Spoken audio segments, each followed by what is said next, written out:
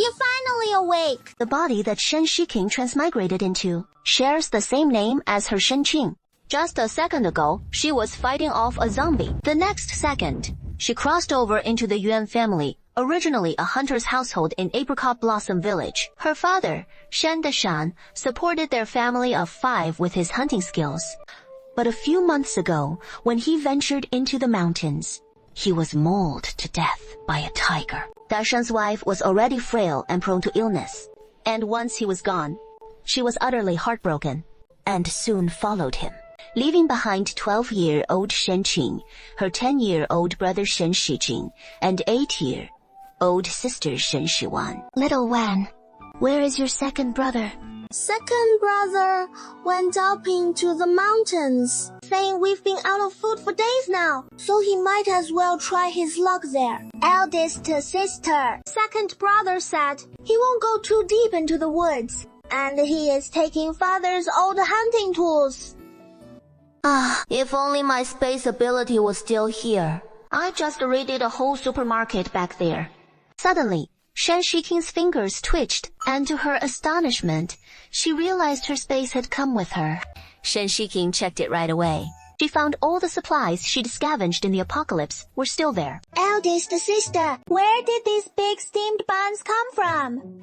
A few days ago, I went through father's room and found a hide he hadn't sold yet. So I took it to town and sold it. Does that mean we have lots of food now? Just like when Mom and Dad were still with us. Little one, do you trust your big sister? I promise I won't let you go hungry anymore. Never ever. Yeah, I trust my big sis. From now on, we'll not only get those big steamed buns, but meat every single day too. Whatever you want to eat, we'll have it. Village Chief, Is that news for real? those rebels are really coming through here. So what do we do now? Oh man, I heard from my cousin working as a waiter at the tavern in town. They've already overrun the neighboring Shenzhen prefecture, and it'll hit our Shenzhen prefecture before we know it. Just a few days ago, grain prices in town skyrocketed to over 100,000 cash per caddy. And word is some rich families knew and got out early. All right, everyone, hold up and hear me out. If you trust me, Shendi guy, head home and pack your things quick. Back when I was young, I fled famine right alongside my grandpa and wound up in Apricot Blossom Village, where we finally settled down. Tomorrow at the hour of the rabbit, meet at the village gate. But one thing. Pack light. Take the essentials. Leave the rest behind. Survival comes first. Oh, no! This is bad! Big sis. The village chief says those rebels are heading straight for us. He is already packed up and ready to bolt. Shen Shiqing took in. She furrowed her brow. Fleeing the famine. If it were just her alone, that'd be one thing. But dragging along 2 little siblings like that, the roads riddled with dangers, and exposing her space ability would be risky too. She is from the apocalypse, remember. She wouldn't dismiss anyone's desperate will to survive. Those 3 kids are Shen Deshan's and his wife's. After all, boss, what you're doing here just ain't right. If we don't bring those 3 siblings along, wouldn't that just be dooming them? Hey, you think it is me being heartless? You just don't know about all those gossipy folks in the village, hiding their filthy intentions. This family, they see Shiqing as such a pitiful kid. So when it is time to flee, they'll tag along with them. That other family, Shijin's so sturdy and strong, he'd be perfect for pitching in with the work. Devour the 3 Shiqing siblings. They're barely scraping by as it is, and heading out to flee like this. Isn't that just sending lambs straight into the tiger's den? Sis, Aunt Guihua's here. Little Wan called out excitedly. Aunt Guihua's so kind. She used to give me candy all the time back then. Thinking a quick break is better than a slow one.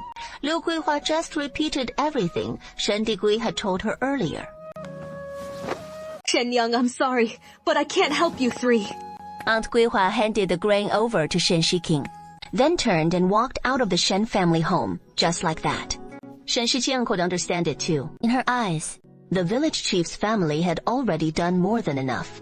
especially under these famine-fleeing conditions, and they were still willing to spare 30 jin of rations. But Shen Shijin felt differently. The thought of their family being abandoned like this left him standing there quietly, like a discarded little soul. Little bro, you have to understand, no one owes anyone their help. Even if we went along with them to flee the famine now, we might still run into exactly the kind of trouble Aunt Guihua warned about, and by then, we wouldn't have any say in it. We three might even get split up. Would you want that? Big sis, Mom and Dad are already gone. We can't be separated. We're not fleeing anymore. Yes, we'll always be together. We'll get by just fine. Let's turn in early tonight. Tomorrow, once the villagers have all left, we'll check if the rice in the fields has ripened. Tonight, we'll have white rice for dinner. And Xiaojing, you found a few wild eggs today. So, let's scramble some eggs. A simple meal, but the three siblings savored every bite with joy. As night deepened, and they lay in bed, Shen Shiking watched Xiaowan beside her, now fast asleep. She finally let her guard down and began inventorying the supplies in her space. Shen Shiking had awakened her space and strength abilities shortly after the apocalypse struck, as well as her mental power.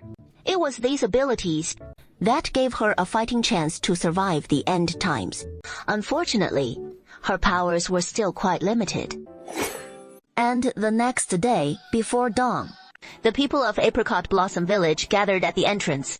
Most were families, dragging children along. Better to die on the road forever, with our own kids, than stay here and face what is coming.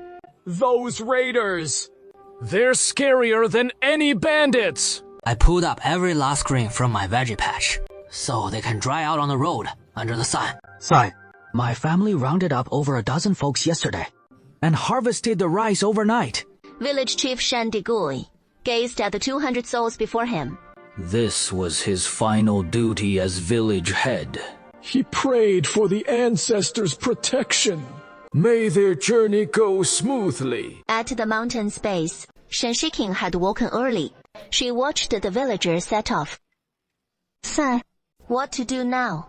Stepping into Shan Dashang's room, there was only a single bed and a bedside cabinet. What caught Shen Shiking's eye and filled her with surprise was a bow and arrow hanging on the wall. By her keen eye, this wasn't just any bow owned by an ordinary hunter. Looks like her dad had some secrets of his own. It is a shame everything's gone dark now that he is passed. Shen Shiking stored the bow and arrow in her space. The other rooms held just some clothes. Shen Shiking folded up the quilts and tucked them into her space too. As for the tables and such, Shen Shiking couldn't just take them right away. After all, if the big stuff vanished, it'd be way too suspicious. Next, Shen Shiking headed to the kitchen, which was completely bare, and the water jar stood empty. Ever since her father's death, it had been her second brother hauling water from the west side, but he just didn't have the strength. He'd have to make several trips to fill it up. With one hand, Shen Shiking hoisted the water jar and slipped it into her space. She added a wooden bucket too. Yes, she realized her abilities had returned. The strength and mental powers she'd awakened back in the apocalypse. She reached the creek in no time. Its waters crystal clear, and to her even greater delight, she spotted a patch of green plants. She hurried over right away, recognizing the familiar water celery. Wild water celery had a fresher, more aromatic scent than the cultivated kind, and Shen Shiqing got to harvesting it immediately. Once she'd gathered the celery, she set out the water jar and bucket.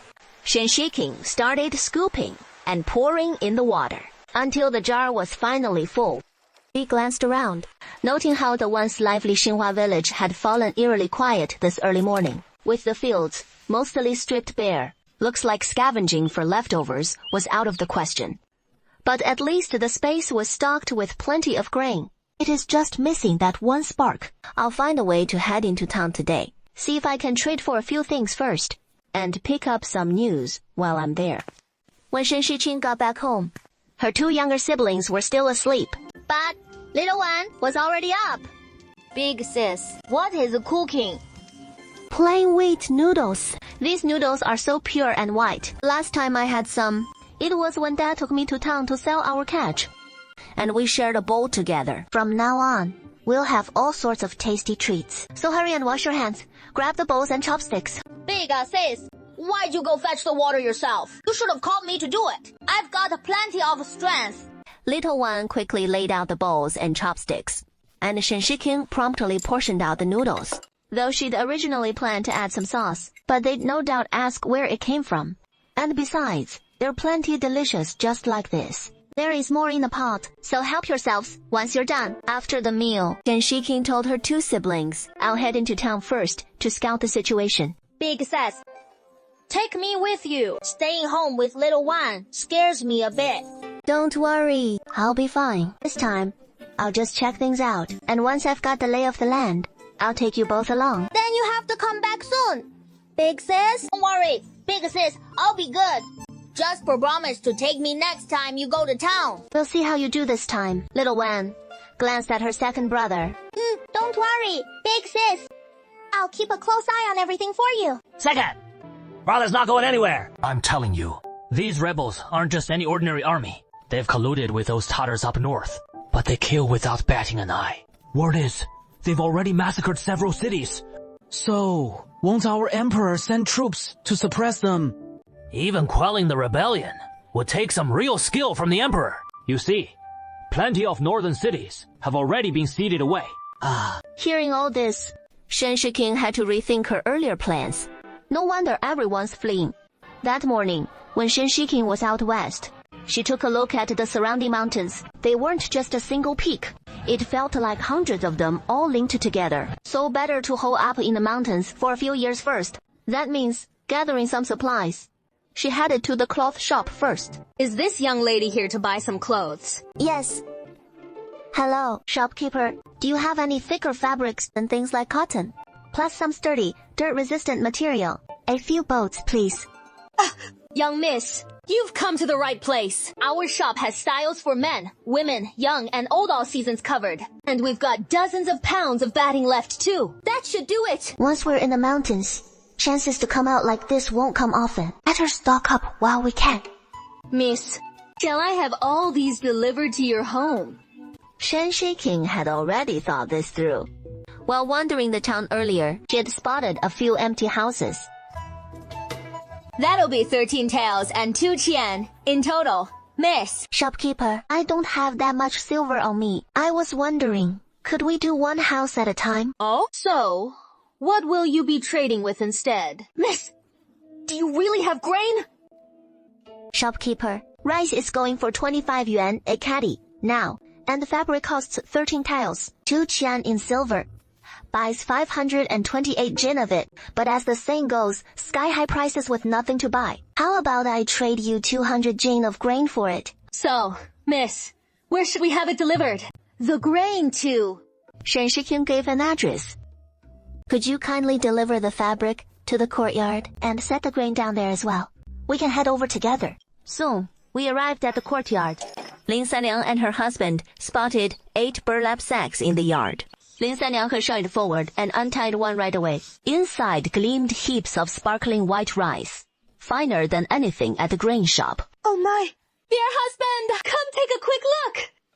Lin Sanliang's husband scooped up a handful without delay, then popped a single grain into his mouth and chewed it slowly. A soft, glutinous fragrance bloomed across his tongue, tantalizing every taste bud.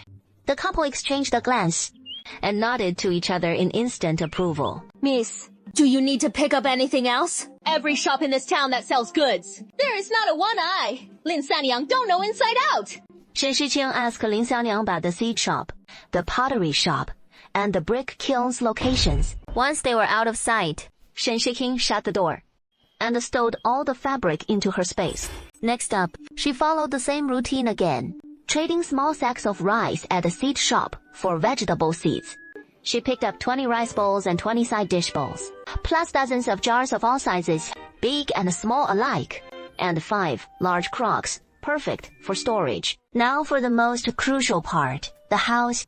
Finding bricks turned out to be straightforward. Just as Lin Sanliang had mentioned earlier, the Dao family in town specialized in bricks. They traded 100 jin of grain for bricks and tiles in total. After all, they couldn't take it with them anyway. Eager to offload it fast, They didn't stick to market prices. Next, she wandered around town a bit and spotted an old man hawking hand-woven bamboo baskets and hampers. She bought dozens of them, then quietly left a few jin of rice beside the old man. Ouch. Great. Now we've got rations for the next few days. See, I told you, I'm not too old yet, and my skills can still earn us some money. Shen Shiking pondered the hearty meals for the coming days back home. So she headed straight to a butcher shop, snagging dozens of pounds of meat and a few racks of ribs, plus a couple of pig trotters. This time, she paid with cash. After all, too many folks around. Eyes everywhere. She snatched up a few hens and grabbed dozens of eggs, along with some fresh seasonal veggies. Back at the Shen household, she spotted two heads peeking out, one big, one small. Meat for dinner tonight. Xiaowan, go on, be xixi. The watercress I picked this morning. Miss, You start the fire and get the rice going. Xiaowan, I think we've still got some leeks in the garden. Go grab a bunch, and we'll whip up some leek fried eggs today. Shen Shiqing 把锅烧up, poured in the oil, and once it was sizzling hot, tossed in the meat. As the rich aroma filled the air from the frying meat, she quickly added the chopped wild celery, letting the savory scents waft through the whole kitchen. She beat the eggs until smooth, threw in the leeks, and yeah, those free-range eggs really make a difference. Xiaojin, Xiaowan, dig in. You must be starving. Shen Shiking sat down with them and dug in too. The three siblings minding the old rule of no chatter at meals or bedtime, just quietly savoring every bite. They polished it off in no time. Today, it was Shen Shiking's turn to wash the dishes, and she figured rotating chores like this worked just fine. Once things settled down a bit, she'd teach them her cooking tricks, and they'd all take turns at the stove. Miss, Xiaowan, come here. I need to talk to you about something. Shen Shengqing shared everything she'd seen in town with them, especially the rumors of the rebels massacring entire cities. Xiaowan's face drained of color. Xiaojin was seething with anger. Big Sis had planned for us to hide out in our village. But now with word of these rebels slaughtering cities and us being just the three young kids, we wouldn't stand a chance against them. Big Sis, Xiaowan and I will follow your lead. Wherever you say we go, that is where we'll head. Xiaowan felt the same as second brother. Big Sis, just share whatever plan you've got with us. I've scouted it out carefully all around us. Besides these nearby peaks, Heading south opens up endless chains of mountains, which could be full of risks. But you know what they say. The most dangerous spots can be the safest. No one's gonna trek into those wilds just to hunt down the likes of us. But Big Sis, what if we run into wolves or other beasts up there? What then? Dad went into the mountains and got devoured by wild animals. So how are we supposed to eat and survive once we're in there? Miss, Xiaowan, now, let me tell you kids a secret. One that decides if we make it through life in the mountains. Spill it. Shen Xing pulled the clothes she'd bought that day straight from the space. Big Sis, where'd that come from? Some kind of magic trick. It happened a few days back when I blacked out. And in this dream, it was like I saw Mom and Dad. Dad told me it was this treasure they'd left behind for us, to help us pull through this whole mess. and get us inside this treasure. There is a mountain of food stocked away. These clothes are what I traded for with our grain, and a whole bunch of other stuff too. Are Mom and Dad doing okay over there? Sister, Xiaowan misses Mom and Dad so much. Mom and Dad, they've gone to another world Where there is no sickness, no suffering. See, Mom and Dad left us this treasure, so we can keep on living strong. Big sis. So, what all have you prepared? We can store our stuff from home in there too, right? Shen Shiqing immediately showed him how, whisking the dining table right inside. The best part about this treasure is that whatever you put in comes out exactly as it was before. I figured that out bit by bit. Oh, and one more thing. Ever since I came to, I've been feeling stronger and stronger. Now do you believe Big Sis can keep you safe? Xiao Jin's eyes lit up with awe as he gazed at his sister. So, sis, what is our next step? When do we head into the mountains? You two go wash up first. change into your new clothes. I'll whip up some extra meals and store them in the treasure. And we'll set out the morning after tomorrow, tonight. You two pack up your things. Got it, got it. Looks like I'm stuck being the cook. First things first, boil up a big pot of rice. Once the rice is done, grab a bamboo basket, line it with a big oiled cloth, then spread the rice inside. Next, steam some buns for breakfast. Shen Shiking took another stroll through the village, spotting some veggie patches where the crops weren't fully harvested.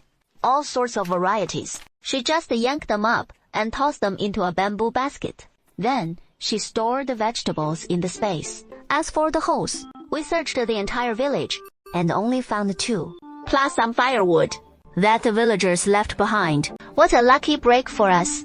I'll tuck it all away in the space. Tomorrow, I'll swing by the fabric shop to see if it is cleared out. If we keep dragging our feet, the rebels could show up any moment. Big Sis, where have you been? Check out my new clothes. Come, take a peek. You nailed it, Big Sis. That outfit suits you two perfectly. Most importantly, did you pack everything up right? Big Sis, stick these in the family treasure for now. No peeking, okay? Okay, Big Sis swears. I won't snoop on your little secrets. Once we're all settled up in the mountains, I'll hand it back for you to keep. Big Sis, you're the best. Alright, next up are the bulky items. Supplies are scarce in the mountains, so missing any could spell trouble. Let's move it. Xiaojin's already got the tables and chairs packed. Shen Shiqing will handle the bedding. These 2 beds from home will work fine if we can't find a spot right away. We can crash on them at night. By now, most everything's packed up. Miss Xiaowan, we're heading into the mountains the day after tomorrow. Hit the hay early these next couple nights. Then the morning after, switch into practical clothes. Easier for trekking. First thing tomorrow morning, we'll pay our respects to Mom and Dad. Leave all the stuff with Big Sis here.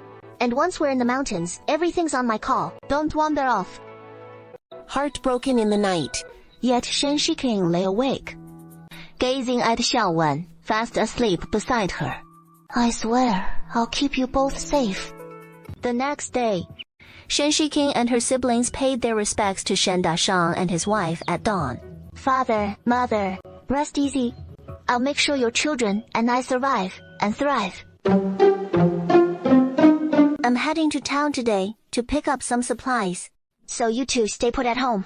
On the way to town today, she noticed even fewer people around, and hurried to the fabric shop, where it seemed the owners had fled. So she scaled the wall and slipped inside. Sure enough, it was just as the couple had described. Only the heavier, plain fabrics remained untouched. But Shen Shiking wasn't one to be choosy. She stowed it all in her space. Next, she visited the carpenter's place, and found they'd abandoned it too. She grabbed a few tables, chairs, and odds and ends, checked the hour, then made her way to a grand-looking estate. The storeroom was completely bare, but plenty of furniture had been left behind. Shen Shiqing loaded up more tables and chairs, especially a few ornate screens. Thinking of her brother, she searched the place for books, but after a thorough hunt, came up empty-handed. All in all, a bountiful haul today. She picked up some pork too, storing it in the space, before heading straight home. The next day, the 3 siblings set off into the mountains, guided by memories in her mind. Shen Shiqing followed the path her father had often taken on hunts. Don't let the easy trail fool you. It is well trodden from years of use. But this time, we're venturing deeper in. By then, we'll need this knife to clear a path. The beginning of the trail is pretty easy. We can still spot a few wild fruits up there. Big Sis, I've had these fruits before. They're super sweet, but they're not ripe yet. It must be that chubby kid from Old Man Shen's place. They picked all the ripe ones. After hiking for about half an hour, the path starts getting tougher and tougher, with tons of thorny little branches everywhere. One wrong step, and they'll snag your clothes, or even scratch your skin. You all be careful. Watch where you're stepping, and what is ahead. Don't let the branches catch you. Shen Shiqing leads the way up front, hacking through, gripping the tangled underbrush with her left hand, swinging the knife with her right. She clears a path in no time. Big Sis, what is this? Is it some kind of herb? There is this little tree, just a bit taller than an adult, loaded with these tiny red berries, about the size of soybeans. This is wild Sichuan peppercorn. Shen Shiking plucks one with her fingers, pops it in her mouth for a taste. Just as she figured, Xiaojin watches her try one, thinking it is some tasty fruit, so he grabs a huge handful and shoves it in his mouth, chewing away like it. It's no big deal. Oh man, that flavor hits hard. Big sis, my mouth's burning and tingling like crazy. Second bro, what is wrong with you? Big sis. Is the fruit poisonous or something? But you tasted it and you're fine. Relax, it is fine. These peppercorns are for seasoning food, not for chowing down raw like that. Of course, it'll numb your mouth like crazy. No worries, just have some water, and you'll be good. We've all been trekking for hours anyway. Time for a break. Shen Shiking pulled out several large cups from the space, then poured some mineral water into them, handing one to each of her younger brother and sister.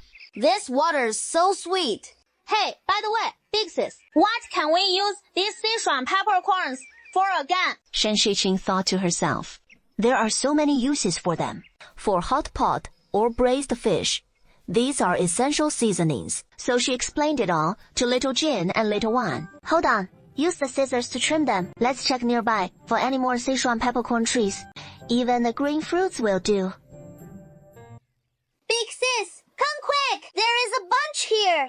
Shen Shiqing and little Jin hurried over right away. Little Jin's eyes lit up with excitement. And in no time flat, their bamboo baskets were overflowing. All right, let's call it for now. Second, sis, why don't we feel tired at all while picking these peppercorns? But the moment we stop, my back starts aching all over. Then just keep picking, and the tiredness vanishes. Little Jin waved it off. Nah, no thanks. Big sis, are you planning to plant these peppercorns? Exactly. Once we find a good spot to build our house, we'll transplant them right there. We can do the same with any other saplings we come across later. Ajiao's prone to overheating easily. Big sis, little Wang and I are starving. Let's keep going a bit further, to find a shady spot under a big tree, and eat there. Shen Shiking led her two younger siblings along the rugged path, but luckily, they soon spotted a fairly large tree. She pulled a bamboo mat from the space and spread it on the ground, first bringing out some fresh greens and a portion of braised pork. She served a bowl of rice to each of her younger brother and sister, then grabbed a large cup for Xiaojin and Xiaowan, each, and filled them with water. The three of them settled in like this, some sitting properly, some holding their bowls steady, others lounging cross-legged, and just like that they tucked in with real gusto. After the meal, a soft breeze drifted through, carrying a hint of cool relief. Xiaowan let out the first yawn. Then Xiaojin started nodding off too, sprawled out on the bamboo mat. Shen Shiking scanned the area with her mental power, sensing no dangerous beasts nearby, then let her own eyes drift shut. Big sis, did I sleep in too late? What time is it? Still early. You must be wiped out from today. We'll take that well-deserved break once we find a water source this afternoon. And where there is water, you're bound to find fruit trees. Plus, loads of fish. So we can whip up some fish soup then. Or braise it, if we feel like it. Braise the fish hits the spot. Shen Shiqing and Xiaowan shared a knowing glance. As Xiaowan reached up and plucked a leaf from the tree, then tickled it under her second brother's nose. And sure enough, the young miss stirred awake in no time. Once they'd all freshened up, the group pressed on. Heading south this time proved spot on, with the roadside plants looking noticeably lusher and more hydrated. And Shen Shiking and the others even spotted some ripe wild fruits. Big sis, I guarantee ya, I've tried these before. They're delicious. We call them qingguo. Shen Shiqing popped one in her mouth, and realized it tasted kinda like plums, only a tad sweeter. With this money, we can snag a good haul for snacking. We might not run into more on this stretch, but next time for sure. Young miss, come climb up the tree with me. Xiaowan, you hang tight down below for us.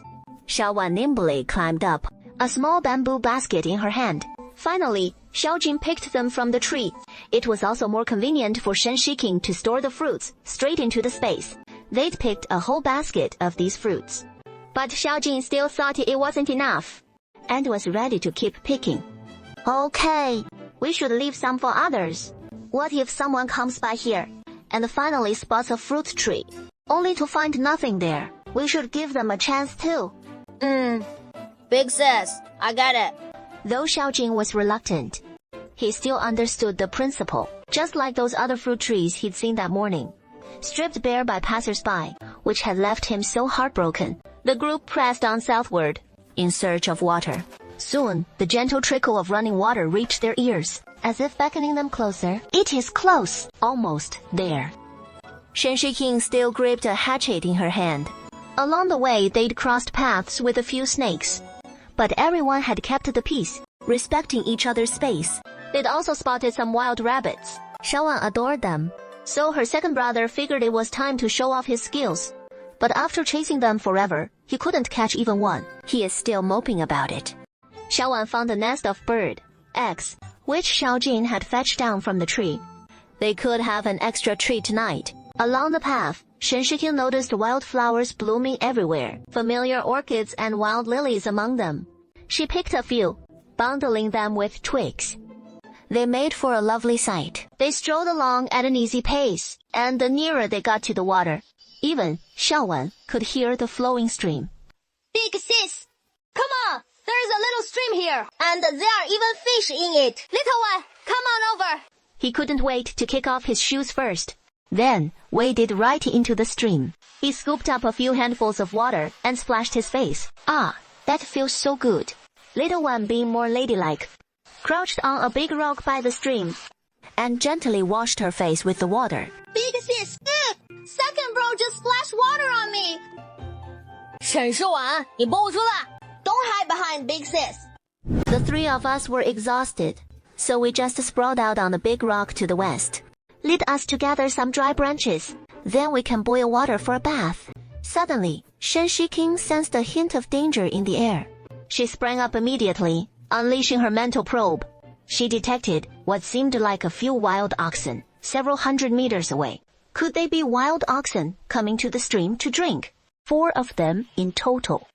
Shen Shiking took a closer look at the ground by the stream, and sure enough, spotted some dried cow dung. First, she retrieved Father Shen's bow and arrows from the space, then pulled her siblings to a hidden spot in the tall grass. She could hear the slow footsteps drawing nearer and nearer, matching the number she'd sensed with her mental probe earlier. 4 wild oxen, just as expected. Better to take down one first, store it in the space, since her space could hold live creatures for a short time. Only a day or 2 at most. Any longer and they'd suffocate. No time like the present. Shen Shiqing drew back a bowstring with her right hand, and an arrow pierced straight through one that was still drinking. At the sight of this, the other oxen scattered in panic. Big sis, why didn't you take out the rest of them too? His little eyes kept staring at Shen Shiking's bow and arrow. 好了, wait until you've grown up. Then this bow will be yours. As for why we didn't take down all 4, this one's plenty for us 3 siblings to eat for months. Once we're deeper in the mountains, you think we'll run out of meat? Shen Shishing stored the fallen ox in the space.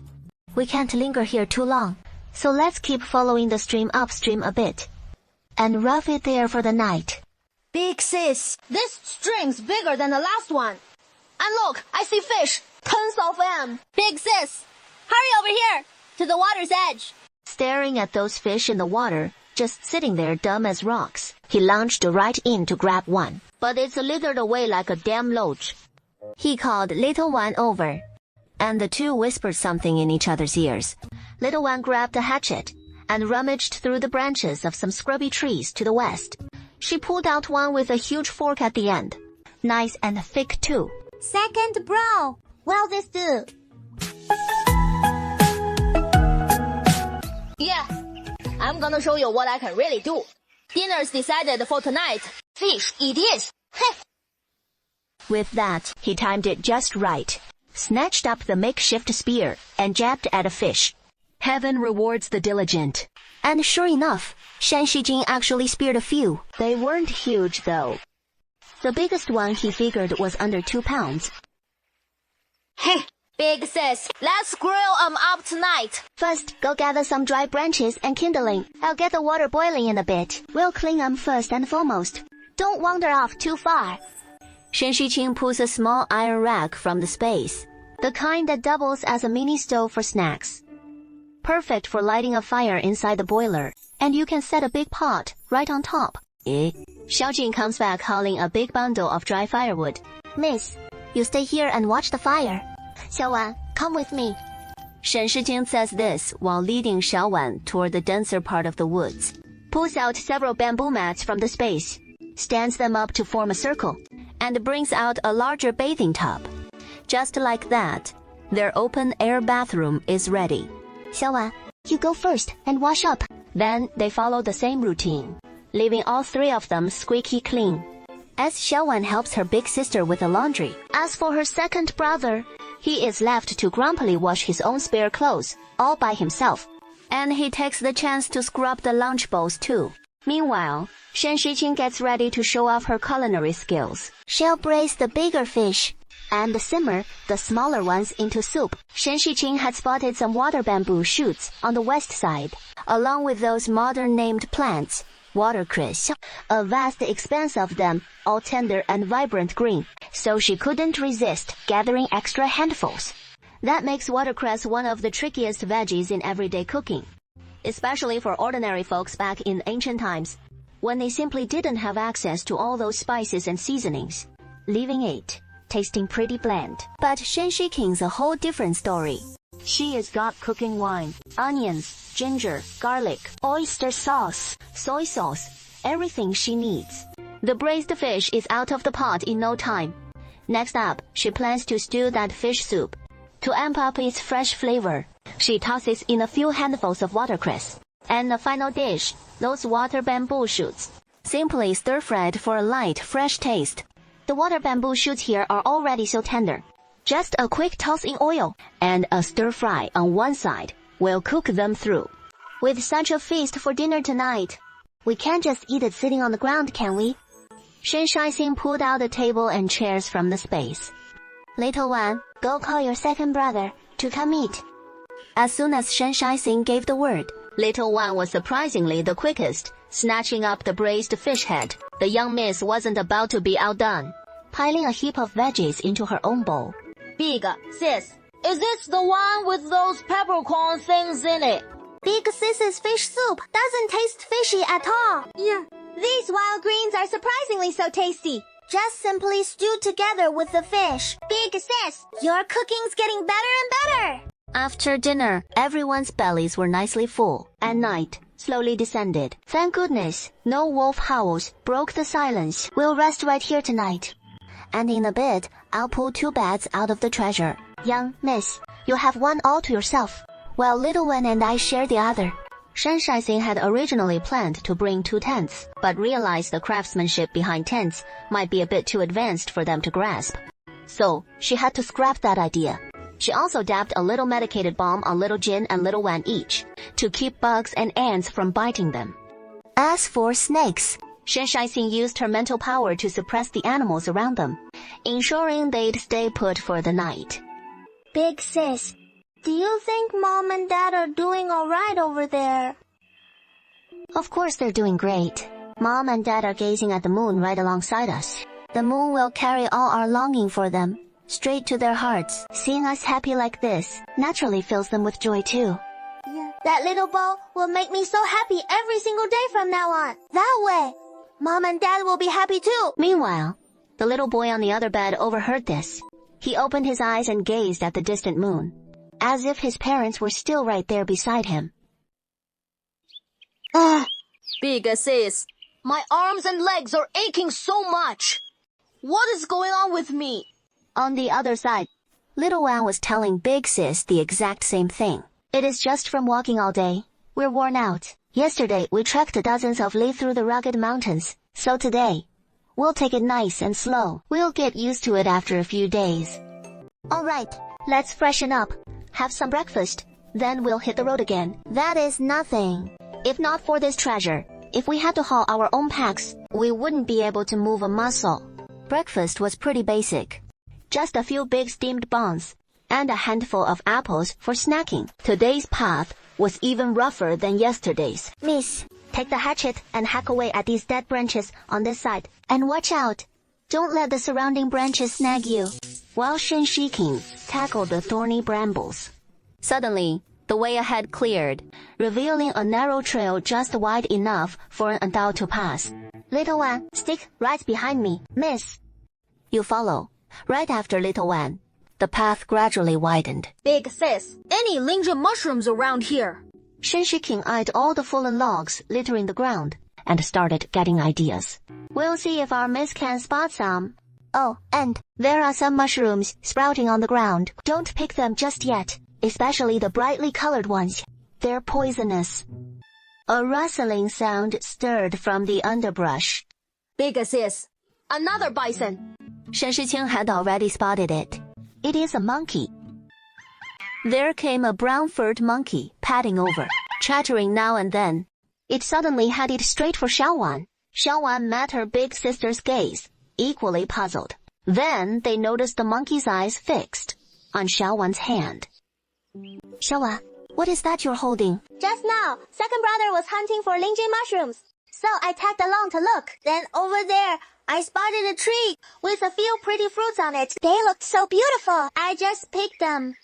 Shen Shiking placed a few fruits on the ground, and sure enough, the monkey snatched one up and popped it in its mouth. I can't even remember where I picked them now. But if I spot any more next time, I'll definitely pick them and save them with Big Sis. Then you can come by and have some. Monkey, bro, how about a tree climbing contest? Big Sis, do you think it is trying to lead us somewhere? Then let's follow and see where it goes. You two stick behind me. The path this little furry monkey's leading us on is way smoother than the one we took ourselves. The further we follow the monkey, we spot some familiar green pods. The leaves are plantain. There are so many plantain trees here, silently counting them in her head. There must be at least 30 or so. With a whoosh, the furry monkey scampered up one of the trees, the one with the ripest bunches. It yanked off a few and tossed them down. Big sis, are these edible? These are plantains. You can eat them. The leaves work great for steaming, sticky rice cakes, or wrapping food, which makes everything taste even fresher. My brother, can we stick a few back on? Just like Xiaojing chatting with a buddy, one kid and one monkey. No idea how they're communicating. Monkey bro says we can pick plantains from 6 trees. No more than that. So what are you waiting for? Climb the tree. Second bro, hurry up. This is the last one. Wow. Don't make me eat these plantains for the next few days. Big sis, quick, store them away. Before heading out, Xiaojing and Xiaowan couldn't bear to part with this furry little monkey. Once we're settled in the mountains, we'll come visit whenever we can. Summer skies can turn on a dime. It was all sunshine just moments ago, and now it is a total downpour. Luckily, at the ridge between peaks, there were a few caves nearby. This rain's gonna keep going for a bit, so let's duck into a cave for now and wait till it lets up. Big sis, it is so dark in here. Shen Shiqing rummaged through her space and pulled out a few candles, along with 3 chairs. Big sis, come take a look. See this bump right here? You think some martial arts manual stashed inside? As Xiaojin pried up a loose stone, the dim cave suddenly felt a tad brighter. They opened the chest and found it brimming with gold. Big sis, what do we do now? Judging by the fresh marks on the stones and chest, it hadn't been buried here long. Even with her space for storage, if whoever buried this gold comes back and notices it is gone, they might launch a full-scale hunt. But Shen Shiqing pondered for a moment. She decided to take just 3 ingots and go. That way, even if the owner returns, they probably won't make too big a deal out of it. Xiaojin, Xiaowan, you too, remember this. We've never been to that cave before, and we've never laid eyes on those things. Forget everything that happened today. All of us. Someone actually stashed stuff in the cart, which means this spot isn't as hidden as we thought. We'll have to keep searching for a few more days. Shen Shiqing feared the gold's owner might show up at that cave any moment. So even after the rain, the ground stayed pretty muddy, but the three siblings sped up their pace anyway. Summer showers come quick and fade just as fast, and now the sun's blazing high again. The three siblings had already crossed another mountain today. This mountain's trees were way sparser than the last one. But what trees there were stood tall and thick. Time slipped away, and evening fell fast. To dodge any more rain, Shen Shiqing spotted a small cave. They scarfed down an early dinner and pressed on.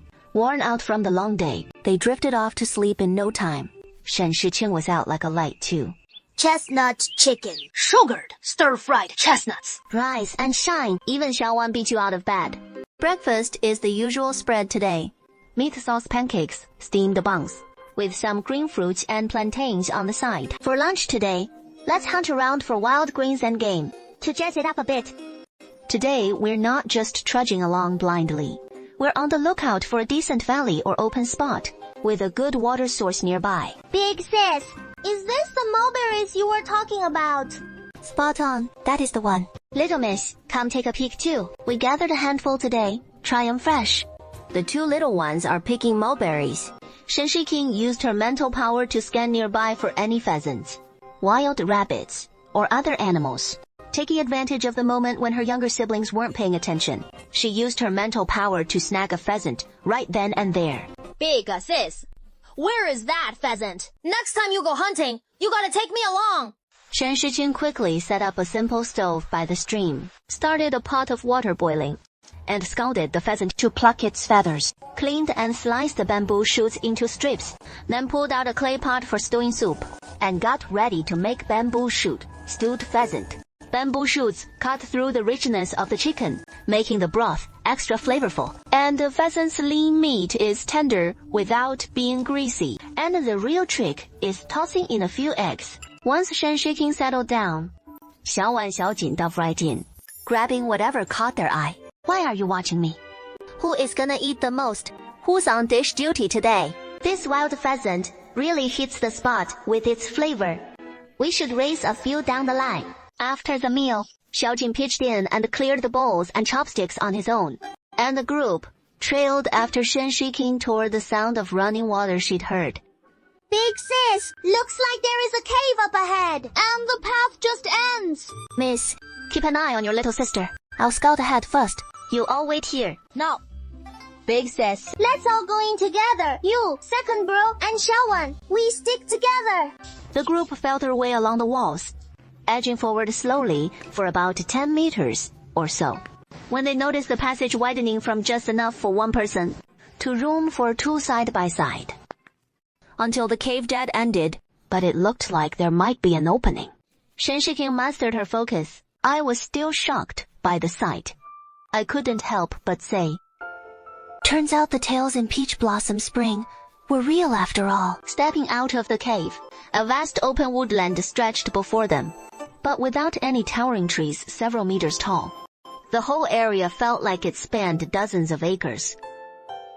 And at the woodland's edge, several hills encircled it, forming a natural, sheltered valley. Big sis, I think this place is perfect. It is so spacious. It almost feels as big as our apricot flower village. If you all like it here too, then this is our spot. But let's be clear from the start. Look at this ground. All these tall weeds and scattered rocks. We're gonna have to clear this land. And you'll both pitch in. Hey, then Big sis, you can just be our personal chef, me and bros. Alright. Down to business. We need to scout it thoroughly, see if this cave is the only way in or out.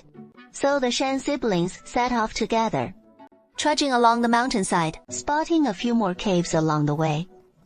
But venturing inside, they were mostly blind alleys, nothing like the one they'd entered. Big sis, how about we find a cave to settle in for now? It is scorching hot out in summer, and the caves are nice and cool. Yeah, Big sis, this feels so comfy. Way better than outside. It feels refreshing now, but come midnight, that chill seep right into your bones. Even if we stay, we'll need to bed down properly. So Big sis agreed. But we gotta pick one with good light and plenty of room. Alright, let's keep searching. Check out the last one. They confirmed it was indeed just the one entrance they'd come through. only that cave leads to the outside world. The rest would mean crossing one mountain after another. As for their temporary shelter, they found one too, a multi-chambered cave.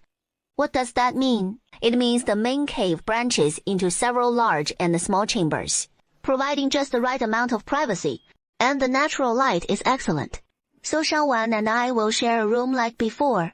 While you miss, get your own space. Shen Shiking starts by setting up her and Xiaowan's room this time. First, placing a bed with curtains hung up to keep out the dirt and dust that blows in. Then, she adds a wardrobe and a table, along with 3 chairs. Next, she does the same for Xiaojin's inner room. The most important part is the kitchen, and luckily, the cave has a small alcove that juts out, perfect for using as a kitchen. I start planning the land, selecting the homestead site. Xiaojin, go check the valley for any other wild game, or wild vegetables, things like that. Once that is done, in this summer heat, clothes get sweaty easily, and fade after just a few washes. I'm afraid they'll wear out after only a few wears. So from now on, making clothes might be up to you. Xiaowan hears this, and nods excitedly. She has learned some weaving techniques from Mom before. Now it is her chance to shine. It is really a lotus. No idea where it came from. Could someone have lived here before? He discovers the wild pond still has some water left. It is not completely dried up, so he slowly approaches. And to his surprise, a few fish are still swimming in the muddy water. Well, can't let that go to waste. Shen Shiqing swiftly and precisely grabs a fish, pierces the fish's mouth with wild grass, and tosses it on the ground. He also spotted tons of what he figured were just weeds around the wild pond, but they were packed with all sorts of tasty treats, especially those huge swaths of artemisia. Now that is a real delicacy. 2 dishes will do just fine for lunch today. Big sis, you're finally back. Second bro doesn't know what he got into, but his mouth's all black now. Is he poisoned? And he kept insisting I try some too. I didn't. I'm innocent. Big sis, didn't I just go check if there was anything worth finding? Then, I spotted these black fruits growing on some trees. Some red ones too. I gave them a taste. They were yummy, so I especially brought some back for you all. These are mulberries. And yeah, they're totally edible. Where'd you pick them? How many of them are still black? Right over there. Lucky for me, my eyes caught sight from afar. They looked kinda intriguing, like little gems. So I dashed right over. Miss, after we finish lunch this afternoon, take Xiaowan and pick all those mulberries. In a few days, when they're fully ripe and start falling, we can dry them into mulberry snacks, or soak them in water, or brew into wine delicious. Either way. Big sis, hey, there's fish here too. Where'd you catch 'em? You promised you'd take me along next time we go fishing. Shen Shiking explained everything in full detail. Once he learned Big Sis planned to dig her own pond for raising fish, Xiaowan's eyes lit right up. Then, Big sis, shall we head over this afternoon and tidy up that pond? No rush. One bite at a time for meals. One step at a time for the road. Today's fish will boil simply, and the artemisia's nice and tender. Pull out another piece of meat from the space, and here is stir-fried pork with zizania. Just right for 3 of us 2 dishes. Perfect. Shen Shiking effortlessly lifts a hoe. It thuds into the ground, flipping up dead twigs and small stones from the soil. First, she sets the dug-up soil and branches aside. Let it dry a few days, then pull out dead branches for firewood. Clearing land sure isn't easy. I even miss modern machinery. She is panting hard here, while the other 2 kids picking mulberries are buzzing with excitement. Second brother, there are so many here. Let's pick them quick. Just as Xiaojin gears up to grab them fast, Wanner warns him again. Second brother, be careful now. Don't put too much force. They're so soft, easy to bruise, and bruised ones won't dry well. The young miss reins in her own rough impulses. Yeah. Suddenly remembering big sister's husband's fish pond from today. Why not go check it out? We've nearly got all the mulberries. All right. Come with me to the fish pond. Leave the mulberries here for now. Tomorrow, we'll take Big Sis and store them in that treasure. Second brother, be careful. Better keep your shoes on in case there are sharp stones down there. They'll hurt your feet. It is fine. Your second bro ain't scared. Second brother, You're not even watching your step. How is it so big? What is that? second brother. Why is this river mussel so huge? Turns out this thing's just a big stick. Doesn't taste good with meat either. Might as well toss it back. Second brother, I feel like this river clam is pretty special. Why not take it back and show Big Sis? Even with my abilities, I can't take much more of this. We should wrap it up tomorrow. Then gather materials and start building right away. Shen Shiqian glanced at the sky, planning to scout the valley for any other fruits, when he spotted a big patch of wild perilla. This is some real treasure. It doubles as medicine and a spice. Shen Shiqian gathered a big handful. By the time she returned to the cave, her siblings were still nowhere in sight. Are they so wrapped up in picking mulberries that they've lost track of time? Shen Shiqian boiled water for a bath first and freshened up, even washing her hair. Big Sis, we're back. You headed out to the fields to pick fruit. Big Sis, second bro and I picked loads of fruits already. And on our way back, we passed right by. So we... All right. Go boil some water and wash up. You're covered in dirt change. Your clothes already. This river clam is enormous. Right, Big Sis, you think it is pretty amazing too, don't you? That is why I told second bro to keep it and bring it home. Gazing at the massive river clam, Shen Shiqian suddenly had a hunch. Big Sis, what is with the river clam? Is it no good? I'll check it out. 哪里不好了? It is great. You'll see soon enough. Little one, grab a big basin and help Big Sis with the bamboo shoots. Shen Shiqian pulled out a bamboo mat and spread it on the flat ground outside the cave, laying the bamboo shoots out on top to air dry them naturally. Sister, you haven't told us about that river clam yet. Shen Shiqian didn't keep us in suspense any longer. She stepped into the cave and fished the river clam out of the basin. She placed the river clam on the cutting board, sliding a knife along the shell seam twice. Then she pried it right open. These are pearls! Big sister! Xiaowan, go fetch a bowl. It was from second brother. After he caught the fish, he tripped over it, so he picked it up and tossed it to me. Xiaowan, come count how many there are. 35, 36. Big sister, a total of 36 pearls. Shen Shiqian retrieved a small wooden box from the space, wiped the pearls dry, and placed them inside. Then handed it to Xiaowan. Big sister, this is...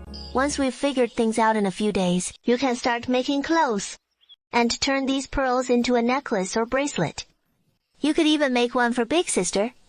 How about that? Okay. I'll make one for Big Sister first. Oh, right, Big Sister. How did you know I love doing this?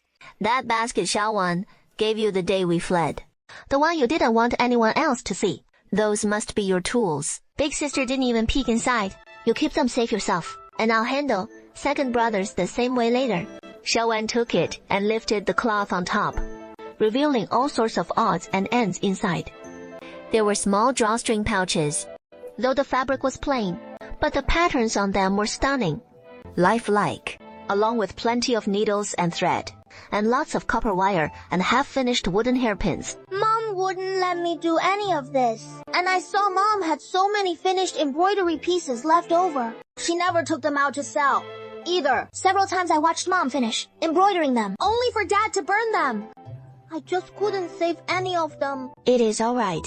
Here you can do whatever you like. From now on, Big Sis and Bro's clothes will be up to you. Next year, when Big Sis heads back to town for news, I'll bring you even more beautiful gold and silver threads. Big Sis, how'd that stick get snapped? What is inside it? This must be a pearl rod. Tomorrow morning, you and Little One finish picking the rest of those mulberries. Then the three of us will head over there together and check for more rods. Big Sis, what about the pearls? Can I take a look? I've never seen pearls before. You'll have plenty of chances to shine tomorrow. Big Sis, what is all this? This is the thing I left with Big Sis before I left home. Why'd Big Sis suddenly pull it out now? All right. Don't make that face. Big Sis, I didn't catch a glimpse of the secret in there, but I can guess it has got to be pretty close to what I think. Big sis, I know. I want to study. Passing the exams for honors is no easy feat. Those papers little Jean stashed in the basket earlier were for practicing his writing, which he'd traded for with the village head's grandson, using a wild rabbit he caught up in the hills. Plus, he'd scavenged a flat stone out west to hold his ink. And the ink was bartered for with something else too. Miss, things out there might still be pretty chaotic right now, but Big Sis is sure it'll settle down in just a few years. Once we've got this valley all set up, then Big Sis will go to town, or even the county to scout out the latest news. How about I find some beginner's books for you to start with? Once things calm down, I'll head to the county and enroll you in a school. Don't worry about the silver. We've got that covered. Look, tomorrow, we'll go to that wild pond and dredge up some rods. There might be a ton of them. Xiaowan, hurry up, so we can finish picking the mulberries. Eldest sister, remember to come later and help us pack them up. Hurry! Hurry! I've got my things ready. Today we need to put in extra effort till the remaining land. So tomorrow, we can head out of the valley to dig some river sand and yellow mud. I wonder how those two are doing, picking the mulberries. Shen Shiking headed toward the mulberry grove. So many. Eldest sister, look, we've gathered so many in total. Shen Shiking took out 2 cups of prepared salted sugar water from her space and handed them over. Then Shen Shiking stored all the mulberries in her space. Eldest sister, how about we go pearl diving first? It won't take long. Aren't you tired? Not at all. Eldest sister, if you don't believe me, just ask Xiaowan. Eldest sister, How about we go check it out first? and rest well in the afternoon. We can have lunch there too. Besides, doesn't eldest sister have ready-made meals in her space?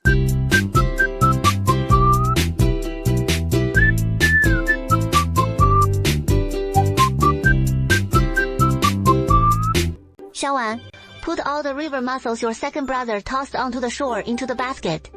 Second brother. Keep an eye on it. That is enough. It should be about enough. You go eat first. Eldest sister, these are the crabs. Second brother casually tossed up. Crabs. These are real treasures. Great for nourishing the body. Back at the cave, Xiaowan is so thoughtful. She takes the initiative to fetch firewood and help out. Xiaojing, exhausted from boiling water, was already slumped in the chair. Shen Shiking took out the items from her space. Xiaojing looked at the pearl rod he had cut and immediately got up. Eldest sister, when do we open the pearls? Soak them in water first. Let them spit out the mud. We'll discuss it after we clean ourselves up. Big sis, the water's hot. Who wants to bathe first? Miss, go on ahead. Big sis, you handle these things first. Little one, we'll clean the mulberries first in a bit. Shen Shiqing first grab a big basin and fill it with water. Then dump in a basket of mulberries. Add a bunch of salt to soak them, and spread the cleaned mulberries on a bamboo mat to dry. Big sis, you go change your clothes too. I'll handle the pearl opening with Wenner from here. Be careful not to cut your hands. Got it! Big sis! Second bro, wait for me. Shen Shiqing went off to bathe and change. Right outside the cave, she saw piles of clam shells.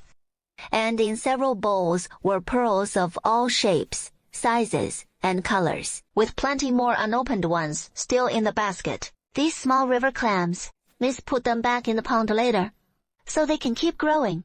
Big sis, so what do we do with all these clamshells? See if we can turn some into little trinkets. And once we're done here, clean up the shells, dry them, and store them away. Shen Shiqing and Little Wan soon pried open all the pearls. Once you're done learning, sort them again, picking out the top 10 or 20 best ones, or even a few more if there are. Since we're planning to sell pearls, we should grade them by quality. So the finest ones fetch a higher price. Should we separate them by color too? And the more rounded ones? Exactly. Our little one is so clever. What should we do with these fish? Although his space can preserve freshness, but it can't store living creatures inside for long periods, we'll turn these fresh fish into cured dried fish, first adding seasonings and marinating overnight to remove the fishy smell and infuse the flavors. Big sister, I've put all those river clams into the pond. The sun is starting to set. Little one over there has already sorted the pearls into trays, just waiting for big sister to inspect them. Wow, there are so many. Shen Shiqian glanced over. All the pearls gathered together. What a magnificent sight. Big sister, the best batch you asked me to select has 53 pearls, all carefully picked and set aside by me. You've worked hard. Your eyes must be sore from all that sorting. Shen Shiqian wasn't exaggerating at all.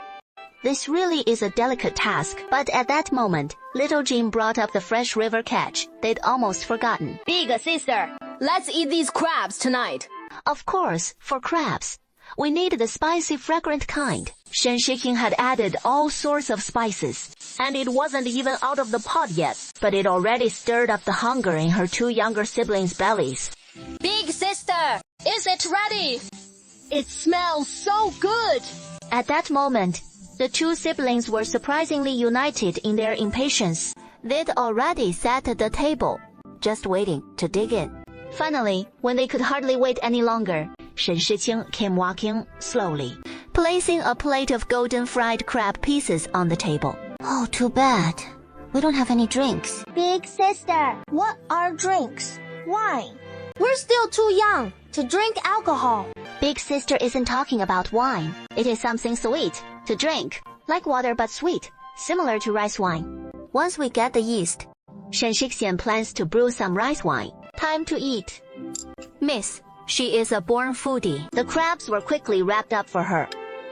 Xiaowan's, it was Shen who first demonstrated it to her once, before she tried it herself. Tomorrow, Xiaojin will prepare all the materials for smoking fish at home for you. Remember to follow my instructions.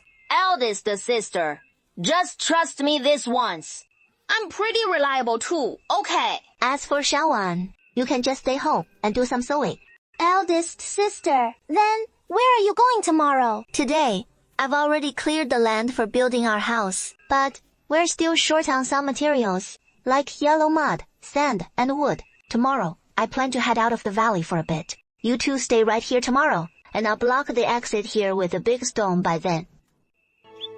The next morning, Shen Shiqian walked to the valley they had entered before, which he had previously stored in the space. Once he entered the tunnel, he reached out and lifted the stone, blocking the entrance on this side. He passed through the cave, which narrowed from wide to tight, and slowly emerged. Continuing forward, he soon spotted the bamboo grove from before. For building the house later, we'll need large bamboos to frame the walls. Shen Shiqian selected some bamboos over a year old and slipped into the bamboo forest, followed by the crisp snaps of breaking bamboo and the rustling sounds of clearing leaves. Shen Shiqian stored all several hundred bamboos in the space. While chopping the bamboo, he also discovered a tasty find. Something that looks like a mushroom, with white net-like bamboo fungus underneath. Shen Shiqian grabbed a bamboo basket, plucked one and put it in. And before long, the basket was full. After gathering the bamboo fungus, Shen Shiqian quickened his pace. Could this river lead to some villages and towns? Let's check out the sand first. With such a big river, there should be plenty of river sand. She slowly made her way down, squatted by the riverbank, and scooped up a handful. The soil along the river was soft, with a granular texture, easy to gather without much effort. She got her tools ready and began excavating, pulling out a shovel to dig quickly right there. Good thing it is ancient times. You couldn't just go mining sand like this in the modern world. She filled so many bags of sand in one go, leaving Shen Shiqian completely worn out. Later on, I'll make plenty of snacks. The beef in the space will turn into beef jerky in a few days. Then, I'll brew some mulberry wine and pastries too. Shen Shiqian dozed on a bone, grumbling to herself. After packing the sand, Shen Shiqian surveyed the riverbank. What beautiful stones! They must be pebbles. I can pick some to lay a pebble path in the yard. While still gathering stones, she spotted some lovely shells. These would be perfect for Xiaowan.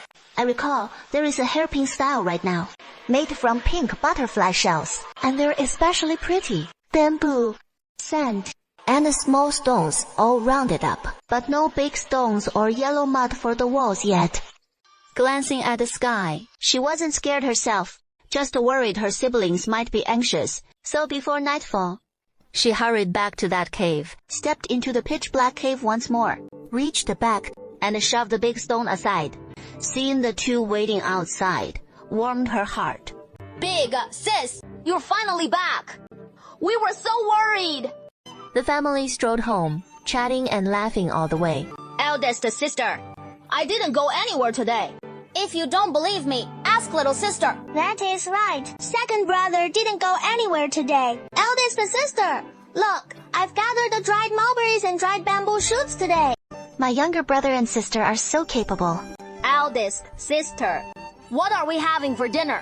Today I found something good in the bamboo grove. So tonight, you can try it fresh. Shen Shiqing was about to head to the kitchen to cook the bamboo fungus, but then she saw a table full of dishes already prepared. Eldest sister, this is what I made. Give it a try. Second brother and I tried it at noon today. The food I made isn't bad. It is just that it might be cold now. Well, then I must properly taste my little sister's handiwork. She first ladled a bowl of soup and took a sip. The flavor was very fresh and delicious. See, I told you, eldest sister likes light flavors. If you're so capable, you do it next time. All right, everyone, sit down and eat. I can't be the only one tasting it. After dinner, Xiaojin asked spiritedly, Eldest sister, did you find anything today? I still have to go out tomorrow. Can you take us along? Or give us some tasks in the valley? Shen Shiqing first took the bamboo fungus out from the space, then selected some pretty little shells. Today's haul is quite bountiful. This bamboo fungus can be stewed into soup to nourish the body. The shells are given to Xiaowan. See if you can make some jewelry to play with. For the house materials, I found river sand today, chopped some bamboo. When it is time to build a house, bamboo for the framework. Tomorrow, I'll make another trip out of the valley, find some large rocks, yellow mud, and wood. Then cut down some more bamboo. Then we can start building. That evening, Xiaowan didn't go to bed early. Instead, she was making clothes in the room. Meanwhile, Shen Shiqing took out paper and a pen from her space, and began sketching a simple room design. We three need at least 3 bedrooms, plus a study for Xiaojin, and a 2-room for Xiaowan. The next day, Shen Shiqing set out from the valley again. Today's target, heading for the big rocks. This time, she just passed through some places without much notice, not paying much attention to anything else, heading straight for her goal. Heaven was still looking out for her. She found a patch of yellow clay. The soil was quite sticky. She loaded the yellow clay into a bamboo basket, then stored it in her space. She repeated this process until she had gathered enough soil.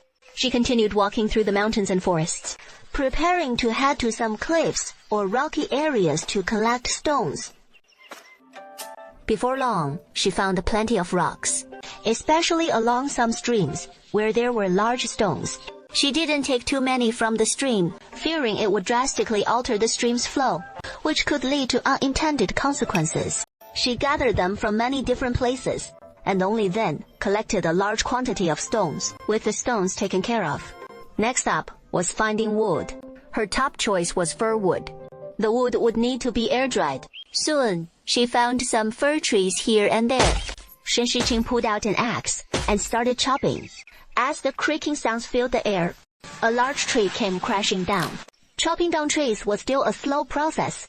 Along the way, Shen Shiqing even stopped for lunch, and only managed to fell a handful, but it was clear the wood wouldn't be sufficient. Seeing it was still early, she decided to push a bit harder and finish early. She gritted her teeth and powered through. Once someone steals themselves, their work efficiency shoots up. She finished preparing the wood and got ready to head back. While she was on her way back, the rain suddenly started pouring down. Summer rains always come so suddenly and so fiercely. She could only pull out a rain cape and hat from the space and put them on. The rain grew heavier and heavier. Even with the rain cape on, her clothes were still a bit soaked through. When she got back to the cave where they lived, Xiaojin and Xiaowan were waiting at the cave entrance. Big sis, you go change your clothes first. Xiaojin hurriedly went to boil some water, suddenly remembering how, back when it rained and Dad came home, Mom would make ginger tea for him. Xiaowan immediately rummaged through boxes and cabinets to find ginger and sugar. Second brother, what is this? This is the brown sugar, ginger tea I made. Summer weather is truly unpredictable. Yesterday, it was a downpour, but this morning, it is bright and sunny. After breakfast, Shen Shijin took her brother to that base area, while Xiaowan stayed behind to look after the home. Xiaojin's work ethic really impressed Shen Shiking. He labored away without a single word, and without any complaints. They'd originally figured it'd take until tomorrow to finish, but this section should be pretty much done today. The morning was spent digging the ground, and the afternoon on mixing mud for the foundation. Shen Shiking glanced at the sky, planning to grab some ready-made dishes from the space to eat, when suddenly she spotted Xiaowan walking over from afar, carrying something in her hand. Little sis, what are you doing here? My eldest sister and I have something to eat. Let's all eat together as a family. She takes out a table and 3 chairs from the space, places them on the flat ground, and they begin to eat. Perhaps from all the exhaustion, the young miss devours her food, like there is no tomorrow. After the meal, Shen Shiking brings out some banana leaves, apples, and some fresh mulberries. Eldest sister, let me help too.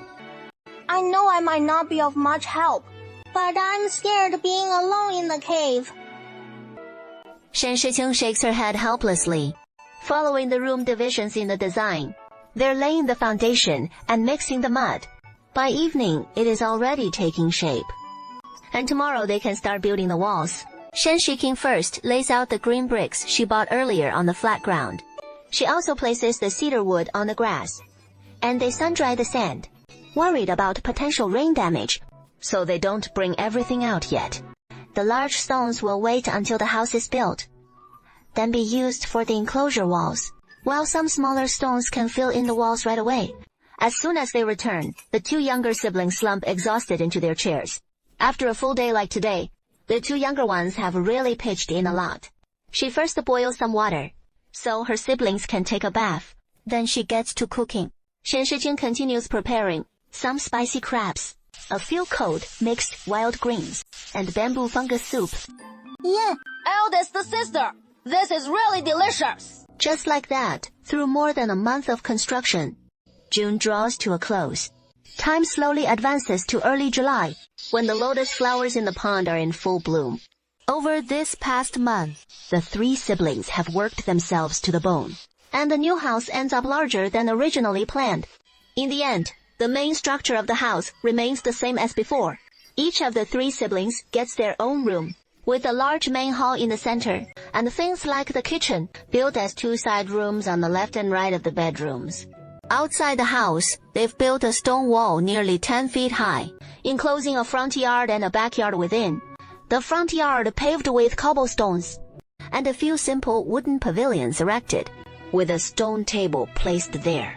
She also found a few trees on the mountain and transplanted them. So now the front yard has an osmanthus tree and a jujube tree, while the backyard has been turned into a small vegetable patch. As for the poultry, it is better not to keep them in the yard. The smell would be too strong. Shen Shiqing has already planned it out, and when the time comes, they'll build a large fence to raise some chickens and ducks. On the first day after moving in, the 3 of them celebrated properly. Shen Shiqing remembered that wild ox in her space that she'd never had time to process, and finally dealt with it. Perfect for hot pot. eldest sister, do we really need so many kinds of greens? But there is so little of each one. Are we just going to throw them all in to boil together? This time, there is a new way to enjoy it. Just follow my instructions to prepare the ingredients, and you'll see when it is ready. The most important part of hot pot is the broth base, with all sorts of seasonings tossed in like they cost nothing. Lots of oil added, simmering over a high flame, as the spicy aroma from the pot base fills the entire kitchen. They set up the hot pot spot on the stone table under the pavilion in the yard. Shen Shiqing brought out a small stove and placed a large clay pot on top, adding some homemade charcoal to the stove. This way, we can maintain the temperature. Shen Shiking, along with Xiaowan and Xiaojing, also brought out the slices of meat and greens, placed them on the table. Oh, big sis, I get it. So, we just toss these veggies into the pot. Can we eat the greens after just blanching them? It depends on how raw or cooked you like them. And the meat is ready once it changes color. Xiaojing was eating while panting from the spice, and when it got too spicy, he'd take a sip of mulberry water, but he just wouldn't stop. Meanwhile, Xiaowan tried a bit at first and gradually came to like it. Big sis, this is really tasty, though it is a bit spicy. The next day, Xiaojing quickly learned his lesson. He was up early, running to the outhouse 3 or 4 times. Back in the day, I'd get diarrhea every time I ate hot pot. Xiaowan had eaten more veggies yesterday, so she wasn't feeling it yet. Seeing big sis and second bro like this, Xiaowan thoughtfully switched the breakfast to plain porridge. Later, we'll string up the beef strips to air dry them. Big sis, how about you two do this? And I'll go dig the field. Didn't Big Sis say we could still make it for the autumn rice? Then go ahead. Xiaowan and I can handle this. Xiaojing people always have that rebellious streak. When Big Sis puts it that way, he felt too awkward to leave, thought for a moment, and decided to keep stringing the beef. Many hands make light work, and by midday, the beef was all prepared. Shen Shiqing hung them in the courtyard, in spots fully exposed to the sun, allowing them to air dry naturally. The weather's been quite hot these past few days, so it is not ideal for clearing new land. Why don't we head out and look for some honey? Eldest sister, take me with you. I promise I won't cause any trouble. Shen Shiking specially grabbed 2 headscarves for herself and her brother, just in case they got stung by bees later. Wild honey is mostly found in tree hollows, on trunks and cliffs. Shen Shiqing and her brother walked through the mountain forest, while Xiaojing widened his eyes at every tree he spotted. Shen Shiqing, on the other hand, extended her spiritual sense to listen for the buzzing of bees. Where is eldest sister heading? I have a feeling that heading this way might bring us some luck. Following the direction eldest sister pointed, Xiaojing spotted a beehive, completely sealed on the outside, and it looked pretty eerie. You go find a spot to hide right now, so you don't get stung by the bees later. Eldest sister, just be careful. With those words, he hurried away from the spot. Shen Shiking pulled out a leftover bamboo pole from the space, the one from building the house, about 7 or 8 meters long, figuring it could poke right into the hornet's nest. She first gave the tree a hard kick with all her strength, causing the branches to shake a few times, and some bees seemed to fly off. Once the big tree had settled down, she took aim at the beehive and swung the bamboo pole with swift, precise force. Striking it a few times before, Shen Shiqing ducked for cover too, repeating the process a few times until they'd scared off more than half of the densely packed bees that looked straight out of a trypophobia nightmare. She then took out a wooden ladder from the space and slowly climbed up it, reaching the forked branches of the tree, then clambered right onto the tree. Finally getting a close-up look, this chunk of wild honey is likely solidified on the tree trunk, a big clump of golden honey. Shen Shiking pulls out a bucket and a knife from her space and starts harvesting the honey. With a gentle slice of the knife, she cuts off a small piece of honeycomb, and golden honey starts oozing from the cut. It is making everyone's mouth water. I just can't resist anymore. After tasting the honey, Shen Shiking works even harder at harvesting this honeycomb. On over. Sweet stuff. She's got all the gear ready. Aren't you afraid of getting stung by the bees? Bee stings hurt like crazy. Hey, Big Sis, is that whole bucket full of honey? Let me have a taste. First. Sweet. Big Sis, how about we search around some more? Maybe find a few more. This is plenty. It'll last us a good while. Besides, honey isn't that easy to find. Big Sis has a point. Big Sis, we've finally made it out here, and now we're heading back already. Then, let's just wander around nearby. Take a look, but don't go too far. The young lady up front is looking this way and that, Along the way, she spots some mushrooms to make sure they're safe for Big Sis and puts them in a bamboo basket. Shen Shiqing, meanwhile, spots some wild little orchids and uproots them, planning to plant them in the small flower bed in the backyard. This is something you couldn't do in modern society, as most orchids are now protected by law. Looks like grapes. Shen Shiqing heads that way. Big Sis, found something good. What a huge patch of grapes. The grapevines are really thick, with lots of purple-red grapes hanging from them. Black and red grapes. Big Sis, these grapes all seem ripe now. Let's pick them all. Put them in your space. 沈世清向荒丘phía里照we took out a bamboo basket and scissors from her space. Xiaojin was picking and eating them as he went. Eat a little less. Wait till we get home. Wash them clean and eat them slowly. Big Sis, these grapes should last us a month or two.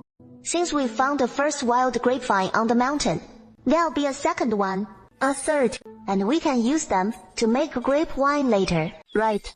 So you can eat as much as you want. They put the grapes into the space. The two were a bit tired from picking grapes, so they found a spot to sit and rest. Big Sis, look, what do you think this is? It looks like a mushroom, but it is kinda hard. What is up? Shen Shiqing came over upon hearing this. Her brother does have some luck to him. Right. This is Lingji. She crouched down to examine it closely. Big Sis, what is it? This is Lingji. Probably purple Lingji. Take a look around to see if there are more. While digging the ground that Xiaojin had loosened, he found a few more Lingji, even bigger ones. This time, Xiaojin picked them himself, feeling delighted as he picked them. We're not picking Lingji. We're picking money. Shen Shiqing set the picked purple Lingji aside and counted them, about 13 in total. Big Sis, do you think these could be century-old Lingji? There is no such thing as century-old Lingji. Lingji is an annual plant, but these should still be quite valuable. We soon returned to the valley. On the way back, Shen Shiqing caught a few wild chickens along the way. Big Sis, why didn't you put these wild chickens in the space this time? I plan to raise some chickens. Then we'll have eggs every day, and we can even hatch chicks. After returning to the valley, Xiaowan had already prepared dinner. Shen Shiqing took out a few bunches of grapes, washed them clean, and put them in a bowl. Then she called Xiaowan over to help extract the honey, and had Xiaojin fetch a clean jar. The extracted honey came with lots of beeswax chunks, so we needed to filter out the honey, placing the golden chunks on top of the filter cloth. The two sisters pressed down together, and the honey seeped through the filter, collecting in the jar below. Now that we have honey, tomorrow we can make pork jerky. It'll be another hard day's work. Early the next morning, Shen Shiqing got started on the new task. Xiaojin, once you finish trimming them, cut this meat into small pieces. I'll chop it into mince. For the pork jerky, Shen Shiqing used a common method. Chop the pork into mince, add seasonings, and mix evenly. Wrap it in oiled paper. Then roll it out flat with a rolling pin-like dough. Finally, bake it in the oven. Earlier, Shen Shiqing had built a small roasting oven in the kitchen. A primitive oven. Big Sis, take it slow. Xiaowang and I haven't finished cutting the meat yet. You two go rest for a bit. Have something to eat. Big Sis, we're not tired. What is next? Yeah, Big Sis, let us watch. Next time, it'll be my turn. Then, watch carefully. Shen Shiqing first puts the meat filling into a large basin, adds various seasonings, then stirs it evenly. She then takes out many sheets of oil paper, places the meat filling between 2 sheets of oil paper, picks up a rolling pin, and starts rolling it flat. Xiaowan, you put this in the roaster. First, to bake it. Zhong, I heat as well. After all, there is quite a lot of pork jerky. It might take several trips to bake it all properly. Just like that, the family works from sunrise until the stars fill the night sky. And finally, the last batch of pork jerky is taken out of the roaster. Big Sis, this is really delicious, but eating too much leaves my mouth a bit dry. Just leave it here and grab some yourself whenever you want to eat. Xiaojin, You two tidy up the kitchen later. I'll go check on the beef jerky. So she walks over to where the beef jerky is drying, and sees that the beef jerky looks completely dry, with no moisture left. Shen Shiking takes out a large basin, collects all the beef jerky, and brings out several large steamers. She places the beef jerky in the steamers to steam it, to draw out any remaining moisture. Of course, that takes several rounds too, since there is quite a bit of beef jerky. And finally, the steamed beef jerky is spread out on bamboo mats to dry. These days, every day has been so busy. Why does Shen Shiking feel like this is a bit different from the leisurely life she had imagined? Looking at what was once just a muddy pit, now transformed into a small pond blooming with a large patch of lotuses, it reminds her of that poem. The lotus leaves stretch endlessly green toward the sky, and the lotus flowers glow a unique red in the sunlight. Once the lotuses have bloomed, Shen Shiking turns her gaze to the small plot of land they reclaimed earlier. First, take out a packet of something scented from the space. That was the special fertilizer he made. He sprinkled the fertilizer. Then he tilled the field with a tool. Finally, he sowed the seeds. Xiao Jinzi came down to help too, and they finished sowing the seeds in no time. Big sis, let's go catch some snails. There probably aren't many in the fields, so let's check out the pond and the stream by the rocks. Yeah, then, big sis, I'll head to the pond and catch some first. Be careful, and don't damage these lotus flowers. Got it, big sis. There are actually lotus seeds already. Looks like the lotus blooming season is pretty short. He couldn't resist picking a lotus pod. Then he dug one out to taste it fresh. The tender lotus seeds aren't bitter at all. In fact, they're fresh and slightly sweet with a subtle fragrance. Big sis, come, help me quick. My snail basket is full. Okay, this is plenty. Back home, Shen Shiking first took out a small vase and placed it in her room. Then, inserted the lotus flowers into it. Little one, don't embroider too long, without a break, or your eyes will get tired. Big sis, I know. I only embroider for half an hour at a time. Then, I go take a look around the yard. I don't keep at it non-stop. Big sis, what are you picking this lotus leaf for? To make lotus leaf chicken. Later, go fetch some mud. Sure thing, big sis. Little Jian ran off right away. Shen Shiqing had previously used the bamboo from the dismantled house frame to build a small fence. Those wild chickens are being raised inside. He caught one of them. Big sister, it's a lotus leaf chicken. You just mentioned actually called beggar's chicken. Shen Shiqing gave him an approving glance. Go fetch some firewood. He decided to use the same roaster from last time, when he made the pork jerky, to roast this chicken.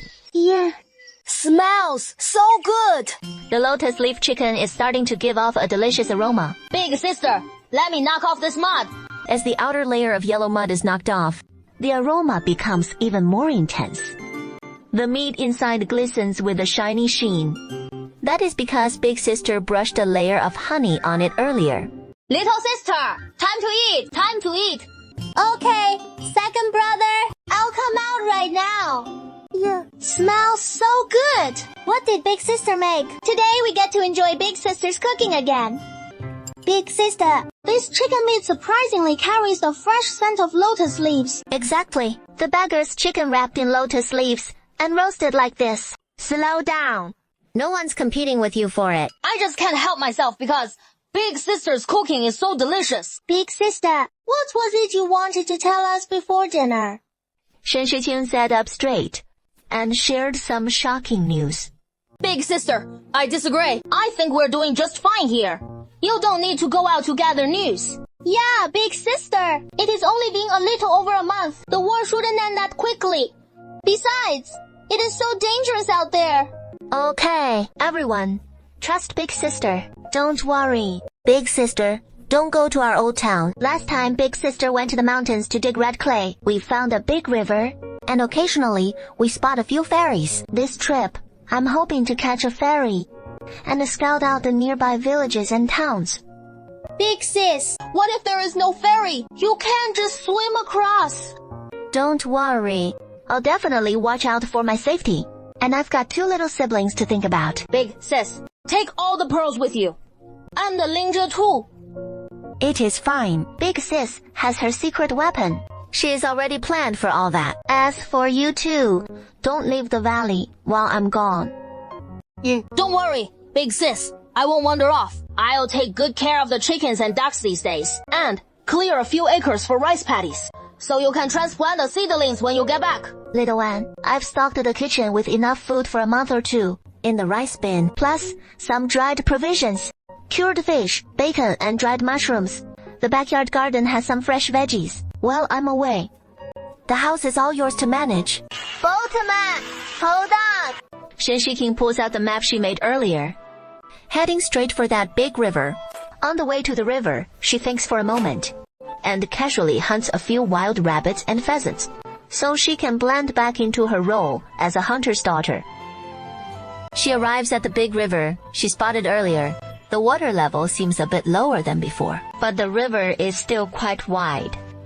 From afar, she spots a small boat rowing towards her. The boat slowly draws near. Shen Shiqing takes a look, and it looks like a fishing boat. The cabin is quite low. There is only a middle-aged man pulling the boat. Boatman, stop for a moment. The boatman seems to have heard her, then slowly steers the boat to the shore. Excuse me, sir. Could you give me a lift? Little miss, how did you end up here all by yourself? This place is in the middle of nowhere. No village ahead, no shop behind. If you hadn't run into a fishing boat on your own, you'd probably never make it out. Thank you, sir. I'm a hunter. Yesterday, I was hunting in the mountains. I don't know how it happened. It is really strange, but I got lost. This little miss has some real skills. Did you hunt all these yourself? Sir, don't doubt me. I've had superhuman strength ever since I was little. If you don't believe me, let me show you what I can do. Lend me your oar for a moment. The fisherman, still skeptical, handed the oar to the girl before him. As soon as the girl took the oar, she exerted her strength, and the boat shot forward. It looked completely effortless. While rowing, she chatted with the sir, and gradually learned some news. Miss, where are you from? Sir, I'm heading to Anping County to sell these goods. Do you want to come along? If not, I'll drop you off at the ferry up ahead. Uncle Zhao, I'll go to Anping County with you too. I need to sell off these hunts later to get some money.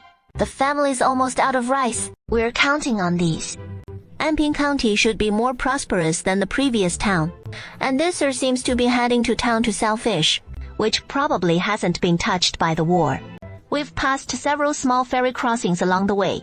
They don't look very bustling. The villages and towns around here all belong to Anping County. Before, Apricot Flower Village, where Shen Shiking lived, wasn't under Anping County's jurisdiction. The Marquis of Zhenbei drove the Tartars out from beyond Anping County, so they don't dare to attack here. The neighboring counties haven't been so fortunate. I've heard of many villages massacred by the Tartars before the people could even flee. It sent shivers down Shen Shiking's spine. Thank goodness they chose to head into the mountains back then. We're finally here. This ferry terminal is nothing like those small crossings before. All sorts of boats are docked. Not just little fishing vessels, but dedicated cargo ships too. The queen must be pretty shocked, huh? Let Uncle Zhao fill you in. Right now, it is not even the busiest time. Mornings and evenings are when it is truly lively. So, Uncle, do you know where they buy hunted game? Head that way, and you'll gradually enter the main city. But it'll cost 4 copper coins in toll. On the west side inside, you'll find the shops. They're all there. Shen Shiking bid farewell to Uncle Zhao and stepped ashore first. She noticed there really was a small market right by the shore, with plenty of fishermen and hunters, and some farmers selling fish, wild game, and vegetables. After walking for a bit, she finally reached the city gate. The walls were about 10 meters high, and people were already lining up steadily at the gate. Shen Shiqing followed suit and joined the queue. Once inside the city, Shen Shiqing headed straight east, and it was indeed thriving. Just the taverns alone, Shen Shiqing spotted so many of them. And the shops selling clothes were countless. There are also all sorts of pastries and snacks. There are also jewelry shops. She had no time to admire them. Wanting to get to Rejuvenation Hall as soon as possible to sell the Ganoderma lucidum. Rejuvenation Hall was enormous, with separate areas for dispensing medicine and consultations. So Shen Shiking headed straight for the medicine dispensing side. Hey, miss. Are you here to pick up medicine or sell some? Do you take this here? Alright, please wait a moment, miss. I can make decisions on this kind of medicinal herb myself. I'll go fetch our steward Liu. Miss, I'm Liu, the steward of Rejuvenation Hall. I'm in charge of procuring medicinal materials here. I wonder how much Ganoderma lucidum you have. Could you show me all of it? I don't know about the purchase price for Ganoderma lucidum of this quality in the steward's hand. What is the buying price? To be honest, this Ganoderma lucidum of yours is quite small, and the usable medicinal part is limited. So I can only offer 3 taels of silver. What if it is this big? Don't you trust me, miss? Ganoderma lucidum doesn't usually grow alone, so you can bring out all your Ganoderma lucidum, and I guarantee it'll be the fairest price. Sorry about that, Steward Liu. I found these Ganoderma lucidum by chance while hunting in the mountains, and that is why I'm not showing them all at once. I'm still young. Rest assured, young miss, Rejuvenation Hall treats everyone fairly, young and old. We wouldn't ruin our reputation over some Ganoderma lucidum. So Shen Shiking brought out 12 Ganoderma lucidum of varying sizes, but held back the largest one, bigger than her palm. She always had this inexplicable hunch. I think these larger Ganoderma pieces from the girl might come in handy for me later. I'll count it as 30 taels per piece for you. The others are all different sizes, so let's round it up to an even 200 taels. What do you think, miss? Thank you, Director Liu. This Director Liu didn't haggle the price down. He is definitely worth thanking. I wonder if the miss prefers silver notes or actual silver. Sorry to trouble you, Director Liu. Please exchange it all for actual silver. Little miss, pack it up securely. Do you need me to have a clerk escort you home? Shen Shiqing naturally refused. Then she effortlessly picked it up and lifted the silver, leaving the Rejuvenation Hall without a hitch. Right under Director Liu's stunned gaze. Tell Dr. Zhou later that the shop just acquired a batch of Linji, so he can promote it with confidence. What enlightenment primers do you have? Our shop carries the common enlightenment primers compiled by Great Scholar Fang, as well as the standard 3-character classic, 1000-character classic, and sounds and rhymes primer, depending on which one you like to choose. May I ask who this is for, miss? It is for my little brother. My father went ahead to buy other things, so he asked me to handle this. I wonder if there is much difference in price among these. Enlightenment primers are much cheaper than the 4 books and 5 classics, especially if you go for the hand-copied versions. Those are even more affordable. In that case, I'll trouble you, sir. Please give me 2 extra copies of the 1000-character classic and Great Scholar Fang's primer.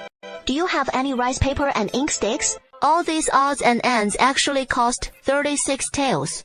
Out of the 200 taels of silver, only 164 are left. Studying really is a money-burning endeavor. She found a secluded alley with no one around, and after scanning with her mental power to confirm it was empty, she stored the items in her spatial storage. She had memorized the locations of the shops she'd seen earlier, so she walked more briskly now. First, she headed to an embroidery shop called Rainbow Garment Workshop. Are you here to buy silk thread, sell embroidery, or deliver goods, miss? To sell embroidery. Would the shopkeeper be willing to take this piece of embroidery? It is actually embroidered by my little sister at home. What do you think it is worth, shopkeeper? The embroidery work is exceptionally fine. But firstly, the piece is on the smaller side, though not as tiny as a fan panel. So when we resell it, we'll need to process it further. And it depends on finding the right customer who takes a liking to it. We can offer you 6 taels of silver for this piece. Upon hearing 6 taels, Shen Shiking thought that was quite satisfactory. This is just Xiaowan's spare time creation. I wonder if the young lady would be willing to accept custom embroidery commissions from our Nishang embroidery shop. We'll provide the materials and patterns, and you deliver on time. The pricing will be based on the artistry of your sister's embroidery like this. I can set it at the top rate. It is doable, sure. But what is the usual delivery time frame? Do we need to draw up a contract? Basically, 2 or 3 small pieces per month, and larger ones will naturally take longer. For your first batch, we'll start with some small ones. Then, if it is not too much trouble, shopkeeper, could you provide 2 patterns and some silk threads? But I'd also like to purchase some everyday silk threads and a few embroidery hoops. Back at the earlier ferry crossing, they were surprised to see a crowd gathered in one spot by the ferry. Shen Shiking had no initial intention of getting involved in the commotion. But perhaps her mental power was acting uncontrollably, as she seemed to hear Uncle Zhao's voice coming through. And you, Zhu Da, you wretch! I remember watching you grow up back in the day. So what kind of mess have you gotten yourself into now? Are you worthy of your late father? Uncle Zhao, I say, mind your own business. It has nothing to do with you.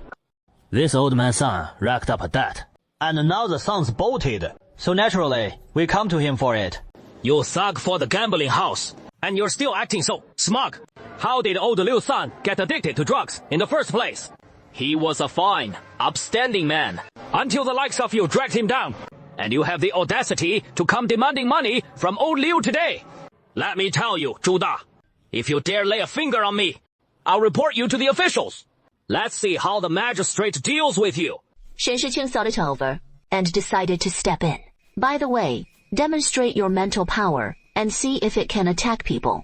So, as one thug held a stick poised to strike Uncle Zhao, he suddenly felt a splitting headache, clutched his head, and collapsed to the ground. What is wrong with you? Haven't eaten. Can't even hold a stick steady. Shen Shiqing glanced at their numbers, preparing to strike again. Suddenly, several thugs were kicked flying. Shen Shiqing carefully observed the man in green, who had appeared out of nowhere, with a handsome face. His clothes clearly made of luxurious fabric. His face tinged with anger. I wonder which gang this brother is from. We're from the Red Star Gambling House. Please do us a favor and step aside. I've never heard of the Red Star Gambling House. I wonder if your boss has heard of the Zhenbei Marquise's residence. Soldiers are still fighting bloody battles on the front lines, all to secure peace and prosperity for Anping County. And yet, unexpectedly, you've gone and opened gambling dens. Zhu Da tried to argue, but a squad of armored soldiers approached from afar. My lord, your subordinate has arrived late. Take them all and hand them over to the yamen. And while you're at it, inform the local prefect that perhaps he has had it too easy, allowing gambling houses to spring up in Anping County. I heard the Marquis of Zhenbei has 2 sons. Judging by his age, this must be the one with military achievements. Last time, he went to the battlefield with the Marquis of Zhenbei. He is only about 16. A young prodigy.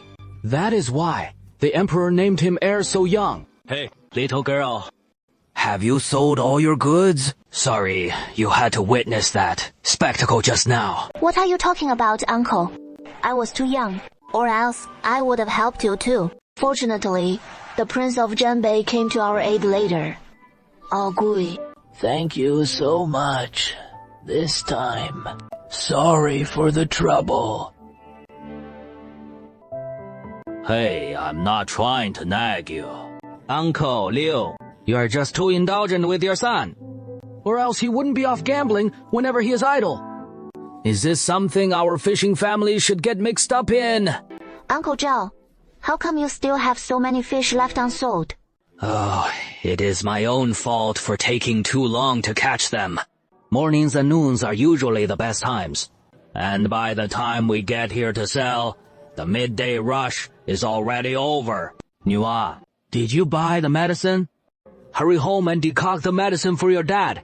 Uncle, I was planning to head home, but there is one more thing. I want to buy a small boat. That way, it'll be easier for my dad to transport his hunt and sell it later. Little girl, Then you'll row it back yourself. Didn't you see how strong I am, Uncle? I've been hunting in the mountains with my dad since I was little, so I do have some survival skills. I wonder if you know anyone who could help, Uncle Zhao. Let me think. As a local fisherman, I know everyone around here, but most folks don't have boats for sale. Uncle Zhao finished packing up. Perhaps it is getting close to dinner time, and more customers started showing up. Shen Shiking helped greet them too. And unexpectedly, they actually sold out. Oh, I owe you another. Thank you. Hey, little girl, you know what? There might actually be a family selling a boat. But it is not here. We'd have to go to the village next to mine. Old Sun's boat is way fancier than this one. The price won't come down. I only heard about it a few days ago, and it hasn't sold yet. That is how it is for a young girl like you. Take a look. If you're willing, seeing as it is getting late, I'll take you to my place for the night. And tomorrow, I'll bring you to Old Sun's to check out the boat. Uncle, my surname is Lin, and I'm the third child in the family, so you can just call me Senya. Thanks for the trouble on the way here. Just sit tight on the way back. Uncle, here you go. In the evening, many folks who make a living selling fish, along with some cargo boats, set off, and the boats were buzzing with activity for a while. Is our big sis hungry? There are some flatbreads in the cabin, and a little stove. Take a look. Light their charcoal and warm them up. Okay. Uncle Zhao, flatbreads alone won't cut it. Why don't we grab some fresh catch and grill a fish? Usually at home, it is my family member who does the cooking, so I just eat what is ready. No worries, I'll handle it. I've got some seasonings in my bundle, freshly bought in town. So Uncle Zhao, full of enthusiasm, grabbed his tools and started fishing. Even though it was getting dark, but he was an old hand at it, after all, and soon caught a fish. Ah, this fish smells so good already. Uncle Zhao knew full well that fish tastes best when the fishy smell is removed. But ordinary folks can't afford all those fancy seasonings every time. So for fishermen like them, they basically don't even like eating fish. Uncle, watch out for the heat and the bones. While Uncle Zhao dug in with big bites of the meat, this fish is packed with flavor. Shen Shiqian saw this. He said nothing more. He slowly leaned against the cabin wall, his legs stretching out naturally. Holding a grilled fish in his hand, he admired the scenery and took a bite of the fish. How utterly relaxing. Night gradually fell. As Uncle Zhao docked the boat at a small pier, Shen Shixian immediately stood up and got off the boat. Sanyang, this is our village, called Qingshu. Not many people live here. Why are you only getting back now today? The kids are already asleep. And if you wait any longer, I'll be asleep too. Then you can sleep outside. Zhao Guixin led Shen Shiqing came to the house first. Then he said something to his wife at the door. It is Sanyang, right? I just heard Uncle Zhao tell me about it.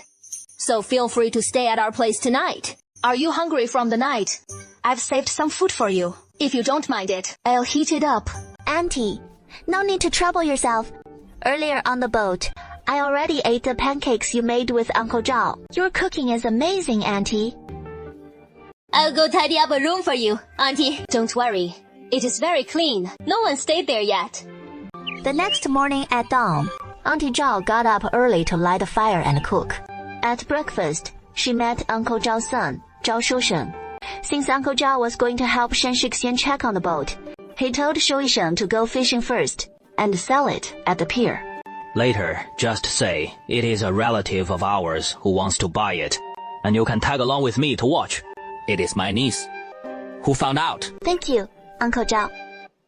Zhao Guai, since it is your relative who wants to buy it, I'll give you a good deal. 40 taels. Old man, son, we've known each other from our fishing days. Asking such a high price isn't fair. Even a large new boat wouldn't cost more than 40 taels. And you're asking 40 for this old wreck. Look, I'm not against haggling. Why get so angry then? Hey, I don't want to be like this either. I'm just saying. Your boat's been on the market for ages, and no one's bought it. You're asking way too much. Then I'll give you a firm offer. 35. How about this? Old man, son, final offer, 25. Your shop takes a loss. If not, I walk. Sandy Hai thought it over carefully, and finally agreed. He picked up his pipe and led them to the boat. As soon as they saw the boat, Shen Shixian thought it was worth 25 taels. Because it wasn't a typical Wupeng boat, just a wooden boat. The cabin's wood was well crafted, with an especially long bow and stern. The cabin was open, a bit like those sightseeing boats in modern resorts. Uncle Zhao watched his expression. Seeing he truly liked it, he felt relieved. So he handed the money to Sandy Hai. The seller was overjoyed upon receiving the money, and let them row the boat away themselves. Without even offering hospitality, he just walked off. Once Sandy Hai was out of sight, Shen Shiking sincerely thanked Uncle Zhao. That is nothing.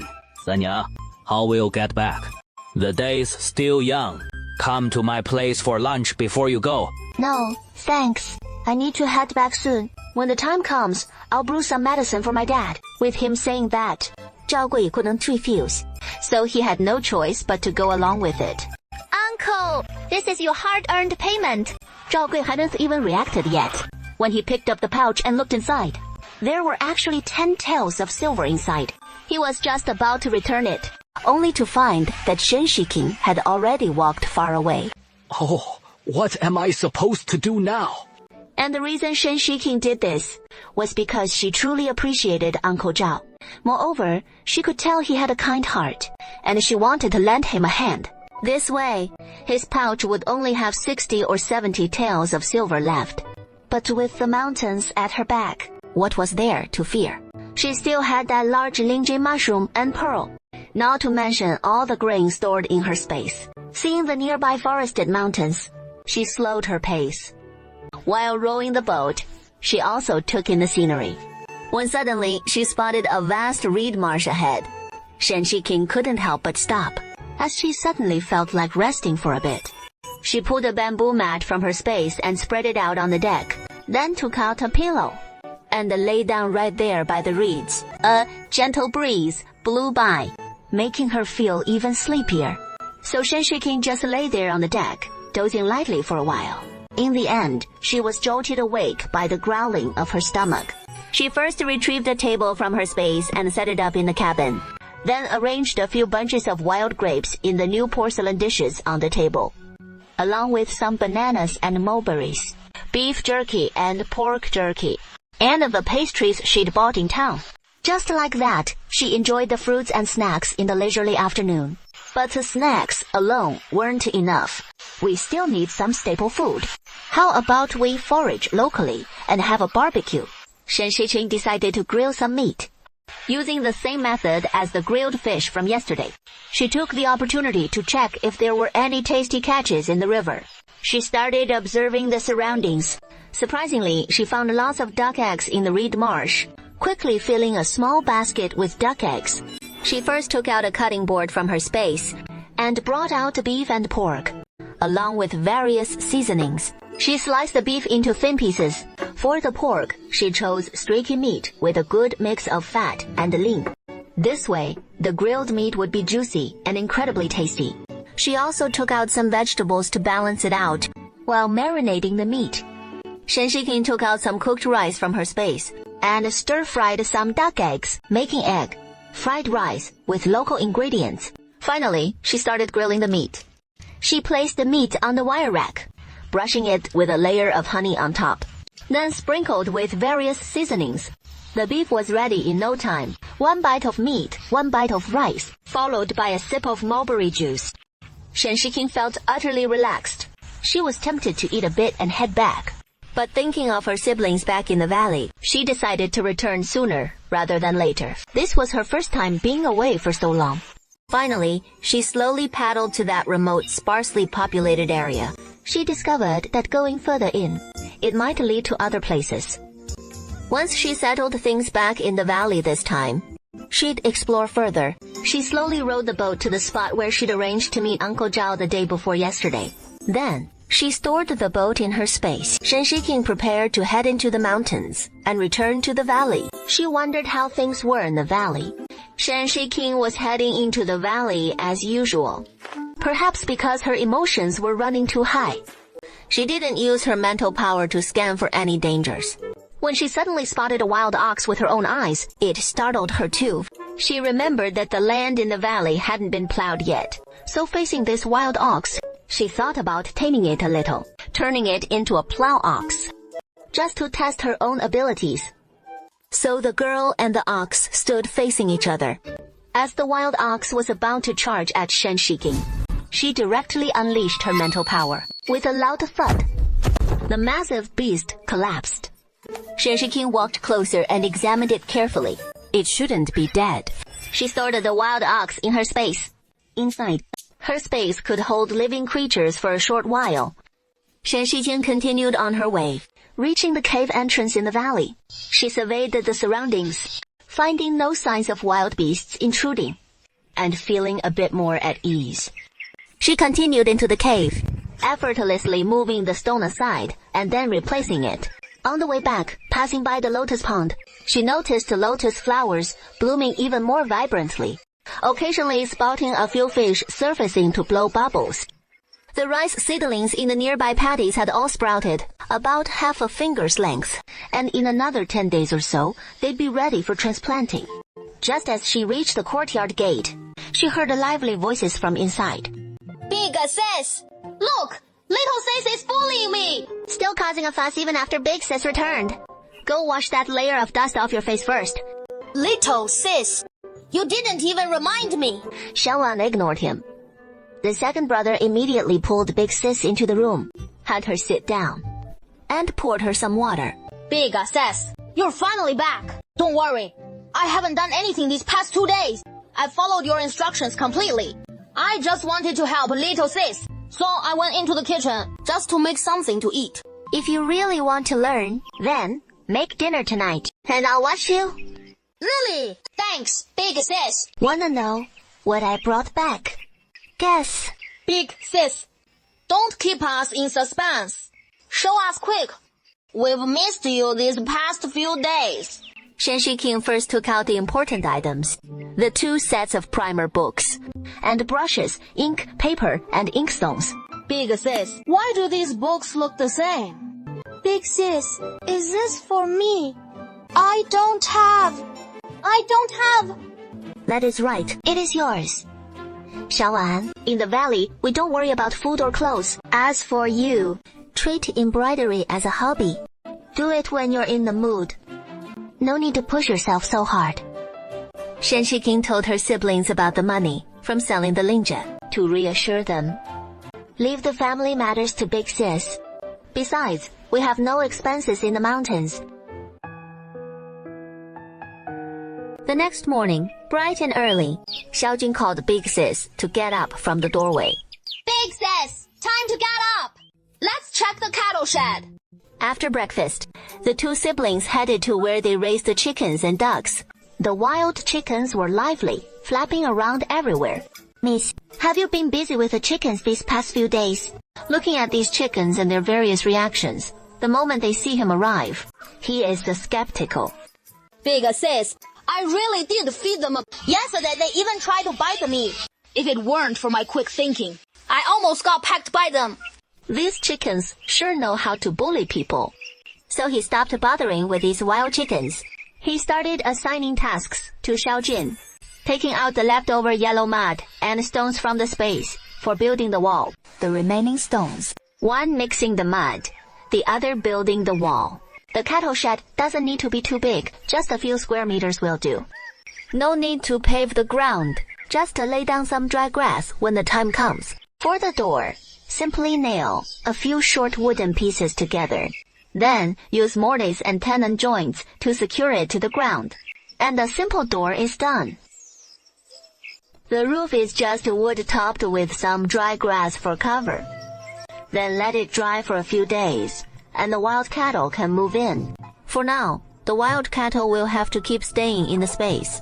Shen Shiking watched as the wild chickens kept clucking noisily, and remembered the duck eggs in the space. So, she decided to build a small shed to hatch the duck eggs. Glancing at the sky, it was still early, so she kept working. But Xiaojin was already exhausted. So he found a shady spot to rest and cool off. Shen Shiking didn't say anything. After all, without the supernatural ability, his constitution would probably be even weaker. After all, the 3 siblings were still quite young. But Miss didn't rest for long either, and soon came back to help Big Sis.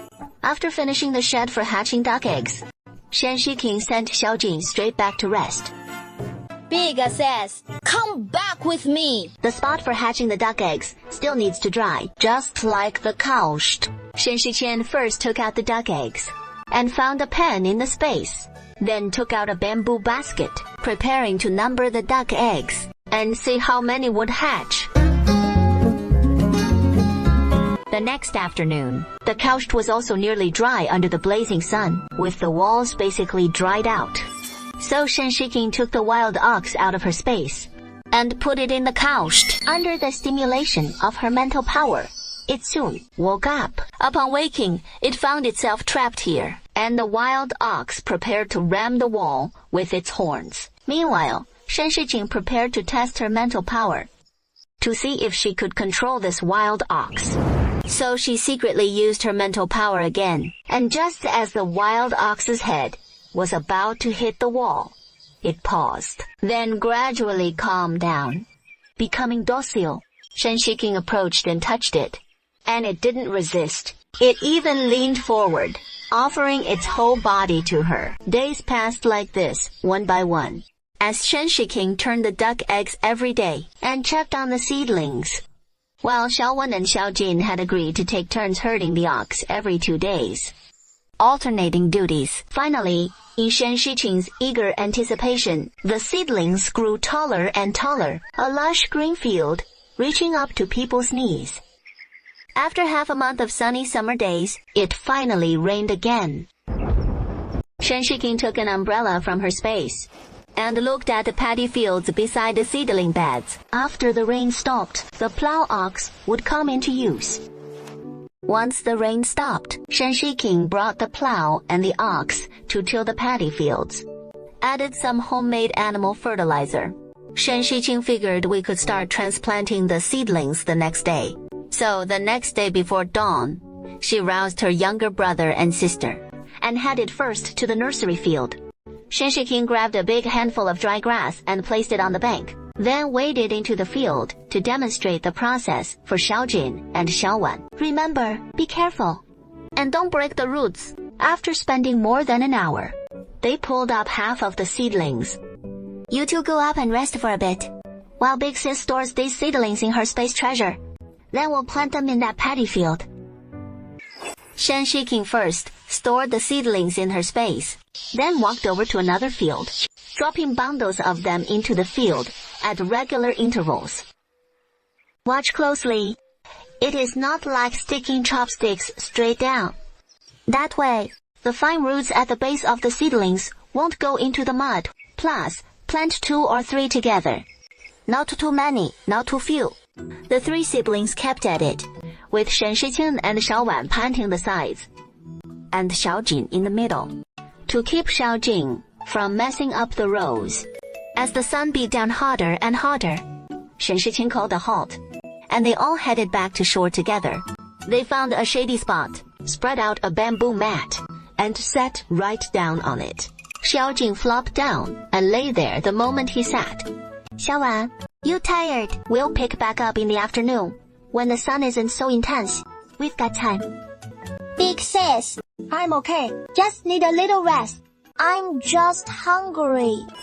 Shen Shiking pulled out a low table and brought out the dishes from her space. A bowl of stir-fried spicy fish and a plate of smashed cucumbers, plus a dish of stir-fried pork with chili and some Chinese cabbage. Big Sis, help pour some water. It is too salty. Though that is what he says, he sure didn't hold back on that spicy fish. Shen Shiking pulled 2 large teapots from her space, one filled with fresh mountain spring water, the other with mulberry juice. After dinner, Shen Shiqing made good on her word, and everyone lay down to rest, snacking on a banana now and then, a bunch of grapes, and she even brought out some pork jerky and beef jerky. Just like that, with the occasional cool breeze drifting by, easing away the summer heat and their weary bodies. That evening, under the bright moonlight, the family strolled homeward, truly living out that line about returning home under the moon with hoe in hand.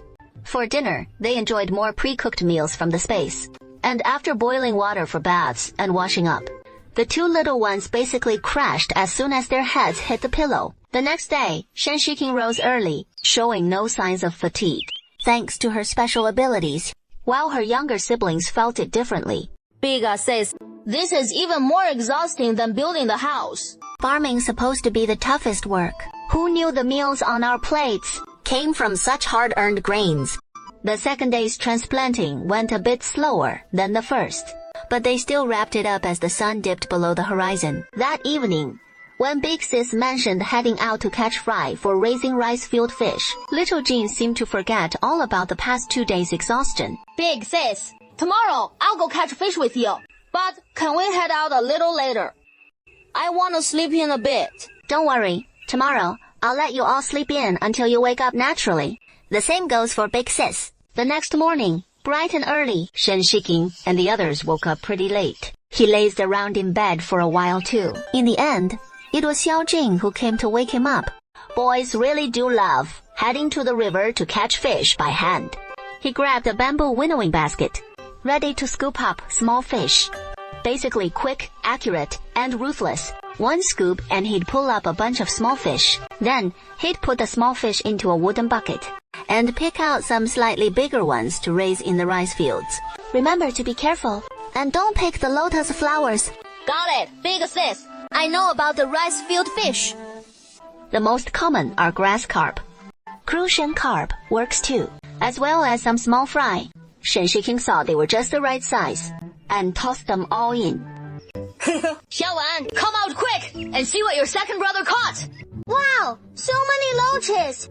Big sis, hurry and cook. I can't wait anymore.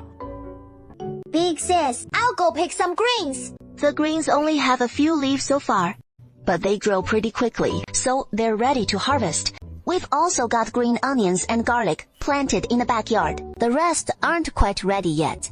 When the oil and seasoning start sizzling with aroma, Shen Shiqing swiftly and precisely adds the loaches, immediately covers the pot, and stir-fries.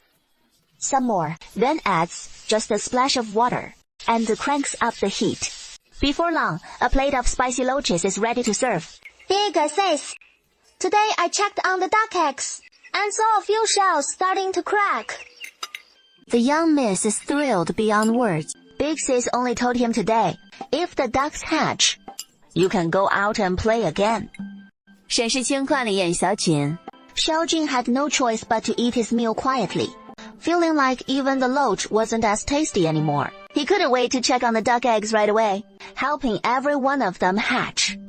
Shen Shiqing slowly lifted the quilt, and sure enough, several duck eggs had cracks in them. So she picked up a small stone, gently tapping a few of the eggs to help them along. But the actual hatching and breaking out was up to them. It was an ordinary day, but the most exciting day for Xiao Jin. During his back-and-forth trips between the couch and home more than 10 times over the past couple of days, finally, in the evening, he heard a sound coming from inside the quilt. As soon as he opened it, there were several fluffy little creatures. Big sis, ducklings!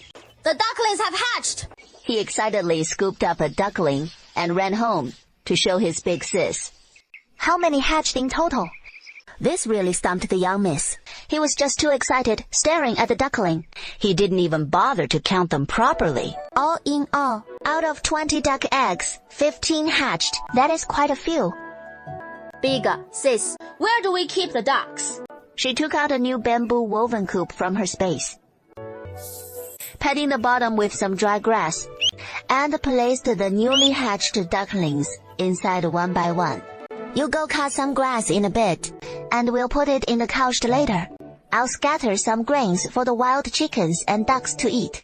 As I promised before, after finishing the rice transplanting, I'd take you out to play. Now it is time to make good on that promise. Remember to pack your own clothes, and you can bring the pretty ones. But when leaving the valley, we'll have to take the mountain path. So it is better to wear something more comfortable first. That evening, sister, it looks like they've finished packing their things. They put the items in the wooden box and handed it to Shen Shiking. Eldest sister, can you show the boat to me and little one first? The boat isn't in the water yet, so how can you appreciate its advantages? Don't worry, tomorrow, once it is in the water, you can try it out and keep some surprises. Alright, let's check if there is anything else we need to bring. We'll head out tomorrow morning. Oh, right, no need to get up early, just to wake up naturally. The next day, well-rested Shen Shiking once again changed into a simple outfit. Her hair was styled into a simple bun with the help of her thoughtful little sister. Shen Shiking led her younger siblings to the canyon's exit. When moving the big stone, she realized that her super strength ability had also leveled up. Moving this stone was a bit easier than before. They still had to pass through the long, narrow cave to get out. Once out of the cave, Xiaojin took the lead right away. Since they were out for a fun outing, Shen Shiqing and the others took a different route from the one they used to enter the valley, heading in another direction. This way, Shen Shiqing could also refine her map. Along the way, they discovered some beautiful plants. She dug them up, stored them in her space, and planned to transplant them to the backyard. They also found some Jianyanzi that could be steeped in water. She gathered some.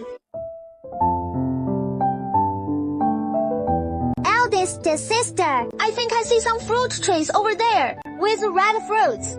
Then, let's go take a look. If they're fruit trees, we'll be in luck.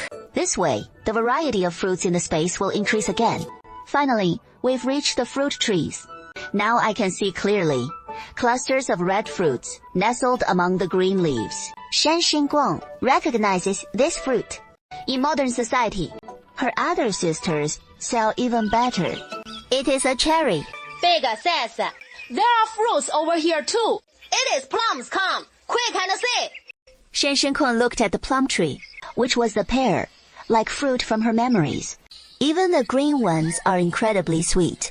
Little Jin, little one, you two go pick these pears first. The cherries are smaller and harder to reach. I'll try transplanting a fruit tree into the space. Then we can plant it in the mountains. Shen Shiqing 捞起了袖子, took a deep breath, and tried pulling up the tree. At first, the small cherry tree didn't budge at all. Shen Shiqing channeled her supernatural power again, and found it loosening more each time. Finally, on the third try, she uprooted it completely. How many have you picked? Let Big Sis see. Big Sis just stored a whole cherry tree. We'll plant it in the valley later, so we can enjoy cherries without ever coming out here. Then, Big says, can we store this pear tree too? This pear tree is shorter, so I'll transplant a few more in a bit. For now, you two head over and pick those cherries. Shen Xinguang then started pulling up the pear tree. This time it went even smoother. Once the trees were stored, Shen Shenzhong joined in to help pick the cherries. We've got plenty already. Who knows, there might be even more delicious foods and fruits waiting for us ahead. Picking all these fruits has you as tired and hungry. Shen Shengkuang led her siblings to a clearing and spread out a bamboo mat. This was their usual routine. However, this time it is even more pleasant than when the three siblings first arrived. The food is even tastier, with little snacks to manzhang and fresh fruits on top. After the meal, Shen Shiking pulled 3 rocking chairs from her space and set them up under the tree, settling in for a cool afternoon nap. After waking from our nap, Xiaojin couldn't wait to head to the big river for a boat ride. Big sis, when are we heading to the river? I want to feel what it is like on the boat. Yeah, Big Sis, I wanna see too. Then, come with me. Shen Shiking first stored all the things on the ground in her space. The 3 siblings made their way through the mountain woods. So the 3 of them looked here and there. Shen Shiqing gathered some unknown wildflowers and herbs, and Xiaojin even found a bird's nest for her. He even poked around in the bird's nest and felt a few bird eggs inside, insisting she store them in the space. So, strolling and pausing along the way, they reached the foot of the big ridge. Finally, heading down a small hillside, where a big river lay at the end. Big sis, this river's so huge. I can't even see the other side. Is that a mountain over there? You two, stay back from the river for now. Keep your distance. I'll show you the wooden boat you've been eager to see. Shen Shiqing pulled the wooden boat out from her space and set it on the riverbank. Then secured it with a rope. Xiao Jing eyed the big wooden boat and immediately climbed aboard, even bouncing a few times on the deck. Big sis, are you gonna row the boat? Yep. Last time when I went into town, I met a boatman uncle who taught me. Big sis, I wanna learn too. Teach me. Once we reach a shallower spot, I'll teach you how to row then. You two go sit in the cabin first. All right, I'm starting to row now. Shen Shiqing set off more swiftly this time. Indeed, practice makes perfect. She started off rowing slowly to look after her younger brothers, keeping her strokes gentle and steady in case they got seasick. Later, seeing that her two brothers had gotten used to it, He gradually picked up the pace. Once the boat reached a shallow area, Xiao Jing couldn't wait to start learning how to row. Big sis, teach me quick. Shen Shiqing paddled a little further ahead, where the water was calmer, but still safe for them. Second brother, Row more slowly. I'm getting dizzy just sitting here. Oh, got it. Shen Shiqing folded a small paper box from oil paper and gave it to Xiao Wan, putting some beef jerky and pork floss inside. Then took out 2 small gourds, one filled with water for Xiao Wan, 1 small gourd per person. Just like that, with the young lady's skills growing ever more proficient, the 2 sisters admired the scenery while chewing on a piece of beef jerky, so utterly relaxed. Big sister, have you forgotten about me? keep rowing. How can a big strong boy like you give up so soon? The goading tactic is indeed a bit clique, but it works. Especially on a proud kid like Xiao Jing. So he gritted his teeth and kept going for a while longer. Spotting an open spot on the riverbank ahead, the young lady decided to pull over and rest. Big sister, I'm hungry. Shen Shiqing pulled a pack of pineapple cakes from her storage space and handed it to him. Share it with your sister. After finishing the pastries, Shen Shiqing stepped off the boat and checked out what was along the riverbank. She spotted some wild taro, but they were still pretty small, probably not fully grown yet. Big sister, what are we having for lunch? That depends on what we catch. Shen Shiqing took a homemade simple fishing rod from her storage space and said, "Everyone, stay quiet now." Xiao Jing and Xiao Wan stared at the fishing rod with eager anticipation. But after some time passed, there was still no sign of a bite. Big sister, I'm starving. Why don't we just grab something from the magical artifacts to eat? Let the big sister give it another try. This time, she activated her mental power, sense where there is movement. So she took out a fishing net from the space and quickly and accurately cast it down in a certain direction. Then, she felt the weight, so she pulled it up. Eldest sister, so many shrimp. Today, eldest sister will make you oil-braised prawns. I guarantee you'll eat 2 or 3 bowls of rice. Take out a big pot. Shen Shiqing took out more firewood and rice from the space. No need to cook. Just eat the ones stored in the space. Place the large prawns in the pot under high heat. The shrimps soon turned fully red all over. Shen Shiqing also specially whipped up some dipping sauce. Then, peel the shells and dip them in the sauce to eat. It is simply delicious. After the shrimps are cooked, he also prepared some greens as usual to cut the richness and aid digestion. All the dishes are ready. Today, Shen Shiqing plans to eat in the cabin. So they set up a table in the cabin and stools. You've worked hard. Big sis, let me peel the shrimps for you. As Miss spoke, his hands never stopped moving. In no time, he had peeled half a plate and a small bowl full of shrimps.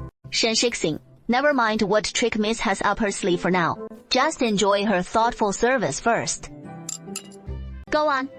What do you want to do? Miss didn't expect Big Sis to see through his ulterior motives so quickly, and he said hesitantly, Big sis, look how hot the weather is. And we're right by the water. You mean you want to go float in the river? 是. Thanks, big sis. I definitely won't go far. First, wash the pots and bowls. Over there, Mrs. washing the dishes. And she is doing it super fast. Wash them thoroughly. Once you're in the river, Xiaojin immediately feels refreshed all over and just keeps swimming and swimming. Don't swim too far. Got it, big sis. I'll just go a bit ahead to check things out. And swim right back. Xiaojin is swimming in the river when suddenly he spots what looks like a yellow fish in the water swimming alongside him. And he suddenly wants to pass it. So he ends up following the fish and heads in the wrong direction. In the end, the fish dove straight into the water and vanished. She looked back and realized she was so far from where she started. She didn't even know the exact spot, and Xiaojin was too exhausted to keep swimming. So she made her way to the nearest riverbank to catch her breath for a bit. Just as she was squatting there on the ground, feeling frustrated, she suddenly heard faint voices in the distance.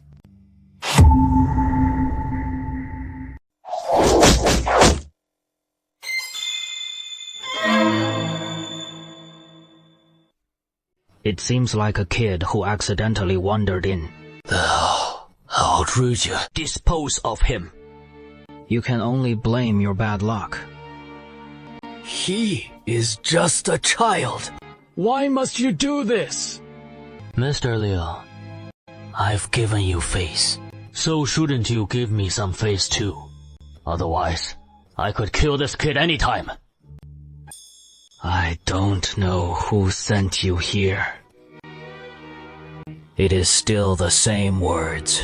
I've been in seclusion for many years and haven't taken part in your conflicts. I don't have what you want. What crime has this child committed? Since Mr. Liu refuses the toast and prefers the forfeit, then don't blame me for being impolite. In that instant, Xiaojin, who'd been listening to them, realized his dire situation. Seizing the moment when the black-clothed man holding him was momentarily stunned, he darted away, relying on his small size. But he didn't notice the stone underfoot, and tripped straight over it, sending the three-character classic from his arms, tumbling out. Am I really going to meet my end here? 祝寿, he is still just a child. Suddenly, an arrow shot over, and the black-clothed man fell with a thud. Who dares to kill with arrows? From hiding. That is right. It was Shen Shiking, who'd earlier discovered his younger brother missing. So he rowed his boat, using his mental power to probe. Finally, as he scanned along the riverbank and heard voices, he located the riverbank. Shen Shiking observed carefully and saw 6 black-clothed men remaining, plus an old man on the ground who didn't seem to be with them. Then, with his exceptionally strong mental power, he pinpointed their hiding spots and fired several arrows to take them out, leaving just a few black-clothed men. Thank you, miss, for saving my life. Shen Shiking saw the old man rushing to check on the unconscious Xiaojin. He saw the old man pinching Xiaojin's Renzhang acupoint, then pulling a needle from his cloth bag and inserting it into a specific point on Xiaojin's hand. Big sis, you finally arrived. I was just scared half to death. Didn't I tell you not to run around? Big sis, did you take out those men in black? You're so awesome. These guys are truly wicked to the core. I didn't do anything wrong. They were ready to kill a little kid. Like me. The books all fell out. We can't let them drop like that. Thank you, Grandpa Liu. Little one, how far along are you in the 3-character classic? How many characters do you recognize? Xiaojin scratched his head sheepishly. I'm really embarrassed to say. He only knows those few lines he overheard from the students in the private school before. At birth, human nature is inherently good. That is just the very beginning. Very good. Very good. Shen Shiking watched the old man, who seemed to know medicine from before, and now he appears to be literate as well. So he began thinking of having him teach the young lady and Xiaowan. He watched Xiaojin and chatted happily with him, while he went off to clean up the battlefield. Ah, big sis, where is Xiaowan? Oh, right. Grandpa Liu just taught me some characters. Now, I can read up to if one does not learn. One is like rotten wood. Xiaowan's up ahead. We'll go meet him right now. I wonder where Grandpa Liu is headed. We rode a boat here just in time, so we can take you home when the time comes. I'm just a lonely soul, making my home wherever the four seas take me. Grandpa Liu, don't be sad. Our family only has me, big sis, and our little sister, just the three of us. And we're doing just fine. The three of them continued on, first meeting up with Xiaowan. Big sis, second floor. This is Grandpa Liu. Grandpa Liu is so awesome. And he can read characters too. Grandpa Liu. Second brother. Where did you go? You almost scared Big Sis and me to death. Your second brother is such a scatterbrain. He took the wrong path. But luckily we ran into Grandpa Liu. Otherwise we wouldn't know where he'd gotten lost. Alright, I know I messed up. I won't wander off again. Okay, let's hurry to the boat. When Grandpa Liu saw that wooden boat, he was quite surprised, thinking these three kids were just pulling a tiny little boat. But he didn't expect it to be so big. Such an exquisite wooden boat. Xiaojin, take your sister to rest in the cabin first. Got it. Big sis. Xiaowan, let's go inside. Little miss, if there is something on your mind, just say it straight. I've weathered many storms in my time. Then, I'll be direct. I'm sure you've guessed it. I want you to come home with us and be our teacher. Xiaojin is indeed very smart. The things I taught him just now offhand, he remembered them all. So, Mr. Liu, are you willing? Mr. Liu must be getting tired standing here. The sun is quite scorching. Let's head to the cabin and rest first. No need. Allow this old scholar to be alone for a moment. Shen Shiking took out a few cloth bags and packed some grains into them, along with some vegetables and seasonings. He even brought out the stove. This way, he could pull them out in front of Mr. Liu later. He also grabbed some wild fruits and dried meat cakes. After he put his things away, he quickly pulled the boat away from this troublesome place. Using his mental power, he sensed it was likely afternoon, with hardly anyone around, so he quickened his paddling. He did not immediately return the same way, but instead took a long detour by water, first heading near Anping County, then planning to enter the city to stock up on supplies. He had asked Mr. Liu earlier, what books should we prepare for Xiaojin's studies? That depends on your aspirations for the young miss. If it is just a dozen characters or so, you mentioned buying the 3-character classic, and 100 family names, that would suffice. But if you aim for the imperial examinations and officialdom, then the classics, histories, philosophers, and collections are all indispensable. Though wars rage frequently now, the special imperial exams have been suspended for years, but the realm ebbs and flows. The chaos will cease sooner or later, and the future will bring even greater opportunities. So Shen Shiking first moored the boat at the ferry. He thought for a moment, then used his mental power to make Mr. Liu fall asleep. Mr. Liu suddenly felt a little dizzy. Could it be because I was too weary today? Let's stroll around this ferry and see if there's anything you want to buy. Big sister, could you give us some silver? Whatever catches your eye, I'll handle the payment. Don't get any other ideas. Hey, big sis, the things I like, you've got to buy them for us, okay? The ferry crossing is mostly for buying goods and food. Xiaowen pointed at Shen Shiking by the candied house seller and bought 3 strings of them. Sharing the treats equally, the young lady also bought plenty of snacks from the ferry vendors.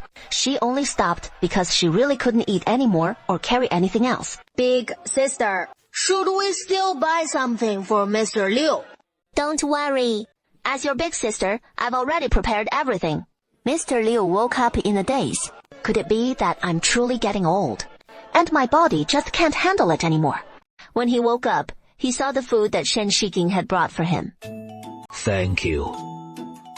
Mr. Liu ate with refined elegance. Shen Shiking, based on Mr. Liu's speech and mannerisms, began to speculate that he was no ordinary man. I wonder where your home is. We live in a remote mountain grove, so we might need to travel through the night, which will be tough on you, Mr. Liu. I'm not the one who is tired, but you've been rowing the boat all day, so you're the one who is truly exhausted. Why not rest for a bit? We'll set off again tomorrow morning. But it is better to get home sooner, so our hearts can be at ease, and we can always take a break along the way later if needed. And so under the cover of night, Shen Shiking pulled the boat forward slowly. The night is so beautiful tonight, with clear serene moonlight, and the water below shimmering like swords flying under the moon. Seeing how late it had grown, he used his mental power to survey the surroundings, then moored the boat by the riverbank.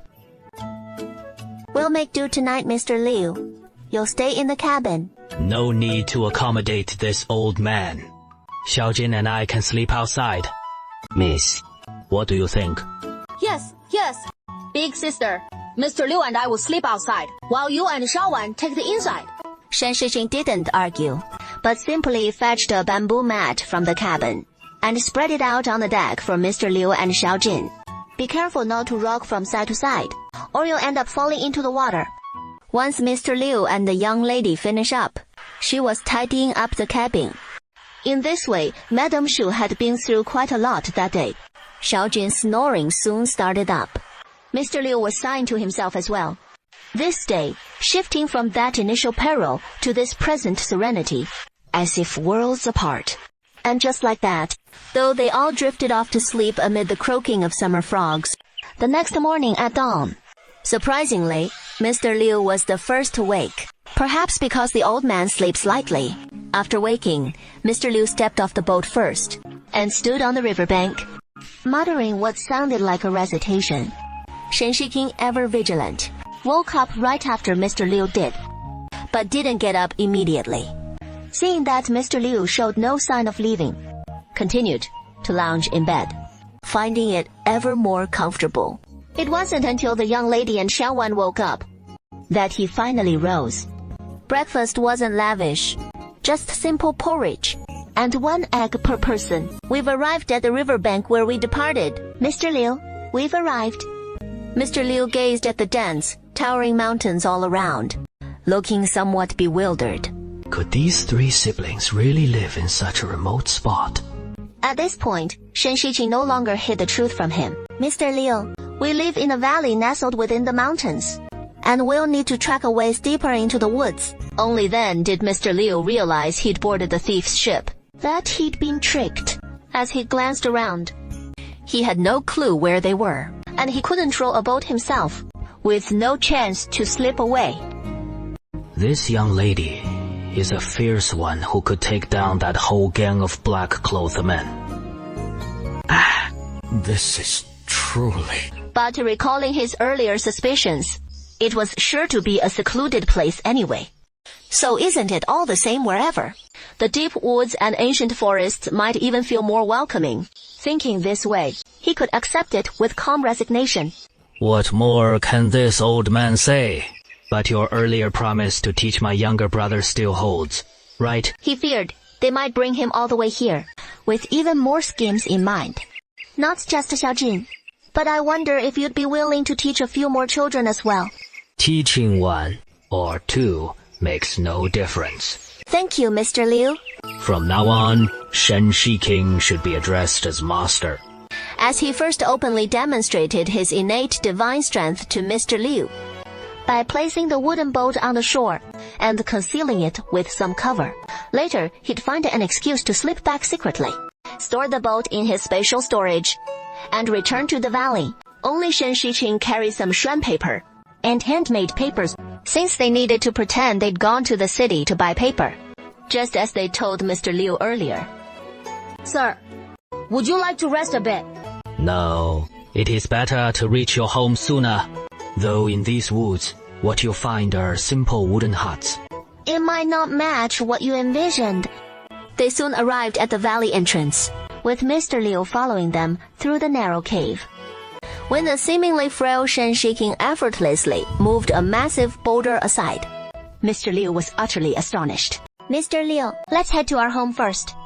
Mr. Liu is getting a bit eager, wanting to see what it is like. Upon seeing it, he was left speechless, stammering away. Meanwhile, at the spot where the black-clothed man met his end earlier, a group of soldiers in uniform are handling the corpses. The soldiers on site couldn't locate Mr. Liu's whereabouts. Unsure if Mr. Liu's body simply wasn't found. They assume Mr. Liu must be safe. They've dispatched men to seal off the river crossings along the shore and to thoroughly search the valley. Mr. Liu gazes at this wondrous hidden paradise, filled with awe. This secluded peach blossom land, nestled in the mountains and forests. Isn't this the dream heaven that so many weary of the world's clamor long for in their sleep? I once had a lotus pond in my own garden. If only I had brush and paper, I could sketch it right now. Mr. Liu, once you're settled in, we can bring you a table and set up a little pavilion where you can compose poetry and paint. Indeed. Then you could teach me how to paint too. I love to learn. Wonderful. If I'm not mistaken, there are plenty of fish in that paddy field. These are rice field fish. Big sister says this way, we can grow rice and raise fish, reaping multiple benefits at once. I've never heard of such a thing. But will I have the good fortune to taste these rice field fish someday? Of course, you'll have your share, and from now on, we'll cover all your meals in the valley. Do you have any food dislikes or allergies? If you'd prefer to cook for yourself, that is fine too. Feel free to do as you please. It turns out you're just like me. Someone who blows up the kitchen. Miss, don't be rude. It is okay. Children's words are innocent. And what she said is true. I'll have to trouble you with the meals from now on. Please come in, sir. Shen Shiqing pushed open the courtyard door. What met Mr. Liu's eyes was actually the thatched hut he had imagined. The difference was the brick and tile construction. Please forgive us, sir. We don't have any tea at home. No worries. Sir, due to the limited rooms, your quarters and the study hall in the back for lessons, I've thought it over, and you might have to make do for a bit. Sir? All right. Speak freely. What inconvenience is there? My idea is, we have a spare cave nearby. That is quite spacious inside. The young lady and I will set it up nicely for you then. For tonight, you'll have to share with the young lady. Later, we'll build a simple little wooden cabin for Mr. Liu. After all, we no longer have any bricks left. Even if we did, we couldn't explain where they came from. As for this house now, he already told the young lady and Xiaowan that it was gradually brought in by our parents' generation. I'm beat. This pheasant has turned into a spirit. In the end, we could only catch one pheasant that doesn't seem too clever. You're the one. Shen Shiking was chopping vegetables there. Xiaowan was helping out, soaking dried bamboo shoots and soybeans, chopping green onions, ginger, garlic, and the like. Shen Shiking put both pots on the stove to good use, starting with the stewed pig's trotters, the pheasant stew with mushrooms simmering in a small clay pot. This way it soaks up even more flavor. And the greens just need a quick stir fry in the wok at the end to be ready. We can turn down the heat under the pig's trotters a bit. Let it simmer slowly. Xiaowan, you can just drop it straight into the pot. Got it. Big sis.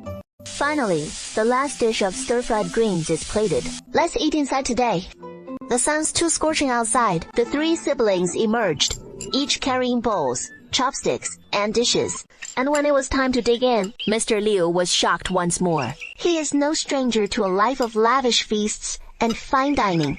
But even if he is a total glutton, he has to admit these dishes are exceptionally well made. Imagining this level of home cooking every day from now on. Where he stays, he cares even less now. It has been ages since I ate my fill like this. Probably over 10 years ago. Then, sir, you should prepare. To let your stomach be stopped by my big sis and little sis's cooking. 真牛. As for me, I help big sis in the kitchen. Snacking on the slide. Yeah, After sneaking those bites, Shen Shiking had Xiaojin take Mr. Liu to check out Xiaojin's study first, while she and Xiaowan tidied up some things. Xiaowan, see if you can squeeze in some time over the next couple of days. First, let's make 1 or 2 sets of clothes for Mr. Liu. Xiaowan naturally follows her eldest sister's lead, ready to start right away. No rush. Let's take a nap and rest first. Otherwise, your eyes won't hold up. Luckily, you haven't been practicing long, so some of your brush habits can still be corrected. When writing, don't just rely on your wrist. Use your elbow for the power. Yes, just like that. it seems a bit better now. But characters aren't just about looking pretty. They need to have spirit and style. You'll understand in time.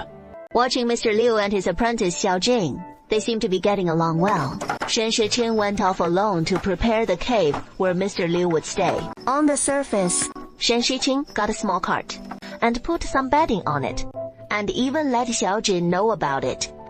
This way, it looks like she is just using the cart to move things. In reality, the bulk of it is stored in her space, and she'll make a few more trips later. She pushed the cart out of the yard and then stored it in her space. We've arrived outside the cave. Gazing at this cave where I've lived for over a month, I still feel a bit moved. Shen Shiqing first cleaned up the cave. After cleaning it thoroughly, he started thinking about how to arrange the room. He first took out a bed from the space, the kind that can hold a mosquito net. He first spread a quilt on the bed, then added a pair of shoes. Though in summer, sleeping on a mat is more comfortable. But he is worried Mr. Liu might feel cold in the latter half of the night. So he also fetched a thinner cotton quilt, folded it neatly, and placed it on the bed. Then he took out a table from the space, and 2 stools. One of them was a taishi chair, which would be much more comfortable to sit in. He also brought out a wardrobe and a small table, which could serve as a desk. Shen Shiqing first hung up a curtain, installed it properly, so it could provide some privacy for the room. The room where Xiaojian used to stay, Shen Shiqing planned to turn it into a study, where Mr. Liu could teach the children knowledge in the future. He took out 3 low tables and small stools from the space, with Mr. Liu's table being a bit larger, and Shen Shiqing placed some paper on it. Then he checked the small kitchen in the cave, placing some dry firewood there, so that when Mr. Liu wants to boil water for a bath, Xiaojing can help light it before finishing his evening studies. And just like that, by the time he finished everything, it was already dark. Shen Shiqing then prepared to head home. Back at home, he first passed by Xiaowan's room, where Xiaowan was sewing clothes for Mr. Liu. He turned to look into Xiaojian's room, where Xiaojian was diligently practicing his calligraphy. Meanwhile, Mr. Liu was writing some knowledge annotations on a sheet of white paper. I also keep an eye on Xiaojing's calligraphy practice from time to time. Shen Shiqing watched, feeling deeply gratified inside. As night fell, he went to prepare dinner.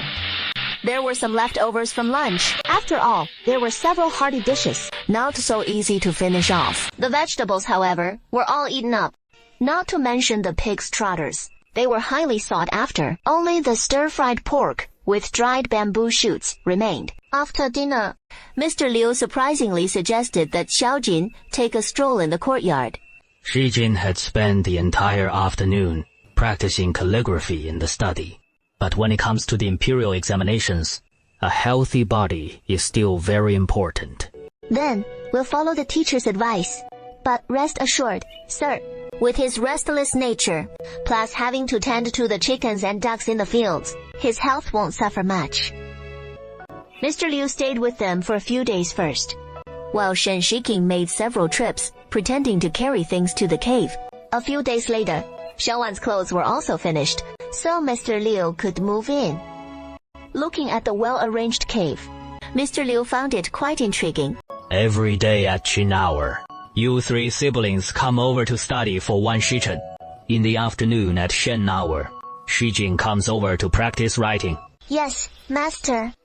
Shen Qing led Xiao Wan in chiming in agreement. Today, let's strike while the iron is hot, and begin the first day studies. In the eyes of Shen Qing, a modern soul, Master Liu was indeed different from the stereotypical scholars she'd imagined. His lessons were witty and humorous, and he quoted classics with flair. 1 Shichen, 2 modern hours. Somehow, flew by in no time.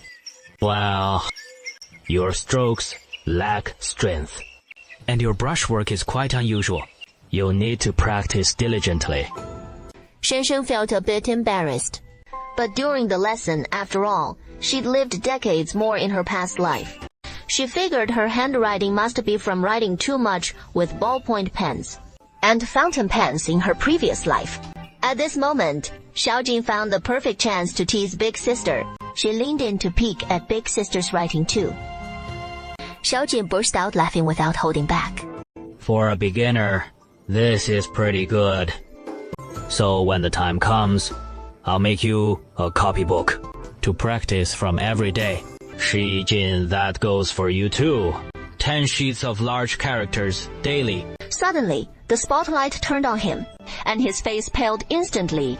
Master, I haven't even finished memorizing the recitation you assigned. As for Xiao Wan, he actually wrote the best. It is just too delicate, much like his personality. The Shichen was up, so Master Liu dismissed them. Master, I forgot to mention earlier that Xiao Wan and I built a bamboo pavilion by the lotus pond with Xiao Jin. When the master has some leisure time, he can go appreciate the lotus too. That is thoughtful of you. Master. Then we'll head back first. We'll have Xiao Jin bring your meal later. Eldest sister, I think the master seems better than the teacher from the village private school before. Since we have a good master, then we must diligently complete our studies. Eldest sister, I forgot to cut the grass today. I'll take the cow out for a bit later. The sun's blazing hot at midday, so let's herd the cattle in the evening. All right, then. Second brother, are you heading to the master's to study this afternoon too? Yes. It is not like we can wrap up studying just in the morning. I still have to go in the afternoon. Why does this path of studying feel so tough? Shen Shijing passes by the lotus pond and casually picks a few lotus flowers and pods. When he goes to deliver the meal later, he'll pick some fresh lotus pods for the master too. Hey, eldest sister, shouldn't you plant those fruit trees too? All right, I'll handle that matter. Naturally, you just focus on your studies and herding the cattle. After the three of them returned home, Shen Shichen simply prepared 1 meat dish and 1 vegetable dish, mostly appetizing ones. Big sister, I'm heading to the master's place. What is that? Didn't I want to let the master have a taste? Xiao Jing, we've long had ways to handle that sort of thing. Claiming Mr. Liu's teeth can't chew beef jerky, and you actually came up with that excuse. If the young lady wants to eat it herself, just say so. Don't use others as an excuse. Xiao Jin heard her big sister speaking to her so seriously for the first time, and felt a bit panicked inside. That trouble you caused last time at Fushui. Seeing you so frightened, I haven't had the chance to reprimand you until now. Look at that temperament of yours. When will you ever learn to rein it in? If I hadn't arrived last time, I'd be letting you down. Big sister, I'll definitely change from now on. Am I really no good at anything at all? Recalling all the events along the peach blossom path into the mountains and forests. It seems I've been living carefree every single day without a care in the world. Even little sister Xiaowan knows to embroider items and earn money for big sister, while I'm still dragging big sister down. Big sister buys me books, hires a tutor for me, yet I've always been so immature. Master, it is time for dinner. Let's take a break. Perfect timing. You've arrived. Take this and have a look first. I plan to have you complete the basics within half a month. Then we'll start studying the classics, histories, philosophers, and collections. I must say, this girl Shi Jing is truly skilled at cooking. What happened to you today, with such a look on your face? The young lady thought for a moment, and just selected a few things, saying only a little, feeling that she isn't very sensible. I can't help big sister. Big sister. Do you know why I first asked you? To let me teach you to read. Big sister, you must understand, in this world we live in, your other sisters and younger siblings in the future will ultimately have to rely on you. The ways of the world are inherently unfair to women. But if their younger brother or elder brother achieves great success, the whole family will share in the glory, and the same goes the other way. You can't all hole up here forever. In the future, your big sister and your little sister will both depend on you. So, what should I do then? Someone like me. What is wrong with that? Where there is a will, there is a way. If you set your mind on a clear goal, and with my guidance by your side, not to mention topping the imperial exams, earning an official degree will be well within reach. Yeah, Master is right. I'll study hard and earnestly pursue an official degree, so that one day, big sister and little sister can live good lives. Old Master, what if big sister is still mad at me? What is the big deal? Siblings never hold grudges overnight. Haven't you already made up your mind after you finish memorizing the text and practicing your calligraphy this afternoon? Hurry back home. 小婉, you stay at home. I'll go find a spot to plant the cherry trees. If I'm back a bit late, you go ahead and make dinner. Got it, big sis. Shen Shiking searched for suitable spots in the valley and found a location with lighting similar to deep in the mountains. He then took out a hoe and started digging holes and chopped some wood to stake the trees later. Shen Shiking then took out cherry saplings from his space and transplanted them, adding some grass, wood ash, and other natural fertilizers, along with some decayed wood gathered from the forest. He proceeded in the same way, transplanting the pear trees as well, and checked the experimental fish he'd placed in the space earlier, which had been in there for nearly a week. And the fish was still alive. Shen Shiking took out a notebook from his space and noted the date, preparing to leave them in longer to test their limits. Shen Shengqing was feeling a bit down today because of what happened with Xiaojin, so he wasn't in a rush to head home. Instead, he lingered to take in the valley. Wildflowers and grasses had their own charm. Shen Shiqing picked some wildflowers and made a flower crown, placing the colorful crown right on his head. He then walked to the creek and sat for a while, perched on a big rock, gazing at his reflection in the water, a gentle breeze stirring and rippling the surface slightly. As he listened to the babbling brook in the tranquil silence, he felt his mind being purified, forgetting all his worries. As the golden sunset bathed him, Shen Shiking realized it was time to end his stolen half-day of leisure. He took off the flower wreath and tossed it into the water, letting it drift back with the current. On the way, we passed the chicken and duck pens, stopping by for some grain, before slowly entering the home he'd built himself. Brick by brick, smoke was already rising from the chimney. But inside, I found Xiaowan sitting in the living room. Even though Xiaowan had said not to embroider when it gets dark, since the light is dim, or you'll strain your eyes. It is fine, big sis. Look, it is not dark yet. And I'm almost finished with this one. Big sis, I made this fan for you. It is so beautiful. It'd be a shame to use it for a fan. How could it be wasted on you? Big sis, the most beautiful things in the world are all for big sis. Nothing's wasted. That is when it hit me. Since Xiaowan's doing embroidery, Xiaojin must be handling the kitchen. Speak of the devil. And there was Xiaojin coming out of the kitchen with a plate of food. This time, he didn't come out all covered in soot. Second sis, this is my scrambled eggs with leeks. See, the eggs aren't burnt. See my once lively and kicking little brother in this state. All of Shen Shikuan's anger just melted away. Eldest sister, I figured it out today. I've always been so naughty and playful, always making you worry. Not as caring as Xiaowan. Eldest sister, do you hate me too? Think I'm a burden? Second brother, don't cry. How could the eldest sister think that way? Okay, stop crying. Actually, the eldest sister had her own issues before, taking on everything myself, leaving no room for you all to help out, and not guiding you properly. Don't worry, eldest sister. I promise I won't be so self-righteous anymore, or act without thinking things through every day. Alright, it is not about turning you into a little crybaby. In the future, just handle everyday small matters as usual, and don't put too much pressure on yourself. Time flies by like this. In the blink of an eye, Xiaojing is almost done studying those primer books, and now it is already August. One time, Shen Shixian brought the fan that Xiaojing had made for him to fan the breeze, and it happened to be seen by the tutor, who discovered Xiaojing's remarkable talent for painting. So Xiaowan started practicing painting for an extra hour each day. Mr. Liu's calligraphy features medical formulas, be it regular script, running script, or cursive script, each with its unique traits. If placed in modern times, his works could be auctioned off, the kind bought at high prices for collection.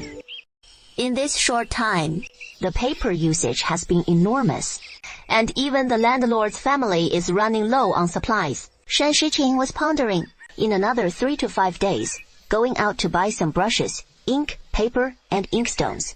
Eldest sister, when I was herding the cattle today, I found a spot in the valley with a few wild grapevines. They're all ripe! Shen Shiqing couldn't stay idle, so she went to the place Xiaojun mentioned. And sure enough, there were plenty of wild grapes. They're all ripe. She took out a pair of scissors, then pulled a bamboo basket from the space. This time, she only picked the best ones. Her standards had gotten higher, and left the rest as food for the birds and beasts. Back home, since Shen Shixian was preparing to brew rice wine, they needed to soak the glutinous rice in advance.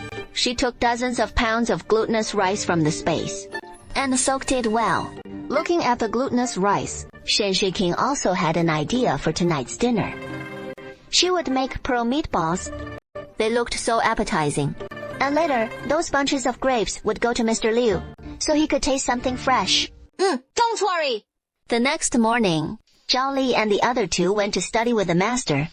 In terms of learning speed, Shen Shiqing could still overwhelmingly outpace her younger siblings.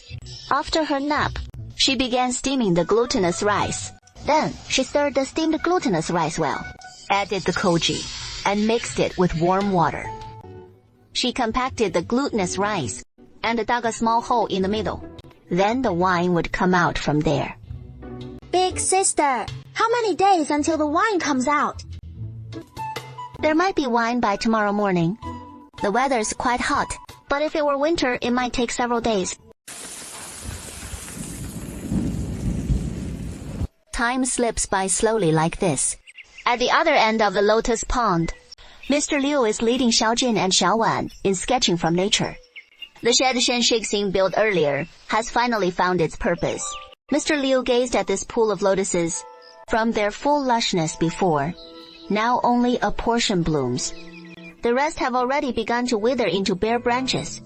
What are you staring at? Start painting. Paint whatever inspires you. The brush is in your hands. Gaze upon this scenery, and paint whatever stirs in your heart. I've already taught you the techniques in our daily lessons. Mr. Liu finished his instructions. Then he fetched a small stool, picked up his fishing rod, and began to fish. That afternoon, he caught only a few small fish.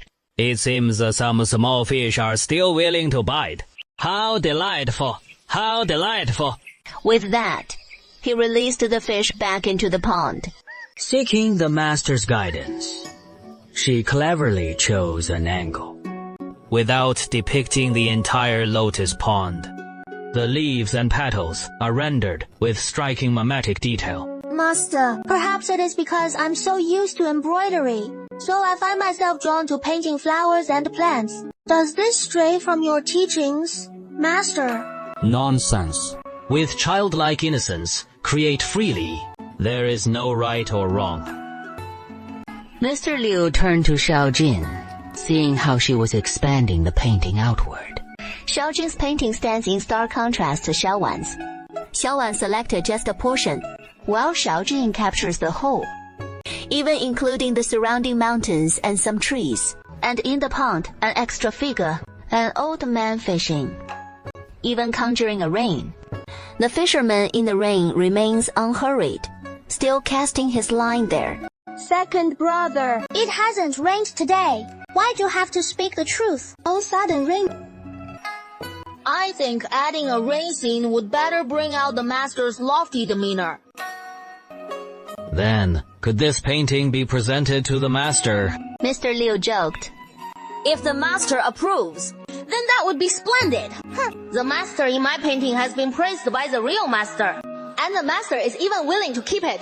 I'll have to tell Big Sister when we get back. But perhaps that painting has a prophetic quality. As everyone hurriedly packed their things, the sky suddenly darkened, and a fierce wind began to blow. Otherwise, we'll need to hurry back. Just as Zhao Xiaojing spoke these words, raindrops fell like drum beats, pounding fiercely on the ground. Second brother, come inside quickly. The rain seems to be getting heavier. Actually, Second brother, hurry inside. The rain's getting even heavier. Big Sister, Did we get our clothes wet here? You've worked hard, teacher. It really did rain just like that kid, Shi Jinzhu. Shen Shiqing was a bit puzzled. But Xiao Wen explained the whole story to him. After hearing it, he laughed too. Who would have thought our little Jean had such magical powers? Master, this rain won't let up anytime soon, so why don't you stay and rest with us today? It'll make meals easier too. yes, master, you can sleep in my room, and I'll just make a spot on the floor. Thinking about it, if he doesn't go over, on a rainy day like this, it really is inconvenient for Xiaojin to bring meals. So Master Liu agreed. Master, this was originally meant to be delivered to you in a few days, but now it is just the right time to use it. Shen Shixing fetched some clothes for the master, and hurried to boil water for them, so they could bathe, and she could prepare ginger sugar water. Once everything was sorted out, they began preparing dinner. Master Liu gazed out the window at the backyard flowers and plants being drenched by the rain, listening to the sound of the rain, and he started feeling a bit sleepy. Just like that, he dozed off in the chair. It was only at dinner time that Xiaojin woke him up. After some time getting acquainted over dinner, Shen Shiqing had already figured out Master Liu's taste. He was someone who couldn't live without spice, so tonight's dinner was made quite spicy, and the spice helps ward off the cold just right, with a stir-fried spicy chicken. And another dish was a hearty local specialty, packed with chili peppers. Since everyone loves it so much, it'll become a regular on our table from now on. There wasn't much in the way of evening entertainment. Surprisingly, Xiaojin brought out the stone 5-in-a-row board they'd made earlier. Sir, let's play chess. What? Does Shijin know how to play chess? Then, as your teacher, I'd like to see what you've got. Master, can't you let me win one game? A gentleman plays chess without relying on his opponent to yield. The next day, Shen Shiqing makes noodles, along with her homemade spicy sauce, and adding it makes it so fragrant. She also checks on the rice wine, and finds that wine is coming out from the hole in the middle. Miss, go wash that small pot clean, and later, I'll make you sweet rice, wine egg, custard.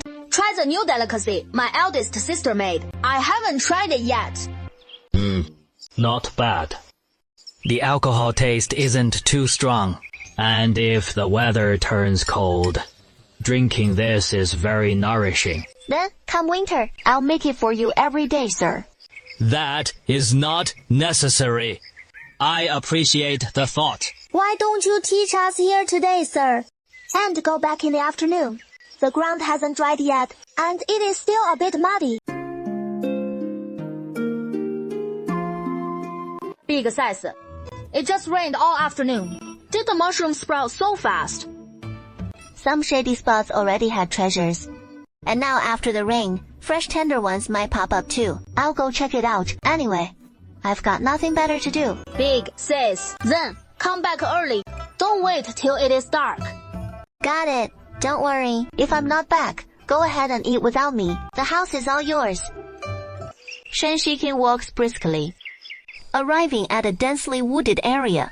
where the ground is blanketed in thick decaying leaves. Sure enough, as he squats down, he spots pine mushrooms, nestled under the pine needles. Their golden caps, shaped just like umbrellas, perfectly plump and round. He also finds some chanterelles, shaped like blooming flowers with frilly edges. He keeps searching, and finally, near a massive rotting log, he sees traces of reishi mushrooms. Unlike the purple reishi from last time, this one has a reddish hue. It must be red reishi. Shen-Shi-King eagerly plucks one and examines it in his palm. This red reishi is even bigger than the porcini. These are worth a fortune. The thrill of picking them is pure satisfaction. Grabbing so many feels just like pulling up bamboo shoots. This one, then that one. Now Shen-Shi-King feels totally relaxed. As he continues hunting for more goodies in the woods, he spots a chestnut tree. Figuring it is tough to gather too many on his own, he pulls a long bamboo pole from his storage space and jabs at the branches, sending loads of spiky green husks tumbling down. With his strong swing, they rain down in a steady stream. Once this thorny shower has passed, he just pulled out a pair of gloves from his space and slipped them on to pick the chestnuts. After wrapping up those examples, he paused to think about what else he needed to forage. Oh, right, the tea leaves for Mr. Liu to enjoy with his tea. He mulled it over, not knowing what kind of tea Mr. Liu preferred, so next time he headed to the city, he'd pick some up for him. Suddenly, a rustle echoed through the woods, and he hurriedly tapped into his mental power to sense what seemed like an injured deer. Shen-Shi-King didn't pursue it relentlessly. As he'd heard, deer were remarkably spiritual creatures. Watching the fawn limp away, Shen-Shi-King considered for a moment, then followed after it. Trailing the fawn, Shen-Shi-King picked up the sound of flowing water through his mental power. Could this fawn be heading to the stream for a drink?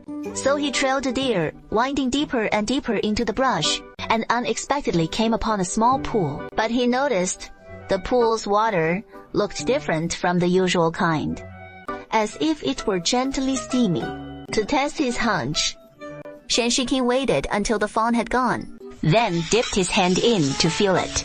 The water felt a bit warmer than typical stream water. Following the water's source, I discovered that the water is actually flowing out from a cave. As soon as he entered, a wave of hot steam rushed toward his face from the cave. The reason the water is heating up must be tied to this cave. After walking about 10 meters or so, he discovered a natural hot pool. There is actually a hot spring here. Next time he goes shopping, he plans to mix up some herbal insect repellent at the pharmacy. Once it is all cleaned up, we can come try soaking in the hot spring during winter. What a bountiful day today. Not only immersing myself in picking huanzi, but also discovering plenty of linja, gathering chestnuts, and finding the hot spring. Heading back, my heart feels especially light and at ease, and I stumbled upon another surprise. A beehive tucked between the rocks, complete with honey. Shen-Shi-King quickly pulls out a wooden bucket, slips on gloves to harvest the honey, and finally makes her way back to the valley. Passing by the rice paddies, I noticed the rice seedlings have grown quite tall. And as I pass the lotus pond, I suddenly remember there is one more delicious find waiting in the lotus pond, namely lotus root tips. So, no time like the present. Shen-Shi-King steps into the pond, and as soon as she gets home, she hears Xiao Jin's voice reciting her lessons, along with a curl of smoke rising from the kitchen. Big sis, you're back! Someone's already boiled some water for you. No rush. I'll whip up something fresh for you all tonight. We've never tried lotus root tips before, though I think the village head's family has had them a few times. So, let's give them a taste today. Big sis, you must be tired. Go wash up and change your clothes first. Let me handle cooking these lotus root tips. And you just tell me how to prepare them. Oh, right. I spotted a chestnut tree in the woods today. The chestnuts are all ripe now. I knocked a few down. Later, you can take some and roast them over the fire. That way, it is easy to peel off the outer burrs. Got it. Big sis, hurry up and go take a bath. These clothes feel all sticky on me. It must feel really uncomfortable. After breakfast the next morning, the three of them had to check in with Mr. Liu again. These books should all be available in Anping County. but we might need to visit several bookstores. No problem, as long as we can get them. Go on then. Come back early. Shen Shiqing changed into light, casual clothes, and left the valley, taking the wooden boat out from his storage space, and skillfully rowing toward Anping County. The closer he got to the nearby ferry crossings, the more he noticed how bustling the ferry was, with boats everywhere. He was planning to enter the city, but he found entry was much stricter this time. As previously, just paying a fee had sufficed, but now the guards at the gate seemed to be checking household registrations, leaving him unsure of what to do.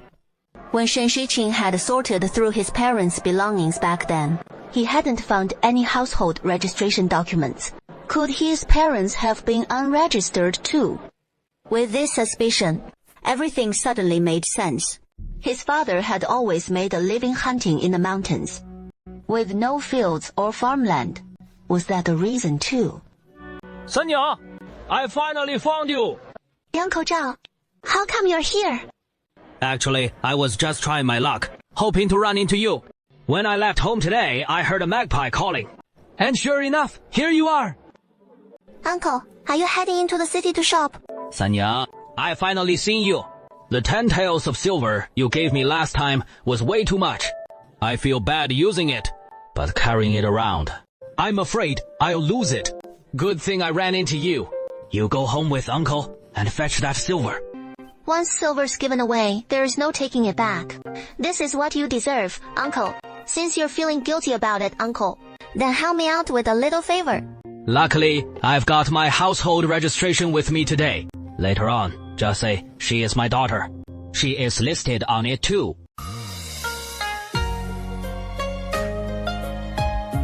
Uncle, how is your fishing business been lately? I don't know what has been going on these days, but the fish in the river are getting scarcer and scarcer. Still, we've got some earnings from those risky hauls.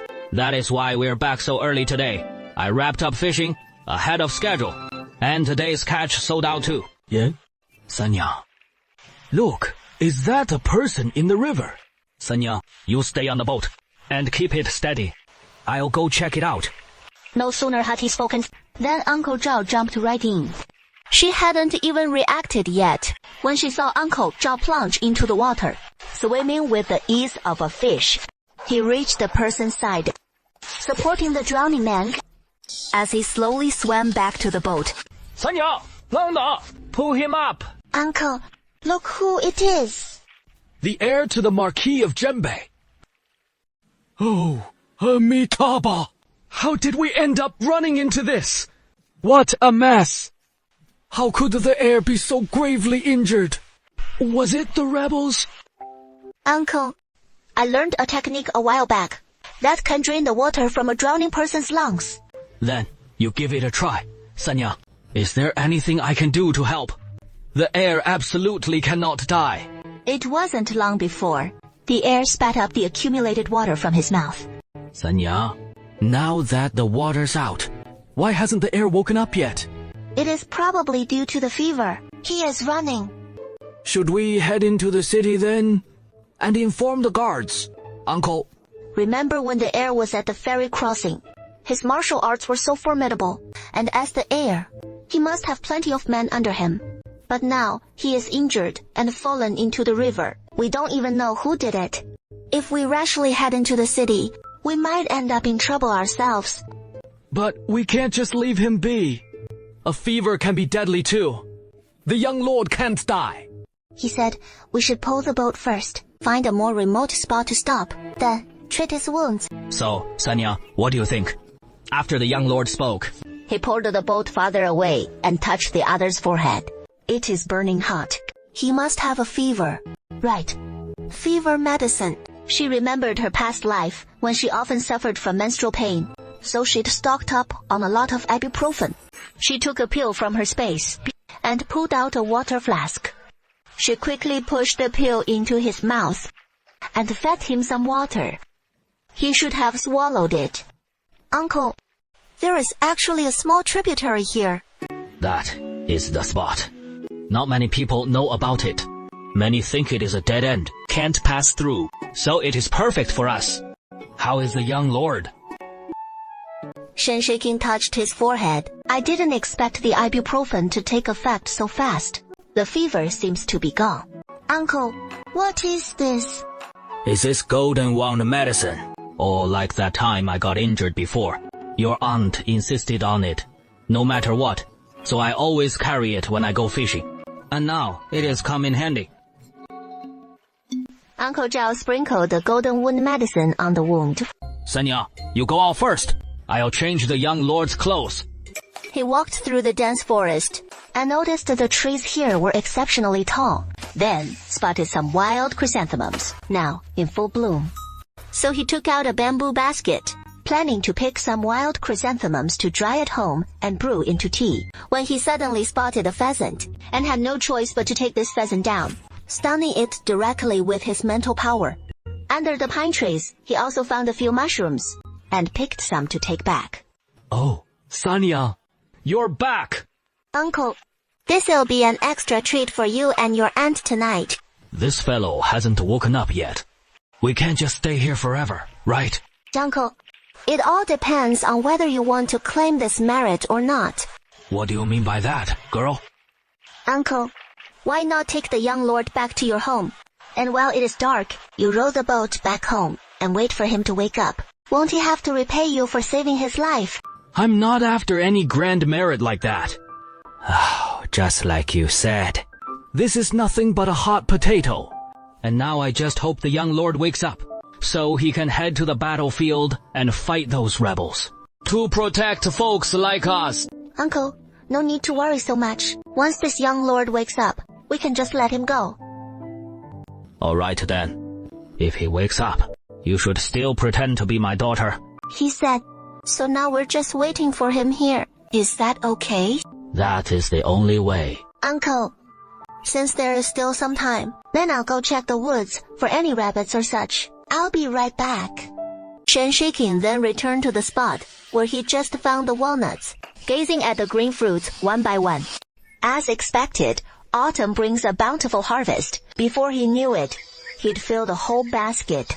He ventured deeper into the woods. He spotted a bird flying away from a tree and looked up toward the tree, where he saw a large bird's nest. He climbed up to the nest and discovered 6 eggs inside. Of course, he didn't hold back. He took them all and stored them in his space. As he prepared to climb down, he noticed another bird's nest. But in the process, he also spotted a small chunk of honeycomb. Truly a bountiful haul.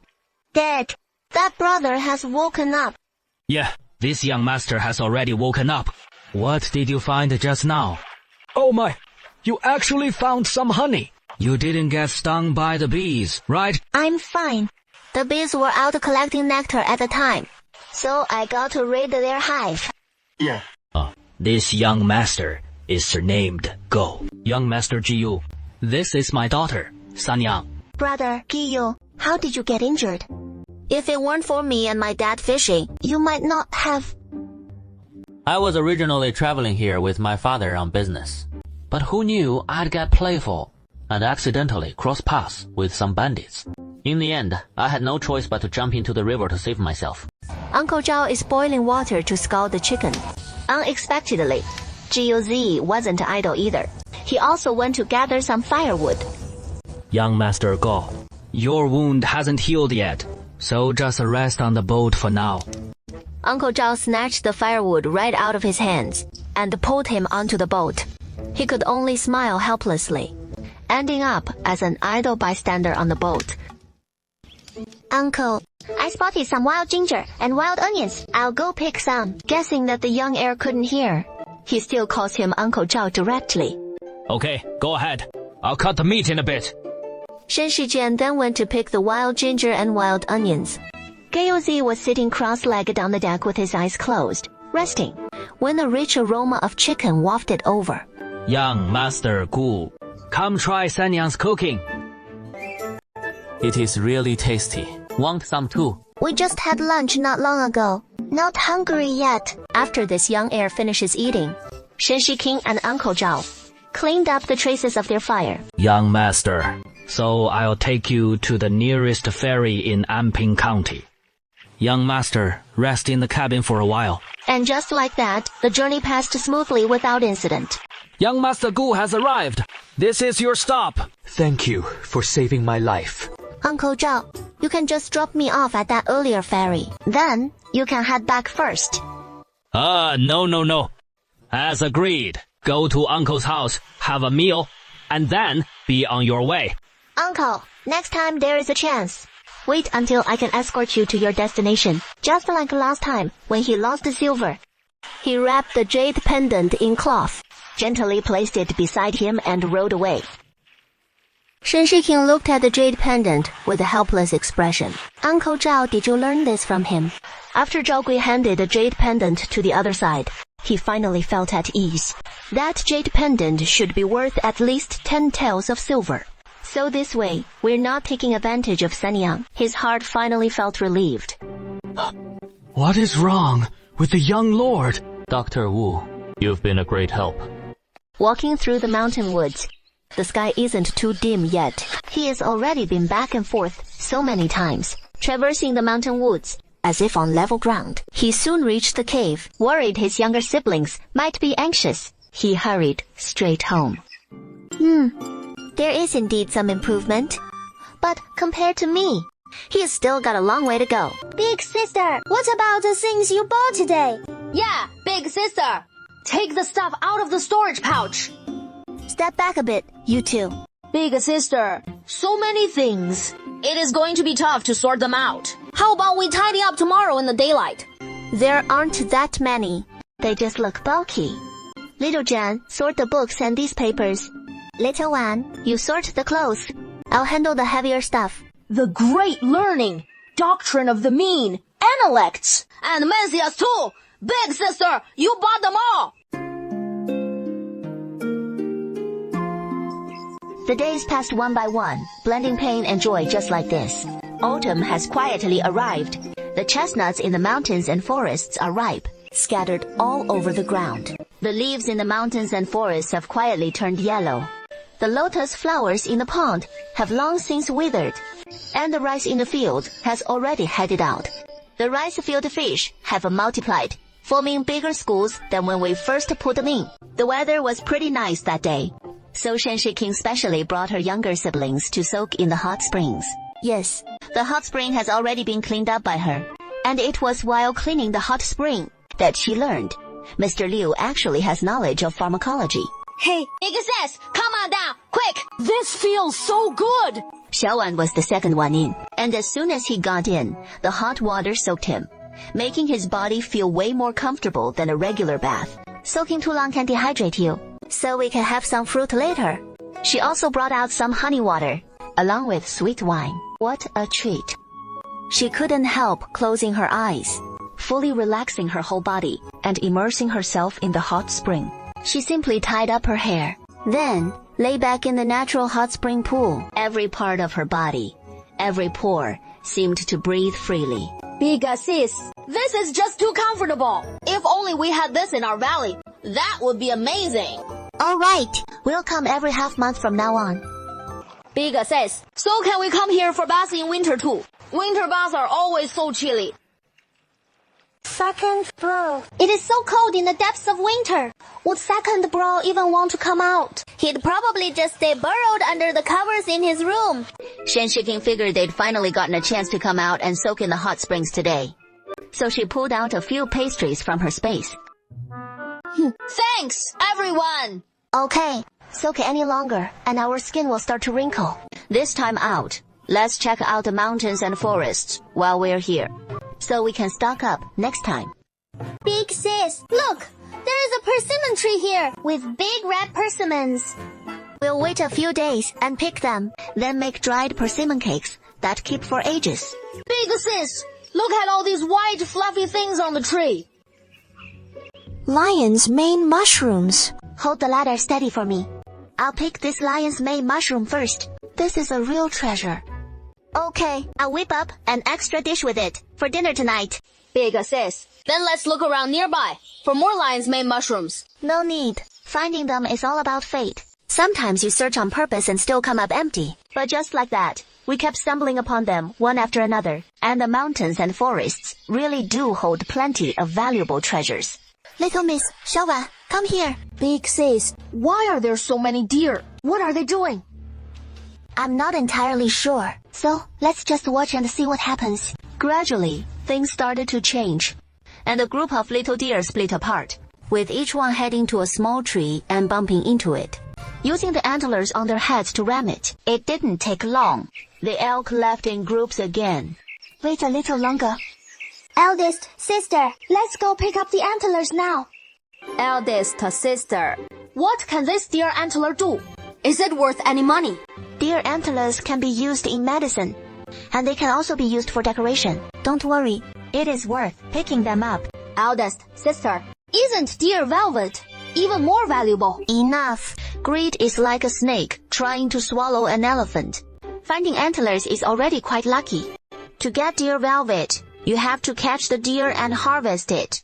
Eldest sister has a total of 24 antlers. You take this one for now. Your eyes are glued to it. Xiaowan, See if there is any you like. Pick one for yourself. all selected. Then eldest sister will store the rest in the space. Next time we go out, we'll see if we can get a good price before heading back to the valley. As Shenshi passed by the rice fields first, he noticed the fish inside jumping around everywhere. And since harvesting the rice requires draining the pond water too, he figured it was time to start catching the fish. Passing by the chicken coops and duck pens, they picked up some more eggs. Each hen basically lays an egg every 1 to 2 days. He already had over 100 stored in his base. That group of ducklings had gradually grown up too. Once they're a bit bigger, he plans to let them free, range by the creek. The bison are very docile. Come next year's spring plowing, they'll come in handy again. Eldest sister, let's cook that lion's mane mushroom for lunch today. Okay. We'll make a mixed mushroom soup for lunch today with morels and the lion's mane mushrooms and ribs. Simmer them all together to fully bring out the mushroom's umami flavor. Big sis, I wanna eat more crab too. You're really getting greedy now. Though that is what they say, she still went ahead and made it. Over there, the young lady finished washing the veggies and even picked some green onions, ginger, garlic, and chives from the backyard. Plus, we're cooking a few more dishes. Good thing we have strength in numbers. So before long, the mixed mushroom soup is already simmering in a small pot. She is making spicy stir-fried crab right now, which pairs perfectly with a light dish and this spicy one. They complement each other just right. Soon enough, the mixed mushroom soup fills the air with its rich aroma. Big sis, how much longer does it need to simmer? We can turn down the heat in a bit while stir-frying the crabs. She replies to the young lady. You go deliver lunch to the master. Got it! Big sis, I'll head over now. Master, take a quick rest. It is time for lunch. She takes the dishes out of the lunchbox and sets them on the table. Noticing the teapot on the table is empty, she goes to boil some water and brew tea for the master. When she comes back, the master has just finished eating. Shijin, tell your master about any fun new things you saw outside today.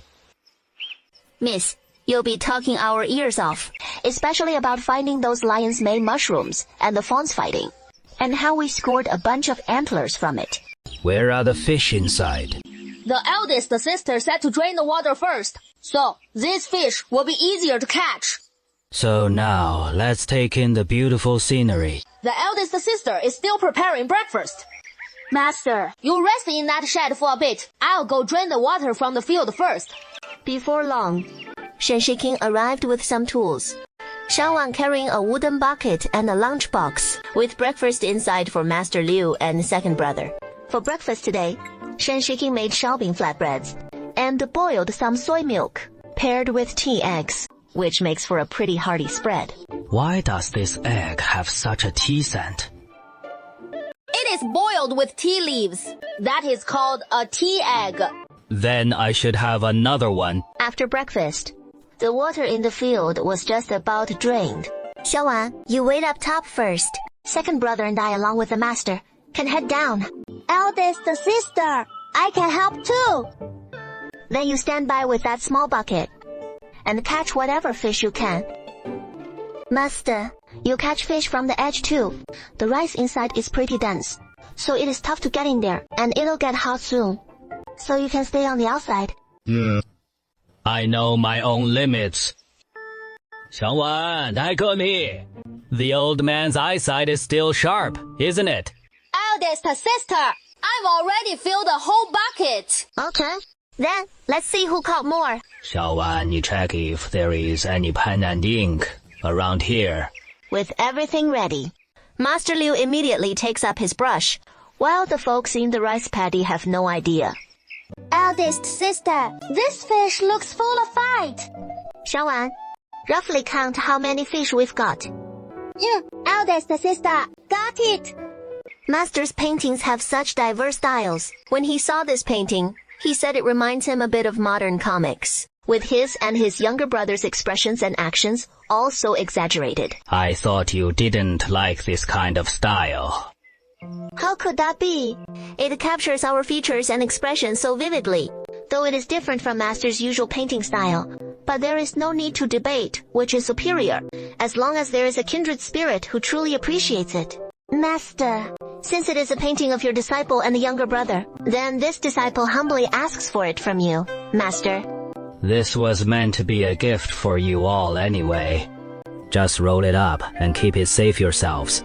The yummies over there has already tallied it up, and he beat his eldest sister by just one fish.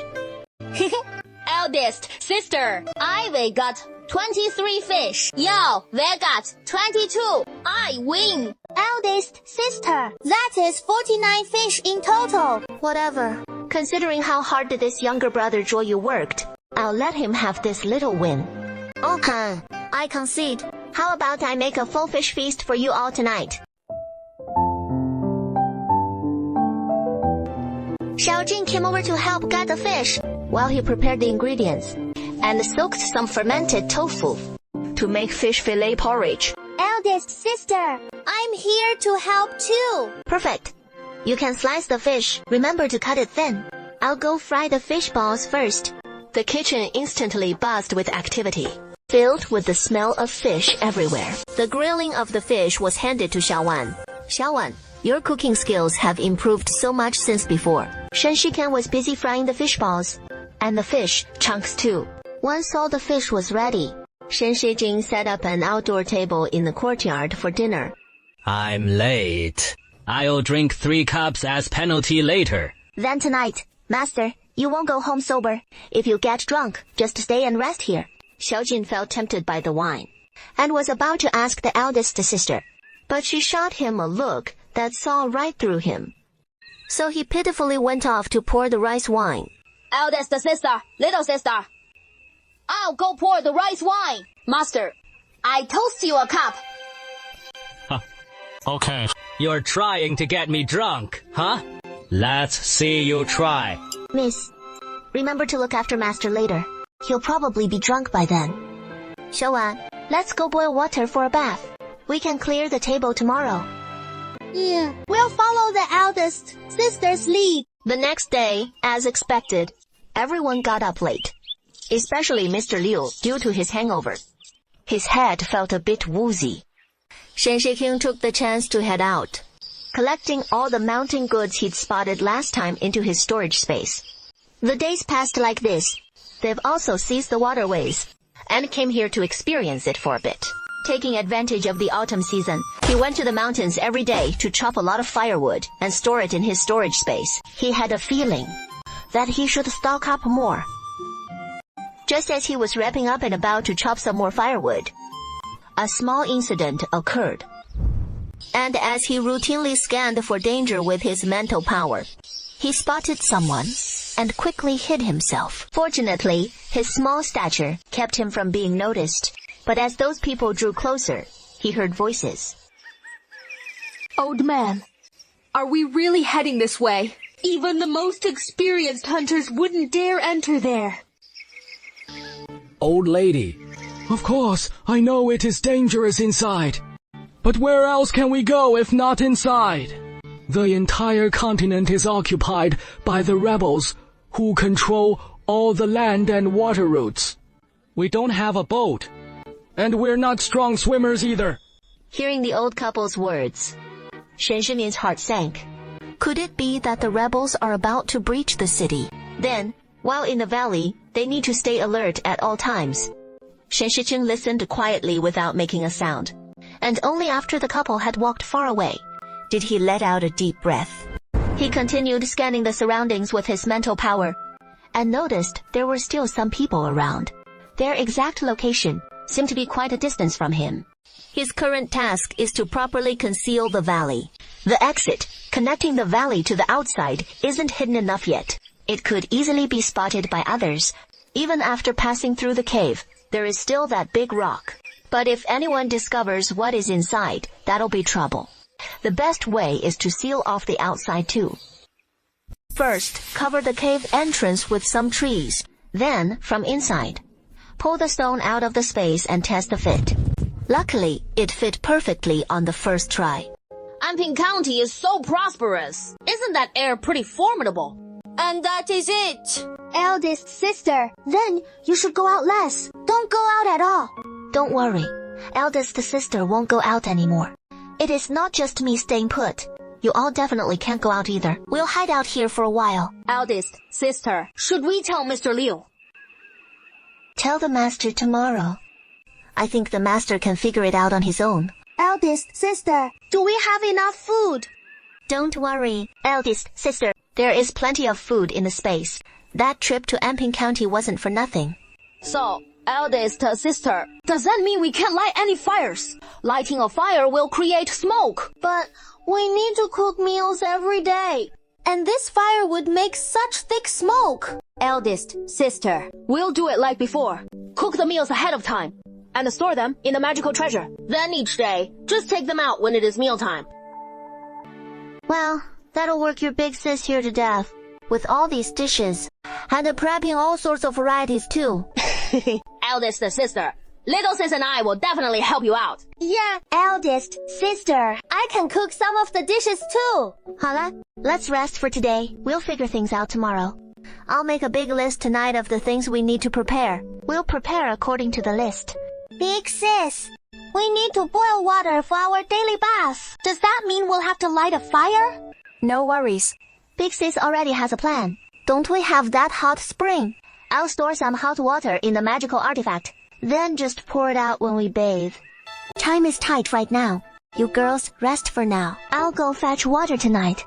Big sis, it is dangerous to go at night. Let's go tomorrow instead. Ask her to let big sis go tomorrow. No problem. Don't you trust big sis's abilities? She approaches the cave entrance. She easily moves the large boulder aside. She enters the narrow tunnel. Upon reaching the exit, she stores the blocking stones directly into her space first. Then, after exiting, she reseals it. She quickly heads toward the hot spring. Her speed is incredibly fast. She moves through the forest as if on flat ground. She arrives at the destination in no time. She discovers the hot spring source, bubbling out from the cave mouth. To save time, she works quickly and efficiently. One by one, the large water jars are filled with steaming hot water. The water level in the hot spring visibly drops significantly.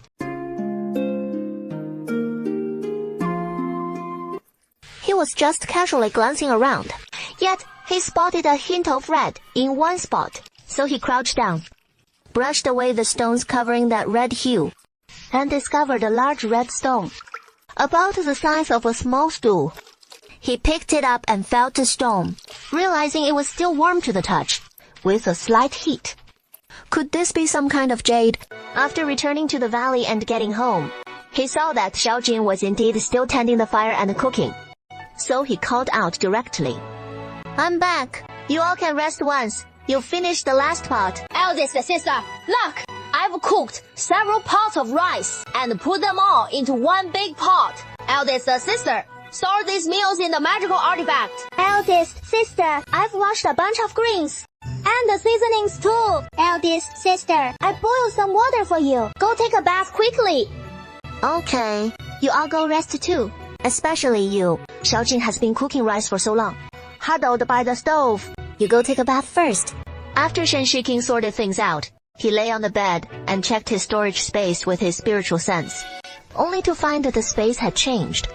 He noticed the changes in the space, his eyes widening, as he saw that his space, which had previously been like a sealed enclosure, now seemed to have expanded greatly, with a layer of gray mist shrouding the edges of the space, making it impossible to see clearly.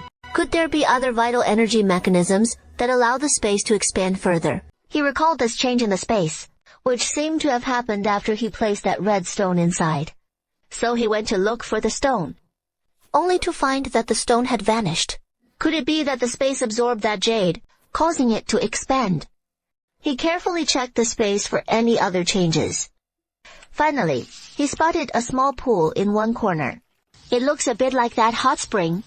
Could that stone really be that magical? Where is the stone? The hot spring is right there. Could he place this pool wherever he wanted? If only he could move this hot spring out. The next day, Shen Shiking, preoccupied with the pool in his space, got up quite early. He first went to experiment with that small spring in the space. He ran to the mountain spring in the valley to see if he could find a nearby cave and put the spring water inside it.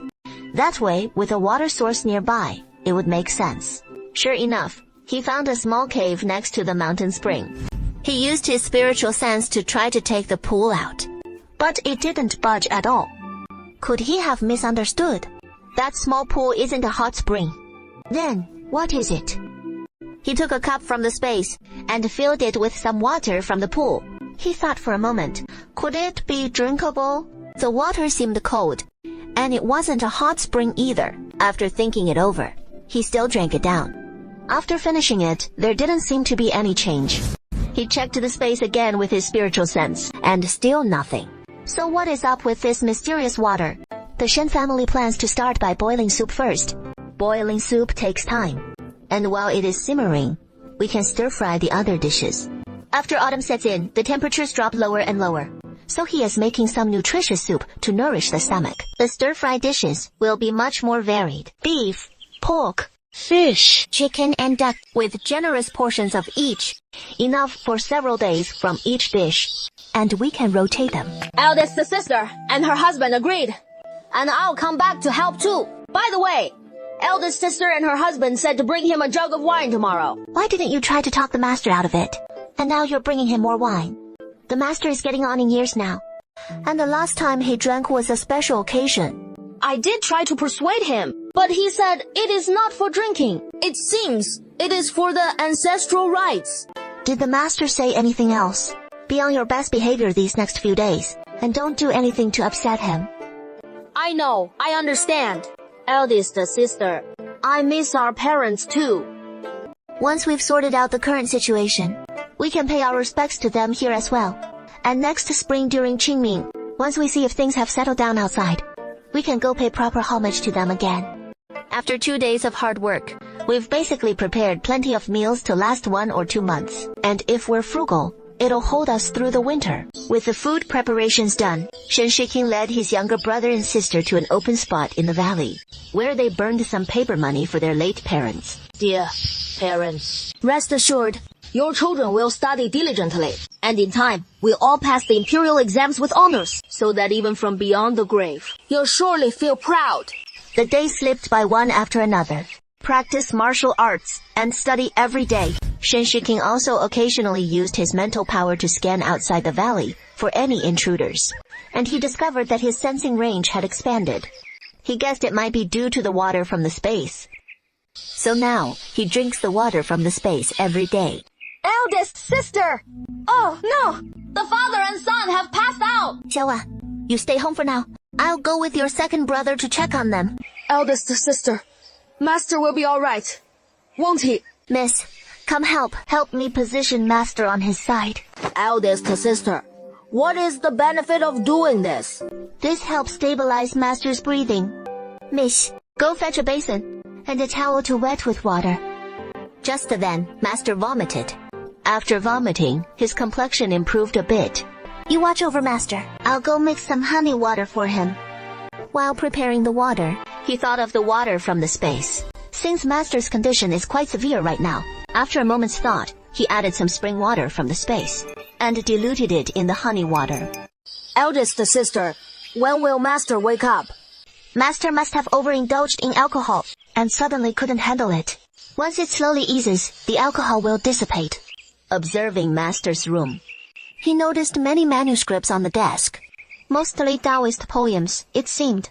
Perhaps it was the death anniversary of Master's loved ones. Master Liu drowned his sorrows in wine and ended up drinking too much. Keep an eye on the Master. I'll brew some soup for the Master. Once the Master wakes up, he should have something to soothe his stomach. He thought for a moment about the Ganoderma in his storage space and decided to brew some Ganoderma soup. He first scanned the area with his mental energy and saw no one nearby. He brewed some in the cave's kitchen. The Master woke up around evening.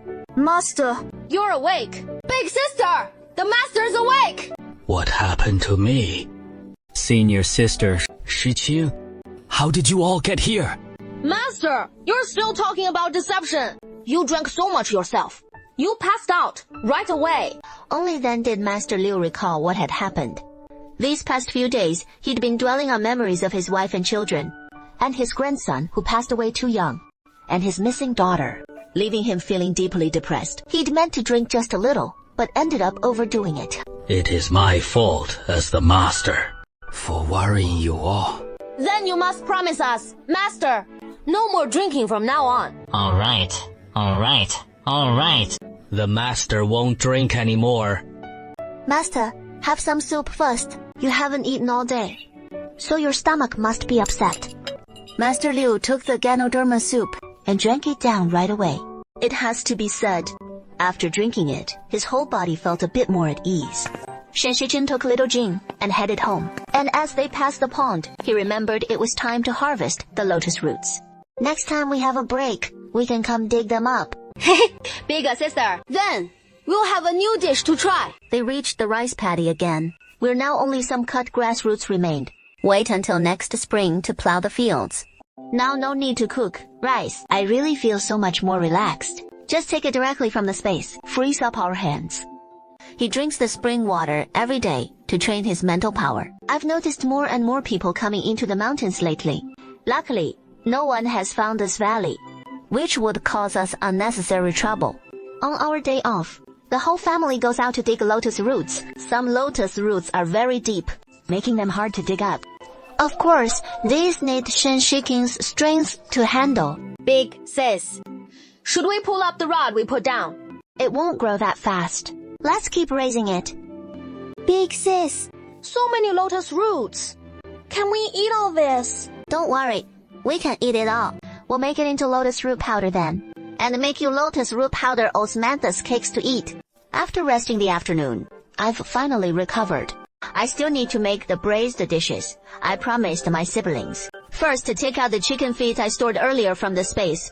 Chicken wings, duck palms, and duck frames. It is a piece of cake now. Chicken feet are best sour and spicy, of course. No lemons, so vinegar it is. Duck palms and frames will be sweet and spicy, and some veggie dishes. The space has bamboo shoots and lotus roots. We'll make cold salads with them. It is getting dark now. He checks the surroundings with the space to make sure no one's around, then lights the fire.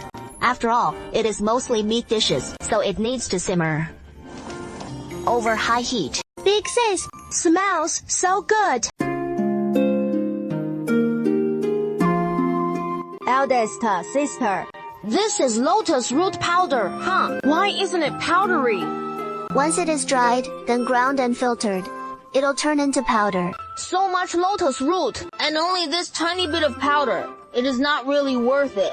But you'll see how many bowls this small amount can brew when you try it. In the morning, I continued my studies at Mr. Liu's place, seemingly because of what happened last time. Master Liu now gets along with them in a much warmer way. Xiaojin is almost finished with the great learning, and preparing to study the next classic text. Practicing martial arts really is a process of accumulation, leading to transformation, as Mr. Liu started teaching them basic techniques, which marks some real progress. On the way home, gazing at that empty plot of land, and pondering the crops to plant in autumn and winter, he finally decided to grow Chinese cabbage, radishes, and daikon greens. So in the afternoon, He let out the ox he'd been raising, trained troops for 1,000 days to use them in one moment. Now it was time for this ox to show its worth again, as he plowed the field once over, then headed off to sow the seeds. After several busy days, the lotus root was dried, pressed flat, and filtered, then stored in a jar. Some kept in the kitchen, the rest put into the personal space. These past few days, the radishes, Chinese cabbage, and celery, along with the mustard greens, have all been planted. These vegetables are all pretty low maintenance. And these days, he's been using his spiritual sense to probe the outside world every day, noticing more and more people arriving. Could Anping Prefecture have been utterly defeated? In the evening, while making pastries, he prepared quite a lot. So next time, he won't need to go through all that hassle and can just make them directly.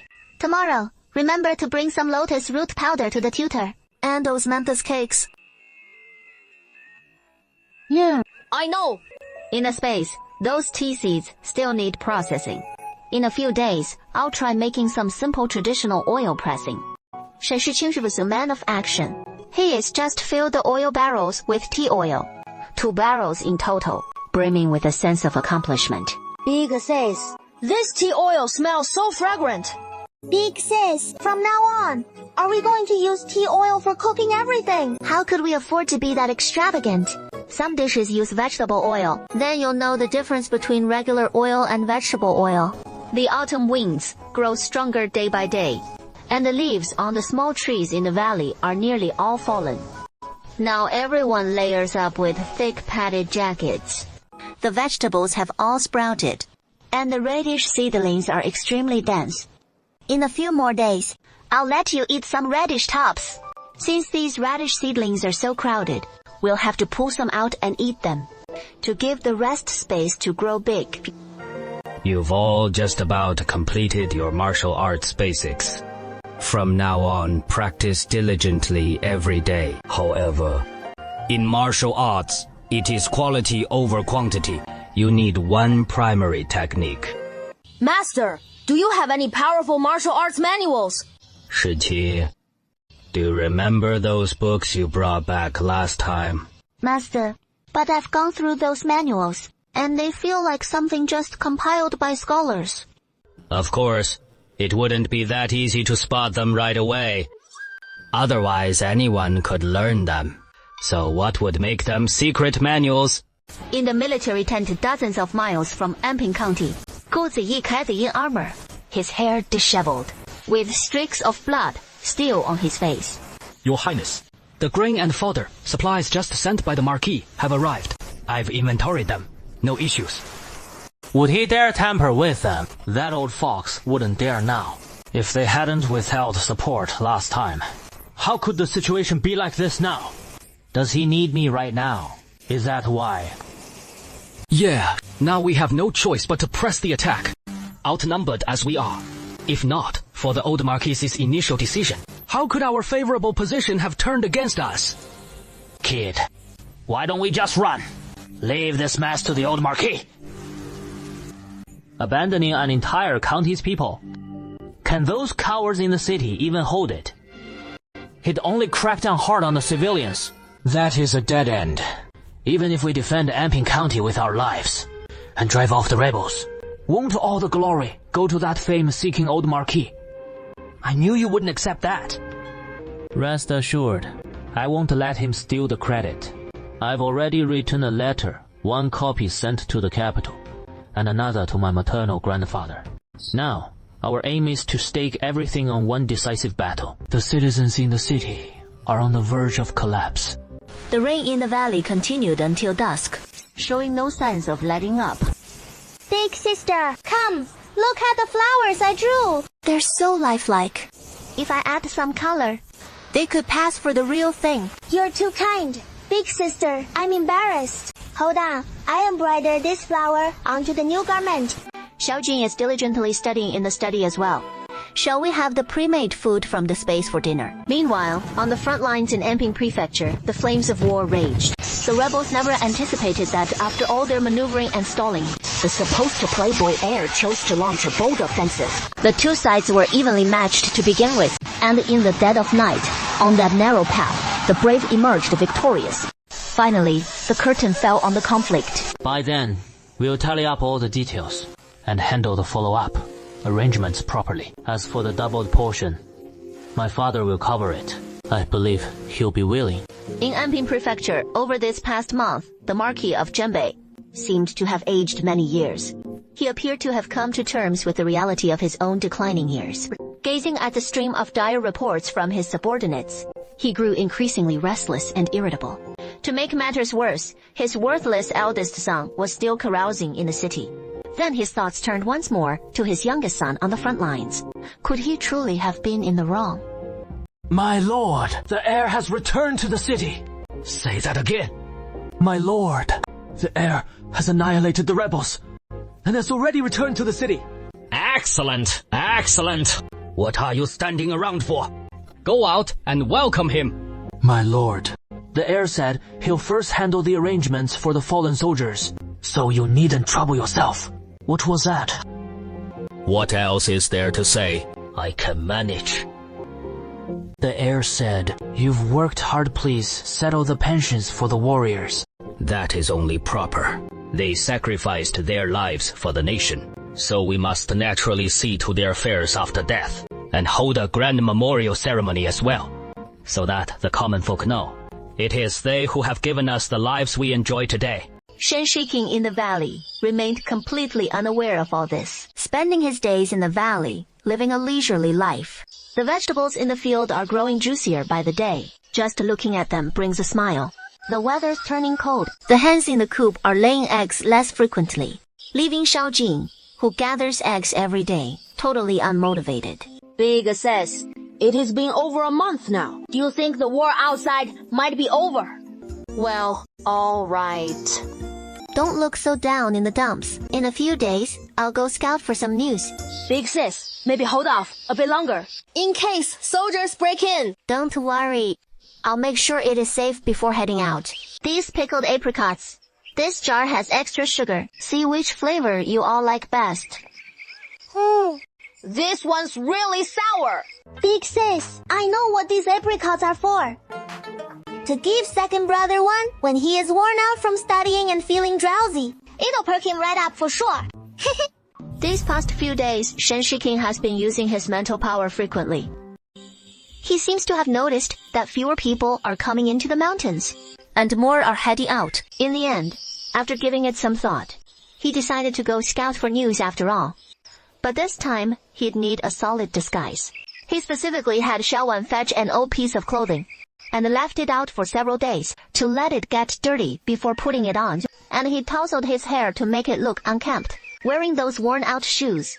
He bid his younger siblings farewell. He deftly slipped out of the valley. The leaves in the surrounding forests truly bathed in full autumn color, echoing the poetic line, every tree ablaze with autumn hues. He scanned the surroundings with his mental power, finding the area basically deserted. Since he was already out, he decided to stock up on some supplies along the way. He spotted some pine needles scattered on the ground. He gathered them all into sacks to use as kindling, along with plenty of dry leaves, which he collected too. After picking up some firewood, he headed deeper into the mountains to hunt game for the winter. As he made his way along, he kept his mental power constantly extended, so he didn't encounter anyone. He pressed on, reaching a dense thicket of trees, where the ground was teeming with mushrooms. He was just about to pick and choose some, when he noticed a fallen tree absolutely covered in shiitake mushrooms. He figured this must be the rare Duamu Xianggang variety. How could he possibly leave it behind? But to save time, he tested whether he could use his mental power to amplify his strength and store the entire fallen tree in his base. He gave it a shot, and sure enough, he could continue on his way. The deeper he ventured into the forest, the more animals his mental power picked up on. And with that, he set off on his hunt. First, using his mental power, he stunned a few wild boars and tucked them away in his base. He kept moving forward like this, until he came across a small stream. At last, he spotted signs of a bear. He readied his mental power, only to find it wouldn't work. As the bear drew closer and closer, in a narrow encounter, the brave prevails. He decided not to dodge anymore. Seizing the moment as the bear approached, he caught it off guard and launched the first attack. He threw a punch straight at it. He put every ounce of his strength into that blow. The big bear was caught completely off guard and knocked to the ground. But beasts aren't that easy to subdue. It immediately roared a few times and prepared to counterattack. Shen Shiking wasn't about to give it that chance, as his fists rained down like a violent storm, followed by his knife. As the knife pierced the bear's heart, the bear let out a single whimper. He stored the bear in his space. Now knowing that his mental power attacks were only effective against animals with low attack power, he realized he'd need to keep training his mental power diligently from now on. Having harvested a bear, it was quite the unexpected windfall, but he wasn't satisfied yet, planning to move to another spot to scout for more animals. He continued probing with his mental power, and this time discovered a few sheep not far from the stream. When he approached the flock, to his even greater surprise, there was a ewe among them. A total of 4 sheep, 3 rams and 1 ewe. The ewe could provide sheep's milk, which meant he could make dairy products. In winter, he'd need to prepare hay to feed them. He first checked them over and stored them in the space. Since his space could now hold living creatures, when spring arrived, he could release the sheep. As for the rams, they'd be for meat, of course. He activated his mental power, and sure enough, all 4 sheep fainted. He promptly stored all of them in his space. He spotted some more Polonia trees. The tongue seeds had all fallen. He'd previously considered collecting tongue seeds to press tongue oil, so he could make some small furniture himself. So he pulled out a bamboo basket and gathered a bunch of tongue seeds. Having walked alone for so long, he felt tired again. He leaned against a tree and sat down, feeling a bit hungry. He first took out a piece of pastry and ate some to tide himself over. Sweat poured from the exhaustion, and the cool autumn breeze felt just right. He sat on the ground to rest for a bit, thinking about his mental power concerns. So he drank some spring water from the storage space, hoping it would boost his mental power.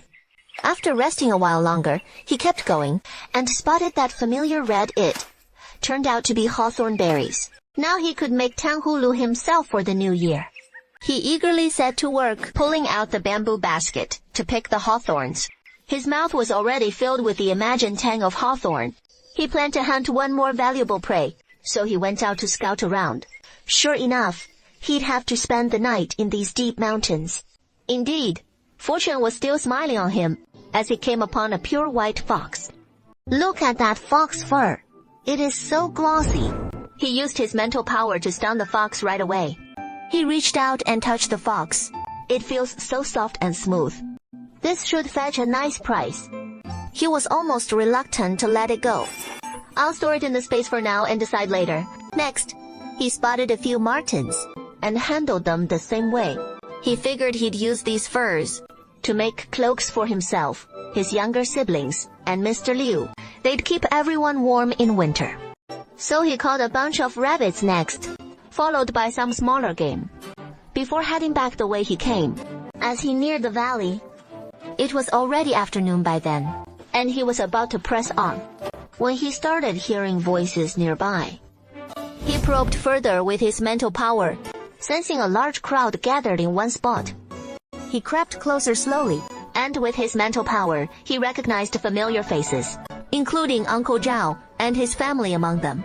Oddly enough, Uncle Zhao-san was nowhere in sight. Shu Sheng. What do you mean by this? So it is all on me, huh? That I was the one who said we'd head into the mountains, and you all tagged along on your own. I couldn't even shake you off if I tried. Uncle Zhao, we know what you're up to. It hasn't been stolen. Look, we've all been hiding out in these woods, and we've pretty much eaten everything edible around here. We don't dare go any deeper in. So just come clean about the boat, and we'll all escape together by water. What do you say, Fox? I told you, the boat got stolen, and that is the truth. So, why are you still trying to force it out of me? Let me tell you 2 words. No way! Uncle Zhao, don't try to fool us. We overheard what you said to your wife. I heard everything back then. You must have misheard. If I had a boat, wouldn't I have taken your aunt and left long ago? Fox, we're neighbors at the very least. Fellow villagers, aren't we more reliable than that gambler? Everyone, don't let him fool you. Think about it. Folks, we eat one meal in these mountains and go hungry for the next. If we stay any longer, we'll starve to death. Without a boat, we'll just wait here to die. Yes. Zhao Gui, if you have a boat, just hand it over. You said it yourself. We're fellow villagers. Wouldn't it be better if we all survive together? Yeah. Uncle Zhao, you can't be too selfish. Hey, what? Even if we had a boat, why should we give it to you? How big do you think your faces are? You really think you can just force it from us? Since Uncle and Auntie refuse a toast and prefer the forfeit, then we won't hold back. Even if you kill us, we still don't have a boat. Uncle, you don't care about yourselves, but you can't ignore Shushan, can you? Uncle Zhao, you'd better think this through. Wait a minute. I'll talk. You bunch of beasts! The old man can't speak. Even if he does, they won't let us go. Then don't blame me for not holding back. Right at this life or death moment, an arrow pierced straight through his chest.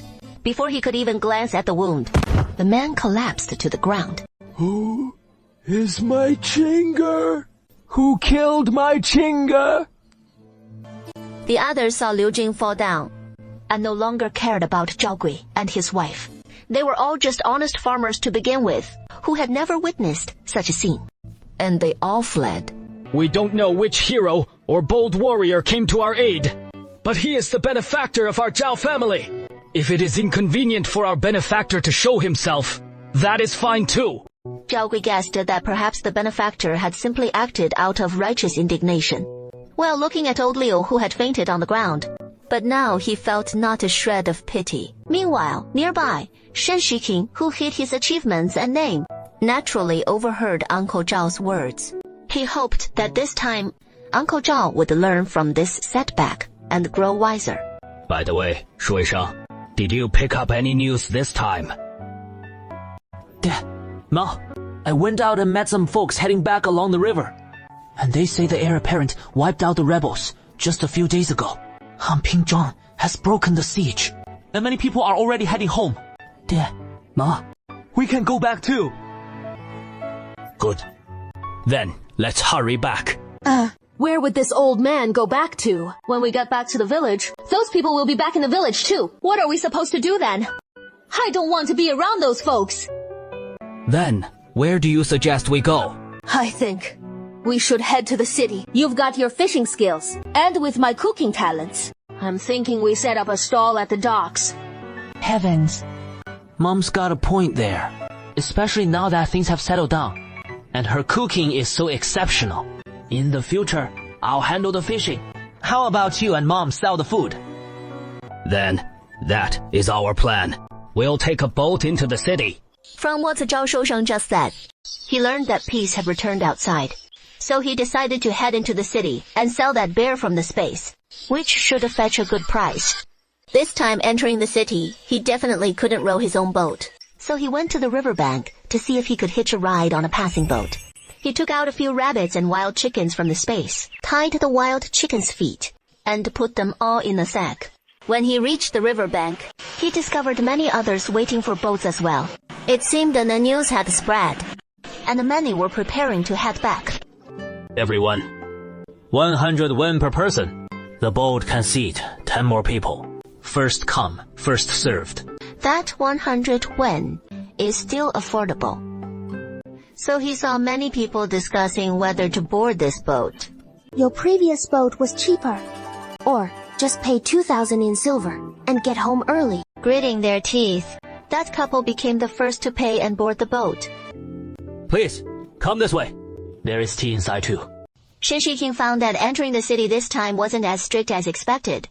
They just asked a few simple questions. She showed off her prey and let her in. The city wasn't as bustling as usual. She wanted to find a tavern to see if they could handle a whole bear. She first brought a sack of pheasants and hares to test the waters. Little Miss Ali, are you here to eat or to sell something? Big brother, I'm a hunter from the mountains. I've hunted some game, and I was wondering if you take it. Of course we do. Of course. Follow me to the backyard kitchen.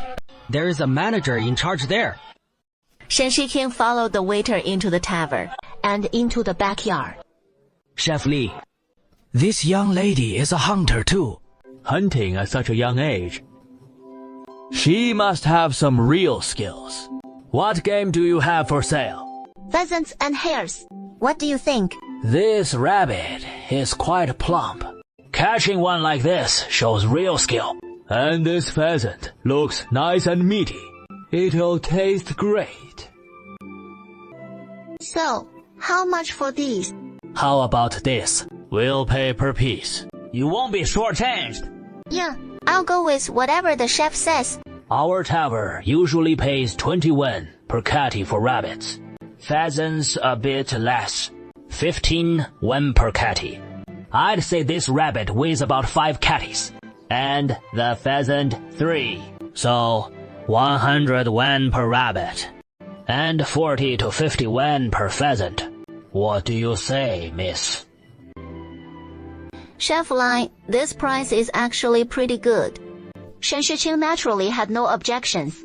She looked them over, 6 rabbits in total, 5 pheasants, adding up to 825 wen in total. Didn't expect you, little miss, to be so strong. I've got natural strength. The wild beasts in the mountains all flee the moment they spot me. That is some bold talk for a little miss. Have you ever hunted a bear? Chef, if you're interested in one, I'll go catch one for you. Little miss, you can't just say that casually. Wild bears are dangerous and can hurt people badly. Chef, rest easy. Watch me show you what I can do. Chef Li took an interest too. And sure enough, the girl found a stone mill in the backyard and hoisted it right up on her shoulder. Okay. This little miss really does have superhuman strength. Miss, can you guarantee you'll hunt a bear within 3 days? Then bring it straight to Tiangxiang Tower. And we can haggle over the price. Little did he know, Shen Shiking's spatial storage already held a bear. Rest assured, it is possible. My dad hunted bears just a few years back. Then, we'll be waiting for you. May I ask your honorable surname, miss?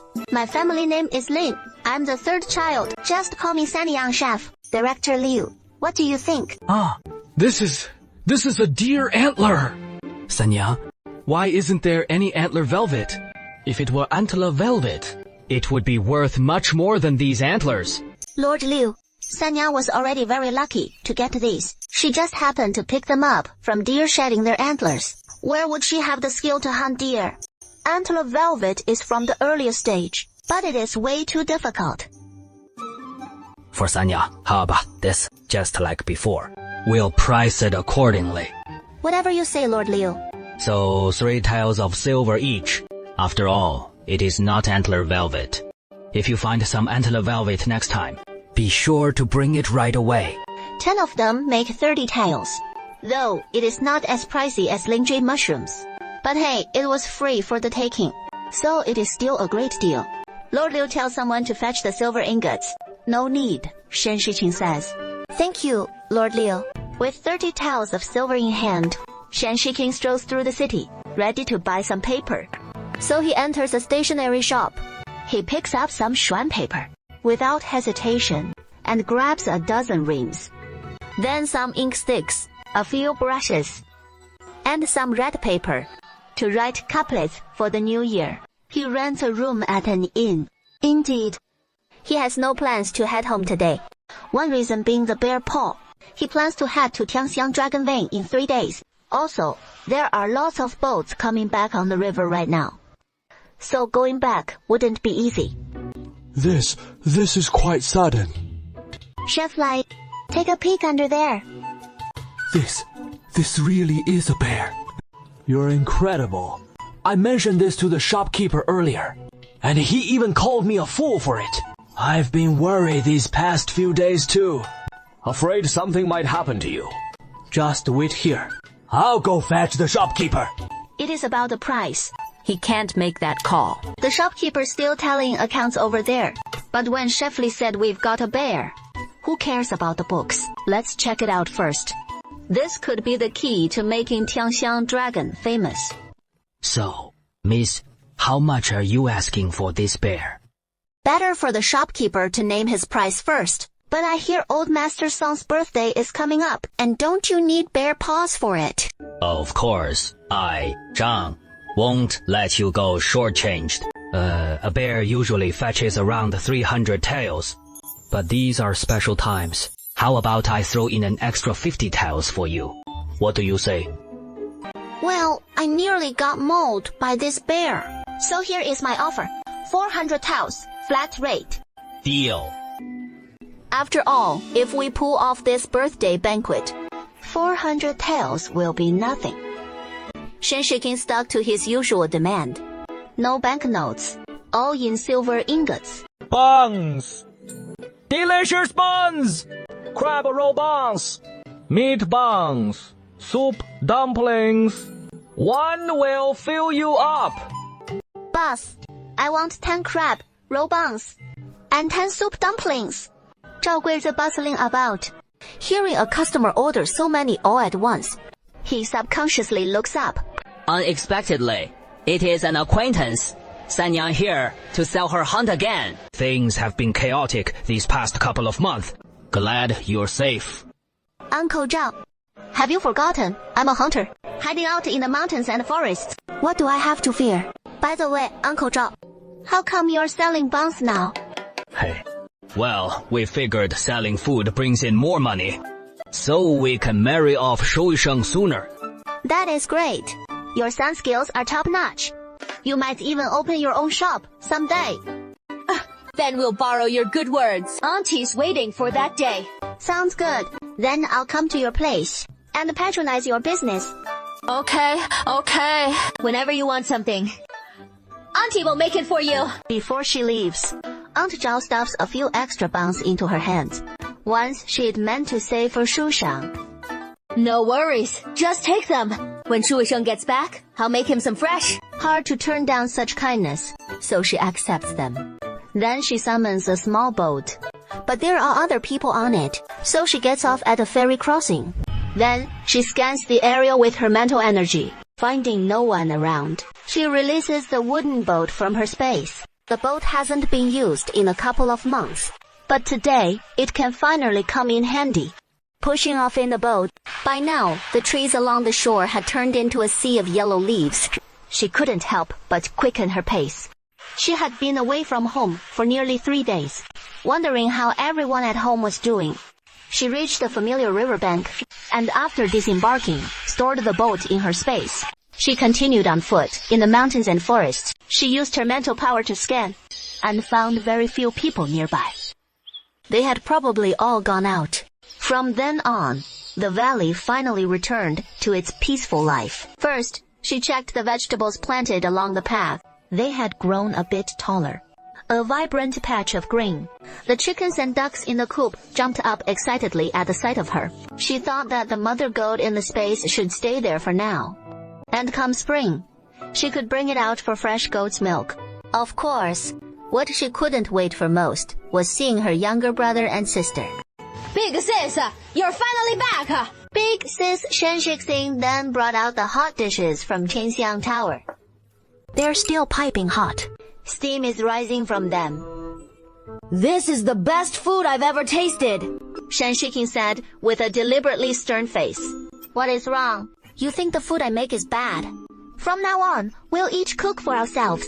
No, Big sis, I was wrong. Big sis's cooking is the most delicious in the world. He plans to head out and handle the household registration in about 10 days or so. In the meantime, we'll gather some wild veggies, then venture back into the mountains and forests to forage a bit before winter hits. And on the side, we'll take a peek with that little booklet from Manager Liu at Huichun Tang to spot any medicinal herbs along the way. Who would have thought he actually struck treasure? When he spotted a green plant with leaves resembling bamboo fronds, it clicked right away with one in the booklet. He snatched up a small hoe and got to digging. And when he unearthed those ginger-like roots, A grin of pure delight spread across his face. This here is the gold, pure, wild Huangjing, straight from nature. As the booklet explains, Huangjing tonifies deficiency. It is a powerhouse tonic herb, gotta say. Foraging for herbs is seriously addictive. Hunting this gold is like yanking peanuts. You hold your breath till it is out, then see what kind of roots you've scored. During the dig, he uncovered a few more treasures, like some dangui. Pulling up dangai feels like hauling a tree root. It is a real armful. He even came across some peculiar plants, which he tossed into his bamboo basket, saving a closer look for back home. These were the ones he couldn't quite ID. So with the sun still up, he hustled back to the valley.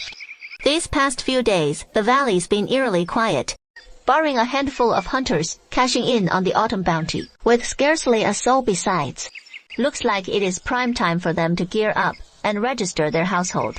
Big sis, how'd you haul in all these roots and ginger? Shen Shiqian broke it down step by step for Xiao Jin and Xiao Wan, and Xiao Jin's eyes lit up like stars as he stared at his big sister. You two, quit just standing there staring. Help me spread these herbs out to dry. With 3 people working on it, drying the herbs goes pretty quick. They're mostly spread out now, just waiting to fully dry before we pack them away. Tomorrow, we'll head to Anping County to sort out our household registration. Gotta get our story straight with the little ones, and stick to saying we lost our papers fleeing the disaster. Don't worry, big sis, I got it memorized. Now, one more important thing. The master's meals. They've prepped some simple stuff that'll keep for a while. After all, the master steers clear of the kitchen. If we hustle through the registration, we should make it back the same day. Early next morning, the 3 of them, all disguised, set off. Xiao Jin and Xiao Wan's stamina's improving by the day. Traversing these hills without a gasp takes real grit first and foremost. After scouting around, no one's nearby. They smoothly launch the wooden boat. Xiao Jin and Xiao Wan hop right on. Big sis, you go rest up. I'll handle the polling. Things are different now. I'll make you see me in a whole new light. So half believing him, she hands the pole to her brother and settles into the cabin herself. How to put it? Xiao Jin wasn't bluffing. He is a bit steadier than before, but just a smidge better. He and Xiao Wan both feel like they're about to hurl up this morning's porridge. In the end, she takes over for him. Suddenly, Shen Shiqing steered the boat into a narrow river channel. Miss and the little boy were both puzzled, but the eldest sister shot them a look, signaling to stay silent. So they all steadied their breathing. Moments ago, Shen Shiqing had sensed a fleet of ships heading straight toward them. So he acted on instinct, ducking the boat into this hidden channel first. He'd figured to wait them out and slip away once they were gone. But then, he caught snippets like raid and the like, and his guard went up. He recalled the reports from just weeks ago that the rebels had been crushed, and Anping County was finally at peace, truly serene and safe. Yet, here were stragglers who'd slipped the net. With his exceptional mental power, he tuned in to their full scheme, and knew he couldn't just look out for himself anymore. Their plot was too diabolical. Those ships were loaded with nothing but plague-infected corpses, primed to dump into villages and corrupt Anping County from the inside out. He pushed his mental power harder, snagging more fragments. First drop at, but he wasn't well versed in Anping County's village names. Just catching a sound alike, Liu Tang. Slated for tomorrow. He held still until they'd passed, a strategy already taking shape in his mind. Without the hide intact, where would the hair cling? Then, a name struck him, and the plan solidified. Eldest sister, what is the matter? Eldest sister, Mao want to buy you all in the city. All right. Or, hand you silver to pick out yourselves. The boat eased to a riverbank, and he scanned the empty surroundings. He went ashore and stowed the boat in his spatial storage. The 3 of them waited for passing ships, just like the Wangfu Stone. Fortunately, they eventually boarded a fishing boat.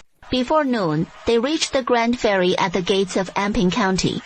Shen Shiqing noticed the pier was far busier than before. though it hadn't yet returned to its former bustle. For such a short time, it was already impressive. He'd already sorted out the household registration process last time, so this time things moved quickly. Soon, they reached a clerk named Xiaoli at the registration desk. Seeing these young children come to register was quite a novelty for her, so she asked a few extra questions. At that moment, Xiaojing revealed a talent he hadn't shown before, playing the pity card. He embellished the original story with plenty more details. IT tugged at Xiaoli's heartstrings. In the end, they paid the silver and received their official identity documents for this world. The names on the household registry remained unchanged, using the originals as they were. After all, these were the hopes Shen's parents had placed in them. No need to rush like that. We can buy extra to take back. Besides, eldest sister has decided that we'll head out tomorrow morning. Walking back now might leave us traveling after dark, and night roads aren't safe. He'd already mapped out his escape route. Before long, he slips into view at the back gate of the Genbei Marquis's mansion, leaping out with practiced grace. The night deep and still, not a soul in sight. He keeps his deeds and renown deeply concealed, and vanishes into the shadows. Your Highness, what has happened? Our watch was lax. We beg your punishment. I've already sent men to scour the area. But unexpectedly, their heir apparent forbids the search, and commands them to breathe not a word of it. If the heir apparent's missive rings, true. Then we must fortify our defenses, or strike preemptively. Quite right. Better safe than sorry, just in case. He bids his aide fetch the map of Amping Town, intent on pinpointing this Liu Tang on it. Swiftly, they come through countless place names, until they alight on the sole one that bears a faint resemblance. Liu Tan. It'll have to be a roll of the dice. Assemble my personal guard without delay. But see to it, the Marquis remains in the dark. I lead the way myself. Your Highness, let us handle this. Lest it prove a ruse. Say no more. I've weighed this carefully. The stakes couldn't be higher, with the very lives of Amping's folk hanging in the balance. A gamble like this, what is to fear? By midnight, they converge on the waters of Lutan village. Poised for the classic stump, sitters wait. Meanwhile, Shen Shixian returns to the inn, steps into the chamber, and finds Xiaowen lost in slumber. He freshens up briefly, then surrenders to sleep. Come dawn's first faint glow the next day, Shen Shixian awakens. Big sis, I tossed and turned last night. Was tempted to come find you, but held back so as not to rouse you. At this age, still having trouble sleeping in a new bed, though the eldest sister couldn't sleep last time either. Indeed, no golden nest or silver nest beats our own humble doghouse. Shen Shiking told his younger siblings to wait for him at the inn, while he went out alone to buy some steamed buns, so as not to give away their presence. Half a month since they last met, Uncle Zhao, their little star, was busier than ever. He spotted crowds gathering from a distance, and there was Uncle Zhao's son, Zhao Shuisheng, pitching in to help. Business must be booming. This time, he bought the buns right in front of Zhao Shuisheng, who didn't recognize him at first. He just saw what looked like a young girl, snapping up so many that they sold out. And when settling up, he mentioned it to his father. Zhao Gui put two and two together in an instant. It was him, even chiding his son for not cutting him a better deal. Meanwhile, at Liu Tangku, Gu Ziya lay in wait, like a hunter guarding a stump for a rabbit, his guards growing restless. My lord, what if it is just some deliberate misinformation? If it is a ruse, we'd be sitting here all quiet and exposed, waiting for them to spring the trap on us instead. His guard pondered it and saw the point, about to respond, when a faint sound caught their ear. The two exchanged a glance, holding perfectly still, as the boat approached. Who are you? Are you Gozi? Lion, spare me. We're just following someone else's orders. I can tell you exactly where the others are. Guzi wore a murderous glare, and the bearded man spilled every last detail. Once he had no more value, his subordinate swung his blade down swiftly, and the bearded man met his end. Everyone, stay sharp. Burn the body first. And don't let it taint you too. He then led most of his men straight to their hideout. This mission went off without a hitch, and Shen Shengqing and the others made it back to the valley safely. With the household registration sorted out, his days passed in leisurely ease, foraging for wild delicacies in the woods, or gathering herbs to plant in the garden. Before long, the chill set in. Winter had arrived. All the quilts in the rooms were swapped for thick, warm ones, and the clothes were lined with cozy cotton padding. Even the tutor delayed lessons by half an hour. With the biting cold came his radishes, now fully grown and ready. His mind turned to kimchi and all sorts of tangy pickled veggies. So the whole family got to pulling radishes, complete with a lively radish pulling contest. Of course, Shen Shiqing claimed victory. Washing radishes in winter can numb the hands fast, so the young miss and Xiao Wan only washed a handful before she called it quits for them, and fetched some hot spring water to mix with cold for the rest. That way, no frozen fingers. Once the radishes were clean, the three sliced them into strips and laid them out to dry, planning to dry them into radish strips. She tucked some fresh ones into the storage space, saving them for today's mutton and radish stew. Keep it up. Sister, I'll make some mutton for you all today. The greens from the field, she spent some time harvesting them all and storing them in the storage space. As for the cabbage, she turned some into spicy cabbage and stashed the rest in the storage space too. This winter, we'll have fresh greens whenever we want. Achieving true vegetable freedom. Sister, how about hot pot for dinner tonight? Come winter. Xiaojin never stops nagging her about hot pot. All right, tonight it is. Go fetch Mr. Liu and bring him back. He was planning to have Mr. Liu move in with Xiaojin for the winter. And as for keeping the storage space a secret, he'd already made foolproof arrangements. He'd pull out the needed ingredients ahead of time and leave some greens in the field as a cover story. For the meats, he planned to cure some ham and bacon. Little Bo, you wash the veggies. I'll handle slicing the meat. This hot pot's got even more varieties of meat than last time. Beef, lamb, pork, and even some shrimp from the storage space. Meats galore. Once you're done washing, come warm up by the fire. Sister, hurry over and join us by the fire. It has been ages since I felt this refreshed. Master, this winter, have Big Sis whip up hot pot a few more times. Once in a while is plenty. I'm afraid this old stomach of mine couldn't handle more than that. Shen Shiqing, while you're at it, bring up the idea with the master about him moving in. I'm quite content in my cave.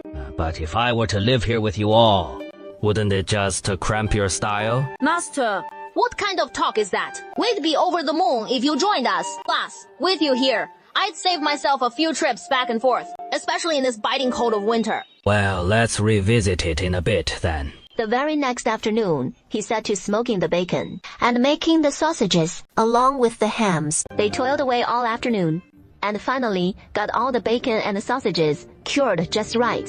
Shen Shiqing even set aside some hefty pork bones, perfect for simmering into rich bone broth. He also prepped the mutton from the storage space, taking care of the sheep bones too, and cubing the lamb into handy portions. So come mealtime, no more chopping on the spot, just pull it straight out. With that, their winter provisions were pretty much all stowed away, leaving just a matter of stocking up on charcoal. So off he went, hauling back over 1,000 caddies of it, which ought to see them through the season. A quick check on Anping County showed all was well, and the business with dumping the body, the young lord must have handled it by now. Hands down, the worst hassle of winter is bathing, especially that chilly scramble to dress after climbing out of the tub.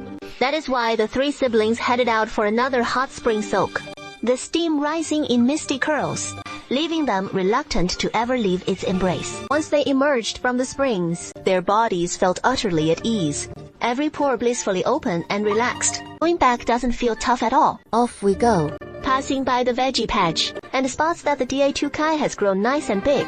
These are prime for making sauerkraut. So he plans to harvest them tomorrow and get the pickling started. There is plenty of jars in the storage space, just right for fermenting sauerkraut. Once it is all done, he has got several huge vats of sauerkraut, pickled and ready.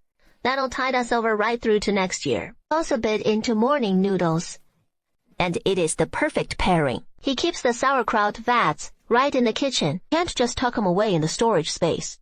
The longer they sit and ferment, the richer the flavor gets, like fine wine. Master Liu has finally moved in. What with the chill setting in deeper every day. Of course, now that he is here, Xiaojin's days are about to get a whole lot tougher. Cause he is getting quizzed every single day, reciting lessons on the spot. No slacking off for a second. He is already starting to regret it a little. He and Xiaowan still have to wrap up their daily studies and keep up with martial arts practice. No excuses.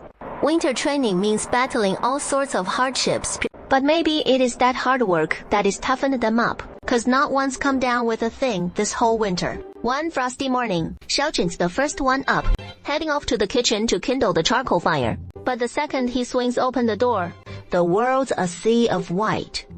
Whoa! It is snowy!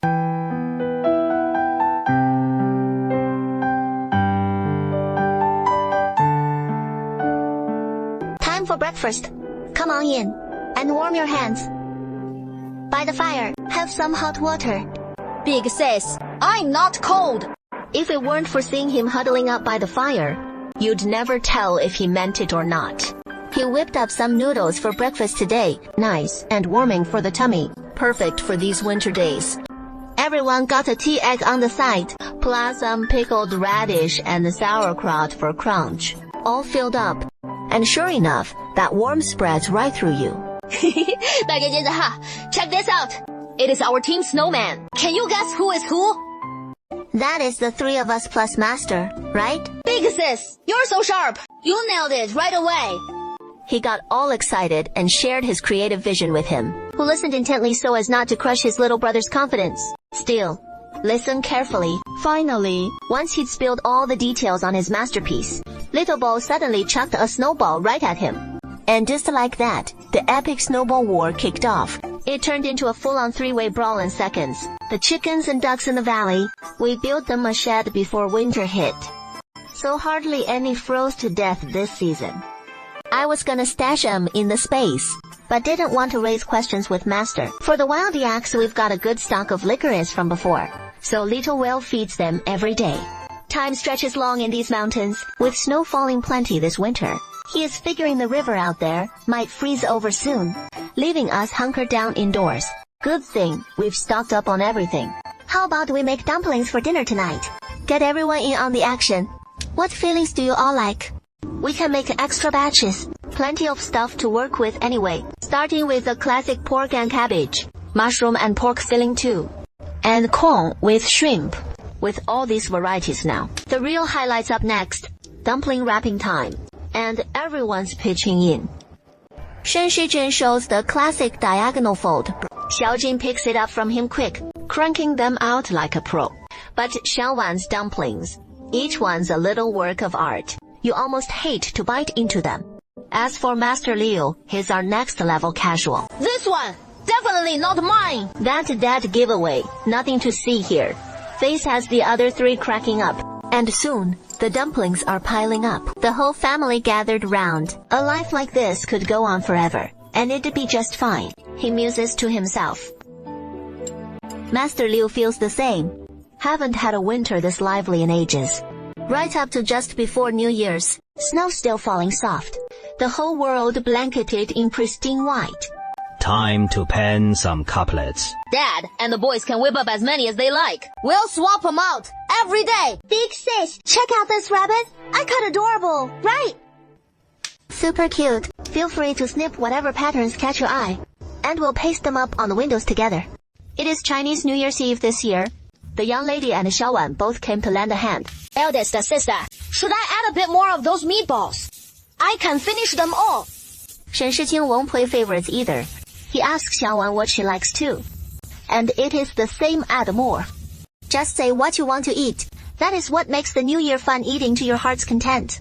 This old man has his cravings too. Wonder if you can satisfy them.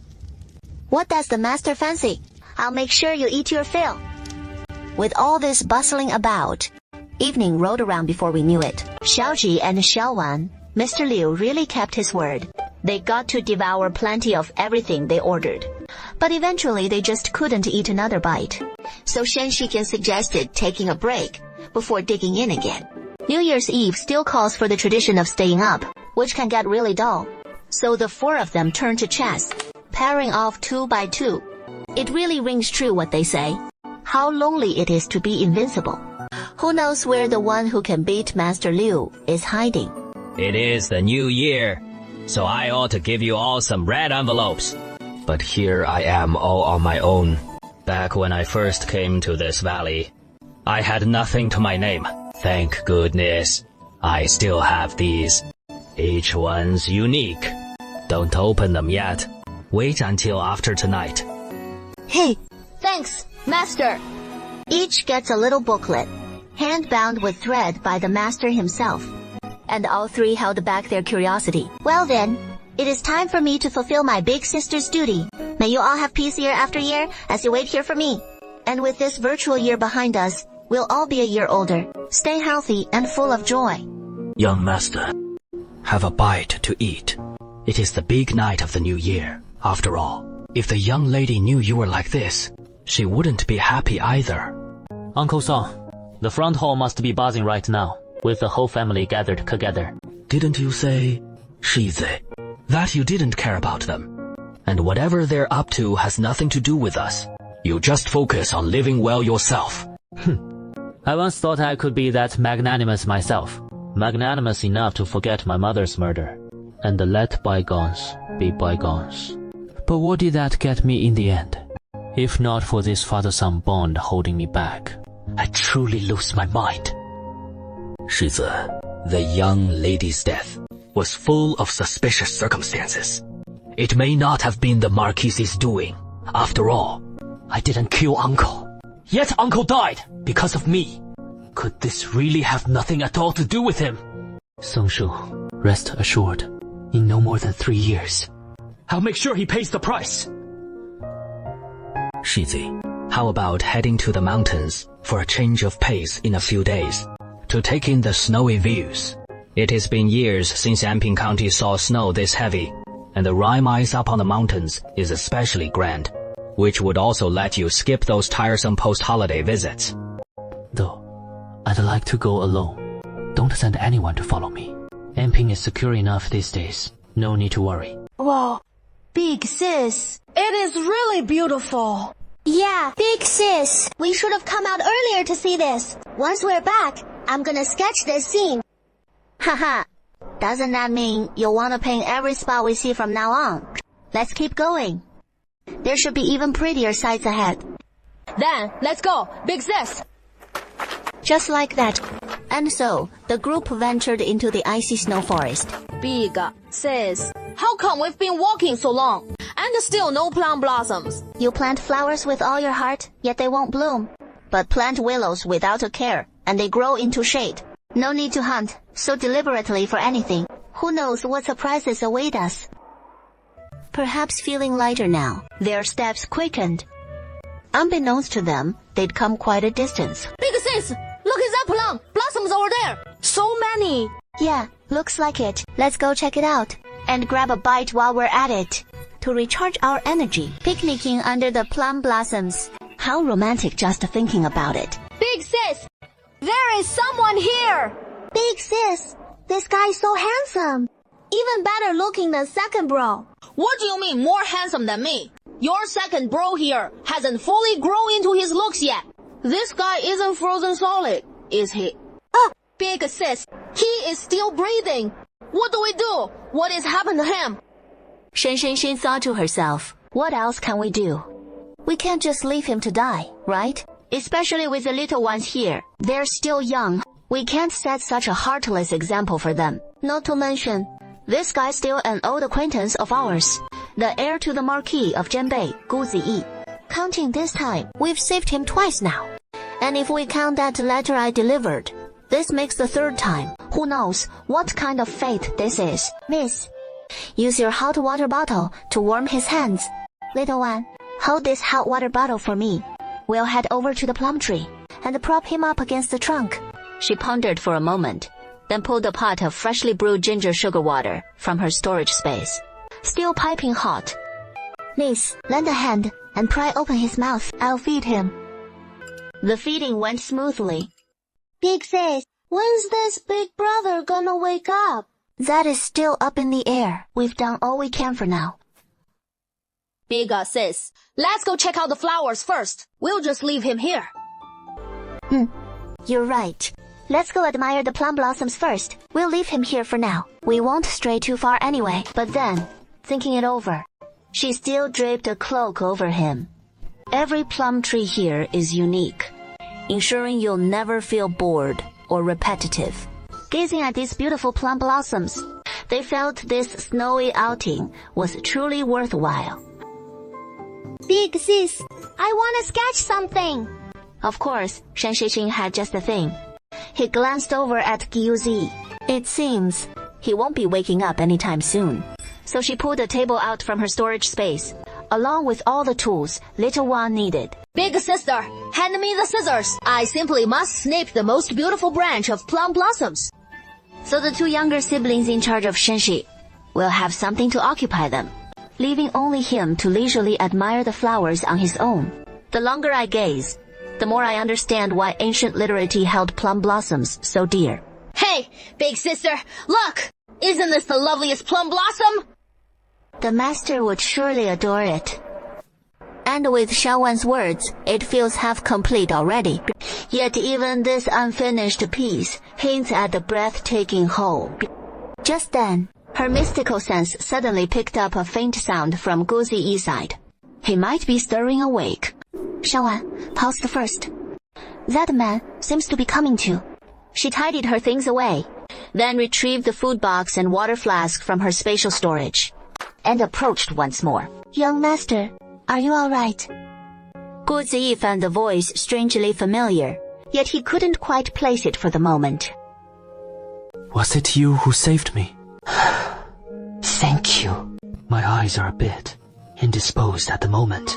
I can't see a thing right now, so it is hard to rise and express my gratitude properly. Yeah. How did you lose your sight? Were you born that way? Not at all. I merely came to the mountains for a bit of respite. But unexpectedly, my vision blurred all at once. Things grew indistinct. And soon enough, dizziness overtook me, leading me to collapse in a faint. I'm fortunate you came to my aid. My deepest thanks. How peculiar. To go blind so suddenly. Young master, it must be from staring at all that blinding white snow too long. A case of snow blindness. Once you're away from the snow, and rest properly for a few days, your sight should return. Snow glare like this. It is my first time hearing of it. The young lady is truly knowledgeable, clever and refined. Big sister. Then why are we just fine? No need to worry. IT depends on one's constitution. We should be alright. As for this young master, what do you plan to do? Yeah. Your family elders are also in the mountains. I'm rather proud, so I traveled alone and faster. I believe they'll come looking for me. Watching him, she sees how hard he is squeezing his eyes shut. She tears a small strip from her own sleeve and approaches him. She gently covers his eyes with the cloth and feels his body tense up. Gu Ziyi senses a warm breath brushing his ear, making his ear tingle, a sensation entirely new to him. Thank you, miss. Young master, shall we wait here together for your elders? He was about to say no, but the words caught in his throat and changed. I'll trouble you then. Miss, there are flowers here. What tree am I leaning against? Exactly. This is a plum blossom grove, and my brother and I carried you here beneath the tree. I have one small favor to ask. Might you pluck a branch of plum blossom for me? That is no trouble at all. Just a moment, young master. Here you go. This is the one I've been searching for so long. The most beautiful of them all. Gyuzi inhales a faint fragrance of plum blossoms.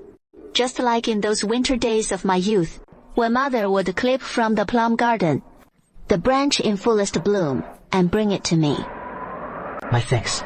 Eldest sister, I'm hungry. I want something to eat. Young master, please join us for a meal. Little brother, fetch the food box. Naturally, what they eat are simple sauce cakes. so bringing out a full meal would be far too lavish. Miss, why bring your younger brother and sister up the mountain? We're here to gather plum blossoms. That is right. Our family are all hunters, and we have our ways in these mountains. At least we'll never lose our way, and in winter, the beasts are all hibernating. Far fewer dangers to worry about. Oh, I see. After finishing just one, I find myself craving another. On the other side of the mountain, Scholar Song fumes at the others. How could you lead us so poorly? We've been searching for ages without finding the heir, and now he has sent a signal. That is a distress call, meant only for true peril, not to be used lightly. What are we to do? Young master, can you walk on your own? Later, my siblings and I will escort you down to the foot of the mountain, where your elders should have no trouble finding you. What say you? Then I shall trouble you 3.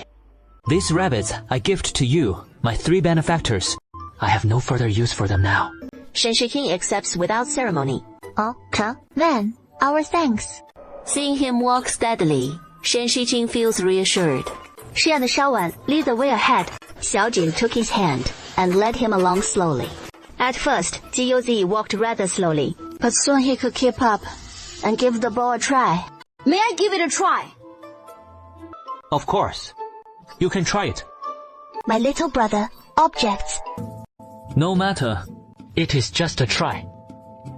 Just don't shoot anyone. Big says, I know. Big sis, I can't quite pull it open. This bow is so heavy. Is it? Let me have a go. Xiaojin handed the bow to his big sister, watching as she lifted it with effortless ease and drew it back in one smooth motion. Though Jiuzi couldn't see it, his sense of hearing sharpened all the more, letting him hear the girl draw back her bow with confidence. Yet he longed to behold just what sort of girl she truly was. Big sis, you're incredible. Teach me how. Everyone comprehends in their own way. I'm not sure how to explain it to you. I've taught others before, but do you trust me enough to learn? Thank you, Master. Indeed. Just like this. Hold the bow this way from now on. Master, you're truly remarkable.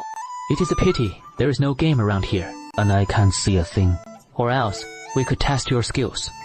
Who says there isn't? Isn't this right here? As a cloud-piercing arrow streaks across the sky, a rabbit is struck down in an instant. Whoa! Second brother, you're amazing! Do I really have a gift for this? Maybe I just hadn't found the right teacher yet. Thank you, Yang sir. You showed real talent back then. You're definitely a promising one. Alright, let's practice a little longer. Then return the bow and arrows to this young sir. We need to get him down to the foot of the mountain quickly, or it'll get tricky once night falls. Big brother, how is your swordsmanship? Of course, I know it. Then, once you're better, big brother, could you show us? This really put Jiuzi in a tough spot. Guzi pondered for a moment, unsure whether to demonstrate or not.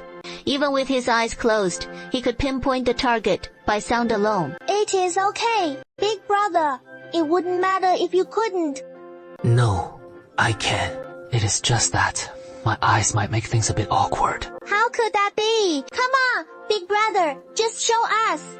As soon as the words left Little Jin's mouth, he deftly took up the bow and arrow. Release another wild rabbit. Jiuzi's ears twitched slightly, as if honing in on the hair's position, and without a second's hesitation, he loosed an arrow in that direction. Hit! It is a hit! You're incredible! When will I ever learn a move like that? I've trained for it before, but you haven't, so not quite yet. Mine came from some unique circumstances, though, so you don't need to go down that path. Yeah, the youngster's got a point. We don't have to train for something like that on purpose. Everyone has their own strengths, and no two people are exactly alike. Don't worry, big sis, I'm wide awake. There are always greater talents out there. There are always greater heavens beyond.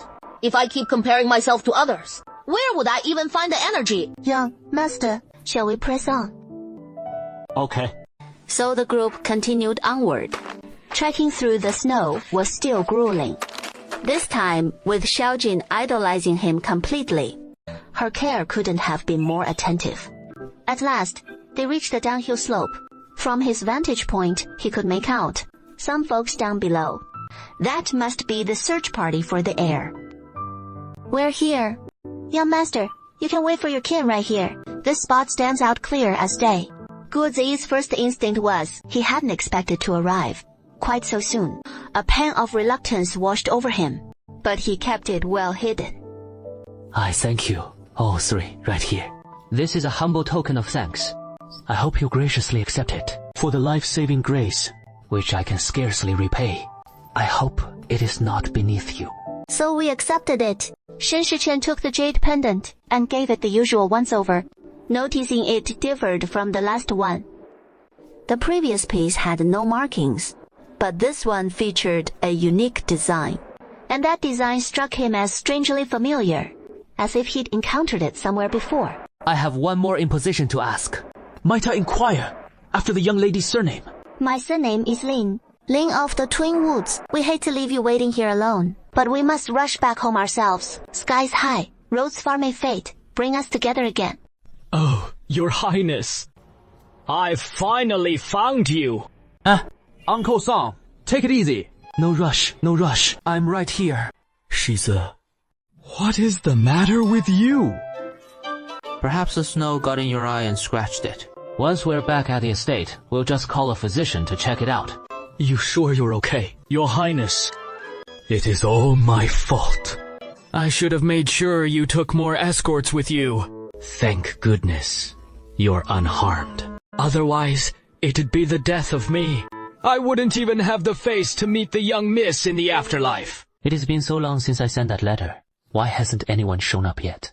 This subordinate is worthless. Can't make heads or tails of directions in this snow. In snow like this, directions are impossible to judge, and if we end up fighting in the northern wastes someday, wouldn't we just surrender on the spot?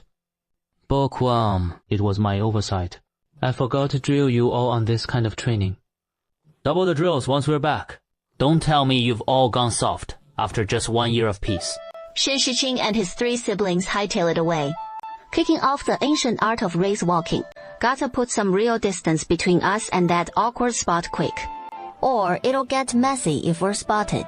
Finally, clear of it. He thinks of that jade pendant again. Finally piecing together what is so unique about its pattern. Because he has seen it somewhere before. That thing comes to mind, and talk about a twisted twist of fate. Spot on. Shen Shiqing recalls those gold bars from the cave. The one with the matching design on it. What kind of uncanny connection is this? And get this, that gold belongs to Gozi. Talk about coincidence. 血盲症. I've actually heard of that one. But this varies from person to person. The young master actually got blood mang. From his tone, he even sounds a little gleeful about it. Fool, pull yourself together and properly examine the young master's eyes. Young master, it is nothing serious. I'll just prescribe a few doses of eye, compress medicine, and some oral meds too. He'll regain his sight in no time. 3 days at most. Songshu, no need to hide what happened. Just say I've caught a chill lately, so I can't receive visitors. Go find me another family. One with 3 young siblings, probably. Location in Zhangnian doesn't matter. Just a humble gift of spring's first bloom. Shen Shiqing and the others made it back to the valley smoothly before nightfall. You all head home first. I'll find a spot to transplant that plum tree properly. Oh, and take this plum branch back with you for now. Yeah, got it! Shen Shiqing headed into the valley to scout a fitting spot. And wouldn't you know it, he actually found the perfect place. He pulled out a hoe and started digging. His abilities getting stronger by the day. He had it done in no time flat. He planted the plum tree in the hole, tamped down the soil around it, then paused, fetched some spring water from his space, and poured it right at the roots. After planting the plum tree, he felt like something was still missing. Right. We're missing a table. Best to make it a stone table, so we can brew tea right under the tree. That'd be pure bliss. There were plenty of those big leftover stones from building the house lying around. And just like that, a table took shape. He dug out 4 more stones to use as benches. Absolutely perfect. On the way back, I couldn't resist checking on the chicken coop. And those critters were full of life as ever. Once we open up the space, we can build a sheep pen too. And let the youth out to roam. From afar, I could already see the smoke rising from the kitchen. Not sure if it is Xiaowan or Xiaojin cooking, but whoever it is, they're working hard. Shiqing's back. And those plum blossoms you found today are stunning. Who would have thought we could play at being literati right here in this valley? Truly, a life well lived. Xiaojin's always so eager to help. She is off boiling water already. Yeah, the moment second brother got home, she jumped right to it. Master, while I was feeding the cows today, guess what? I spotted. No more riddles for your teacher. Just spill it. I saw a plum tree. After we trekked through all that ice and snow outside to find one. Turns out, there's one right here in the valley. Talk about searching high and low with no luck, only to find it without lifting a finger. Though that lone tree doesn't hold a candle to the plum grove we saw outside. Out there, it is a whole vast sea of them, while in here, just the one in this big valley. How big was that plum grove outside? You'll have to ask Xiaowan about that. She is the one who jotted it all down, and she is all set to sketch it out for you. Really? Little Bo really has a gift for sketching those ruins. This has the master quite looking forward to it. For dinner, Shen Shiqian was craving mushrooms again. He whipped up a mushroom soup and some stir-fried mushrooms, plus dried radish, stir-fried with cured pork. These make perfect sides for rice. Dinner ended up being just about as much rice as we cooked, and the 4 of us polished off exactly that clean plate campaign. Master, I checked it out again today, and surprisingly, those plum blossoms are blooming so vibrantly today. Why wait for the perfect day? Let's go admire the flowers today. Let's head over there. And don't forget the tea set. Master, got it. I'll also bring some charcoal to grill up some meat for you. Master, how is that? Big Sis, should we move the table? No need. You'll see when we get there. Big sis, need any help? Just dress up nice and pretty. And we'll go admire the flowers together. But there is one spot where I could use your help. So remember to bring your drawing supplies to sketch it for us. No problem. Big sis, I'll make sure to draw it beautifully. So, the 4 of us, except for the master, were all loaded down with big and small bundles. Stealing half a day's leisure from floating life. The master got it wrong. From now on, you can come every single day. How could half a day's leisure turn into idle days every day?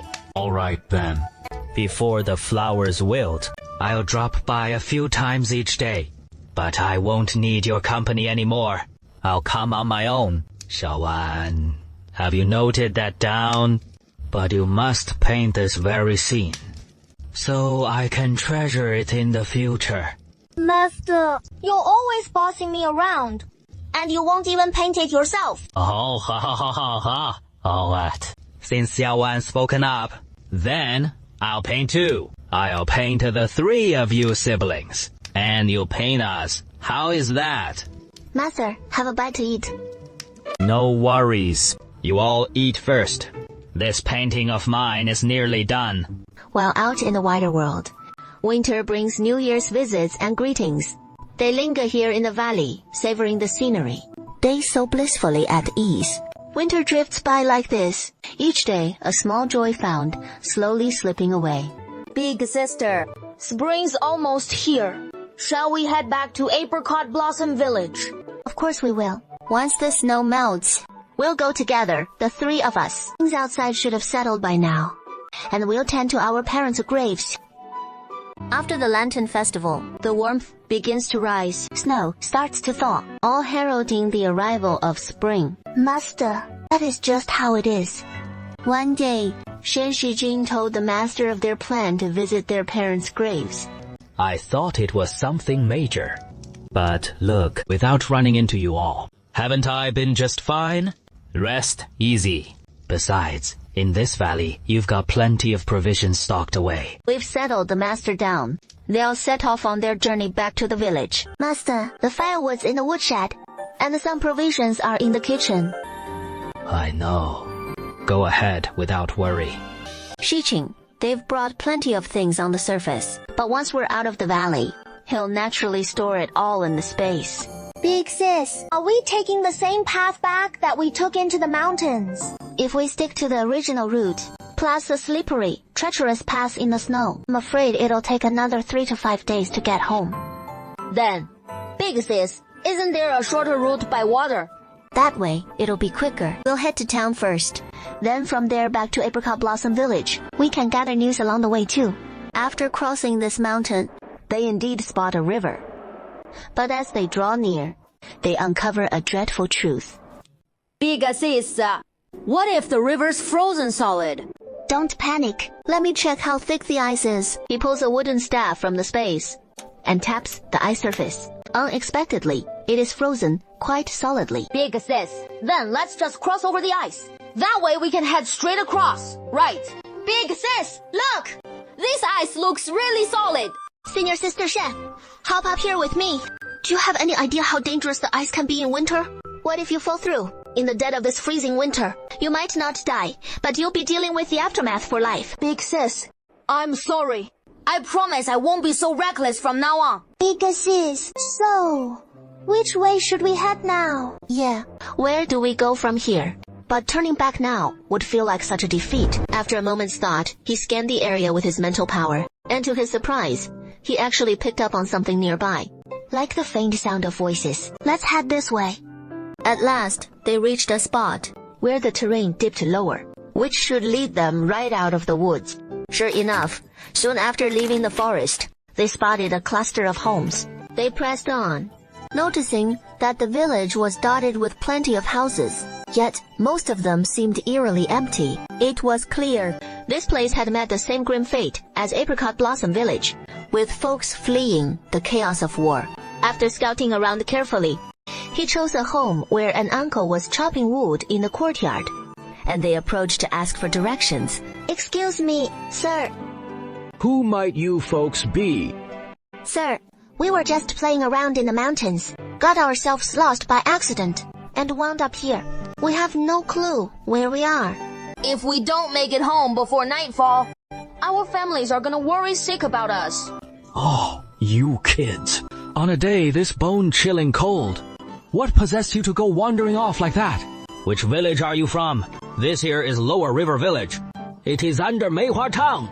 We're from Ping'an Town, this time heading to Xinhua Village to pay respects to our ancestors. We got a bit too carried away playing around and lost our way. Yeah, I've heard of Ping'an Town. It is right near our Meihua Town. So head to Meihua Town first, then on to Ping'an Town. The kind uncle even shared the route to Ping'an Town with them, worried they might forget it. So he pointed out some distinctive landmarks too. Thanks so much, Uncle. We've got it all noted down. Stick to the back paths and steer clear of crowds. And whatever you do, don't eat anything strangers offer you. Things are still pretty chaotic out there these days. Thanks, Uncle. After bidding the uncle farewell, they didn't wander off too far. Once the uncle had stepped inside his house, Shen quietly released a few wild pheasants from his storage space into their yard. Wife, I don't know what stroke of luck hit us today, but look, a few wild pheasants. They just wandered right into our yard on their own. So tonight's dinner is all set. Several kids, where are you headed? On such a cold day. Let's see if we're going the same way. We can give you a lift. Hey, we're going to Plum Blossom Town. Uncle, are you headed there too? What a coincidence. We're going to Plum Blossom Town as well. Just a short stretch. Shen Shiking grew wary inside, because with her spiritual sense, she detected inside that carriage several people, along with muffled grunts and heavy breathing. Plus, they'd just come from the opposite direction. Why head back to Plum Blossom Town now? Really? Can you give us a ride? Our feet are killing us from all this walking. Of course. You must be tired. Here, have some water first. Thanks, Uncle, but we'll pass. Now hop on, you three. And if we hurry, we'll be in Plum Blossom Town in no time. Uncle, shall we ride in the carriage? That might not be ideal. We'll just sit up front. You can take the carriage. How could I let you sit up front? Come on in. Sure. But is there anyone inside? You won't take the easy way. Now you get the hard one. Kids, I suggest you surrender quietly. Shan Shiking pulled the sword straight from her spatial storage. Miss, keep an eye on your little sister. That man never imagined where this little girl had pulled the weapon from. But he didn't take her seriously anyway. Who knew the girl's swordplay was so masterful, scattering them in total disarray, and her strength was immense. If Shan Shiking hadn't wanted to test her own sword skills, she would have knocked these two out with her spiritual power long ago. Finally, one kick each, and both collapsed unconscious on the ground. Then, she fetched some hemp ropes from her spatial storage, tied their hands and feet. Now I can relax. Big sis, who are these guys? Why'd they grab us? Sis, are they child traffickers? The kind who snatch kids? So let's check what is inside this carriage. Shan Shixian had her suspicions, but when she lifted the curtain, she was still stunned. She saw 5 or 6 kids bound hand and foot, their mouths gagged with cloth strips, and some had even passed out. That is why it was so quiet. But one boy was still awake, his eyes locked right on her, silently begging her to untie him. Miss, come help out. She went to free a few of them first. I was about to suffocate in here. These cursed traffickers. I stayed conscious in the cart, terrified you'd get drugged too. Good thing you all are so tough. I heard the commotion. Did you take them all down? Huh? How'd you stay awake? Of course. I'm quick on my feet. I play dead. Or they'd have dosed me too. With that knockout powder.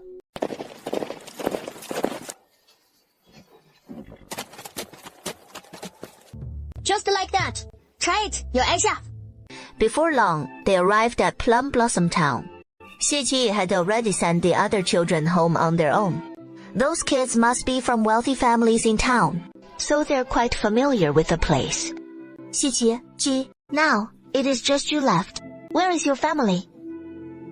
Xie pulled a signal gun from his bosom and fired it off. The elders from my family should be arriving soon. Soon enough, a few people arrived, following Xi's orders, and subdued the 2 human traffickers. Sister, this carriage is yours to handle. You should know how to drive it by now.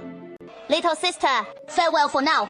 Until we meet again. Big sis, that she guy's so arrogant. What do you mean by that? Didn't you see we have a carriage too, Bradley? I just wonder if Xi can catch the traffickers' accomplices. But judging by those who just arrived, it should be fine. Actually, he had a hunch. From how spacious the inside of this carriage is, it probably doesn't belong to the traffickers, but to Xi himself. So he gifted it to Shan Shiking, like the owner he is. Big sis, I'll go ask around later. I refuse to believe. No one knows. Big sis, how about we ask the local officials? They might know something. After finishing their meal, he spent a few dozen coppers, and finally got directions to Ping'an Station. Young master, why give the carriage to those folks? They saved this young master. So naturally, some reward is in order. Oh, right. I told you to interrogate those 2 men. Did you get any information out of them? Young master, those seem like ordinary traffickers. They claim no one put them up to it. As for their accomplices, they've already revealed their exact location. Our men have already gone to inform the county magistrate, so he can send troops to capture Shan Shiqing. The 3 of them rode in the carriage for a long distance. Big sis, do you see Peace Town yet? Shan Shiqing first found a secluded spot, used her mental power to scan the area, and stored the carriage in her space. Oh, Big sis, look over there! As they approached the area, hearing little Well scream, Shan Shixing's attention was drawn as well. She spotted another street that had been reduced to rubble. Big sis, how could this happen? Shan Shiking recalled the story she'd heard from the townsfolk about how the rebels collude with the Tartars to massacre villages. Today, it seems all too real. Once they were out of town, and after scanning that no one was nearby, Shan Shiqing finally released the carriage and continued driving onward. They didn't encounter a soul along the way. Sitting in the carriage, She felt a profound heaviness in her heart, deeper than even the journey into the deep mountains before. Big sister, look! That is Apricot Blossom Village up ahead. The tree at the village entrance is still standing. Big sister, why are all those houses standing wide open? And the courtyards are total wrecks. Looks like someone rummaged through them. Maybe refugees on the run from famine. Or those rebels. Let's head home first and take a look. That are just despicable. Just stack these wooden blocks in one spot. Xiaowan, grab the broom and sweep the floor in a sec. Big sister, what is this? This long life log looks awfully precious. How'd Mom and Dad end up with something like this? Big sister, check if there is anything else around. Sister, Liu Yue. Who is this Liu Yue? Is that Mom's name? Right. Master's surname is Liu. And so is this. What a coincidence. It reminds me of what Mr. Liu said. His daughter eloped with someone. And strangely, I've never laid eyes on any relatives from Mom or Dad's side. Both surnamed Liu. Could there really be coincidences like this in the world? Big sister, you think it could be? Big sister, if it really is, then Mr. Liu's gotta be our grandpa. We can't just jump to conclusions. We'll ask him gently when we get back to the valley. Shen Shiqing wants his fingers over the brocade box. Sensing the thickness feels off somehow. So, he grabs a pair of scissors and reluctantly pries the box open, only to discover there is a hidden layer inside. He is utterly amazed. When we return to the valley, we'll probe Mr. Liu a bit and go from there. Once they've tidied up the house, they all collapse from exhaustion. Today, let's have one more meal at home, stay the night and rest up at home. Tomorrow, we'll go pay our respects to Mom and Dad, then we'll head back. While we were eating, he set out 5 bowls, filled 2 of them with rice, and set them aside. Dad, Mom, you try the eldest sister's cooking too. An unexpected guest at the Zhenbei Marquise's mansion in Anping Prefecture, who crashes in late at night. Cousin, getting here to your place is no easy feat. The waterways froze solid all the way, Forcing me to walk the whole way. on this journey. My butt's chafed raw. Why aren't you holed up in Jiangdong right now? Coming here for?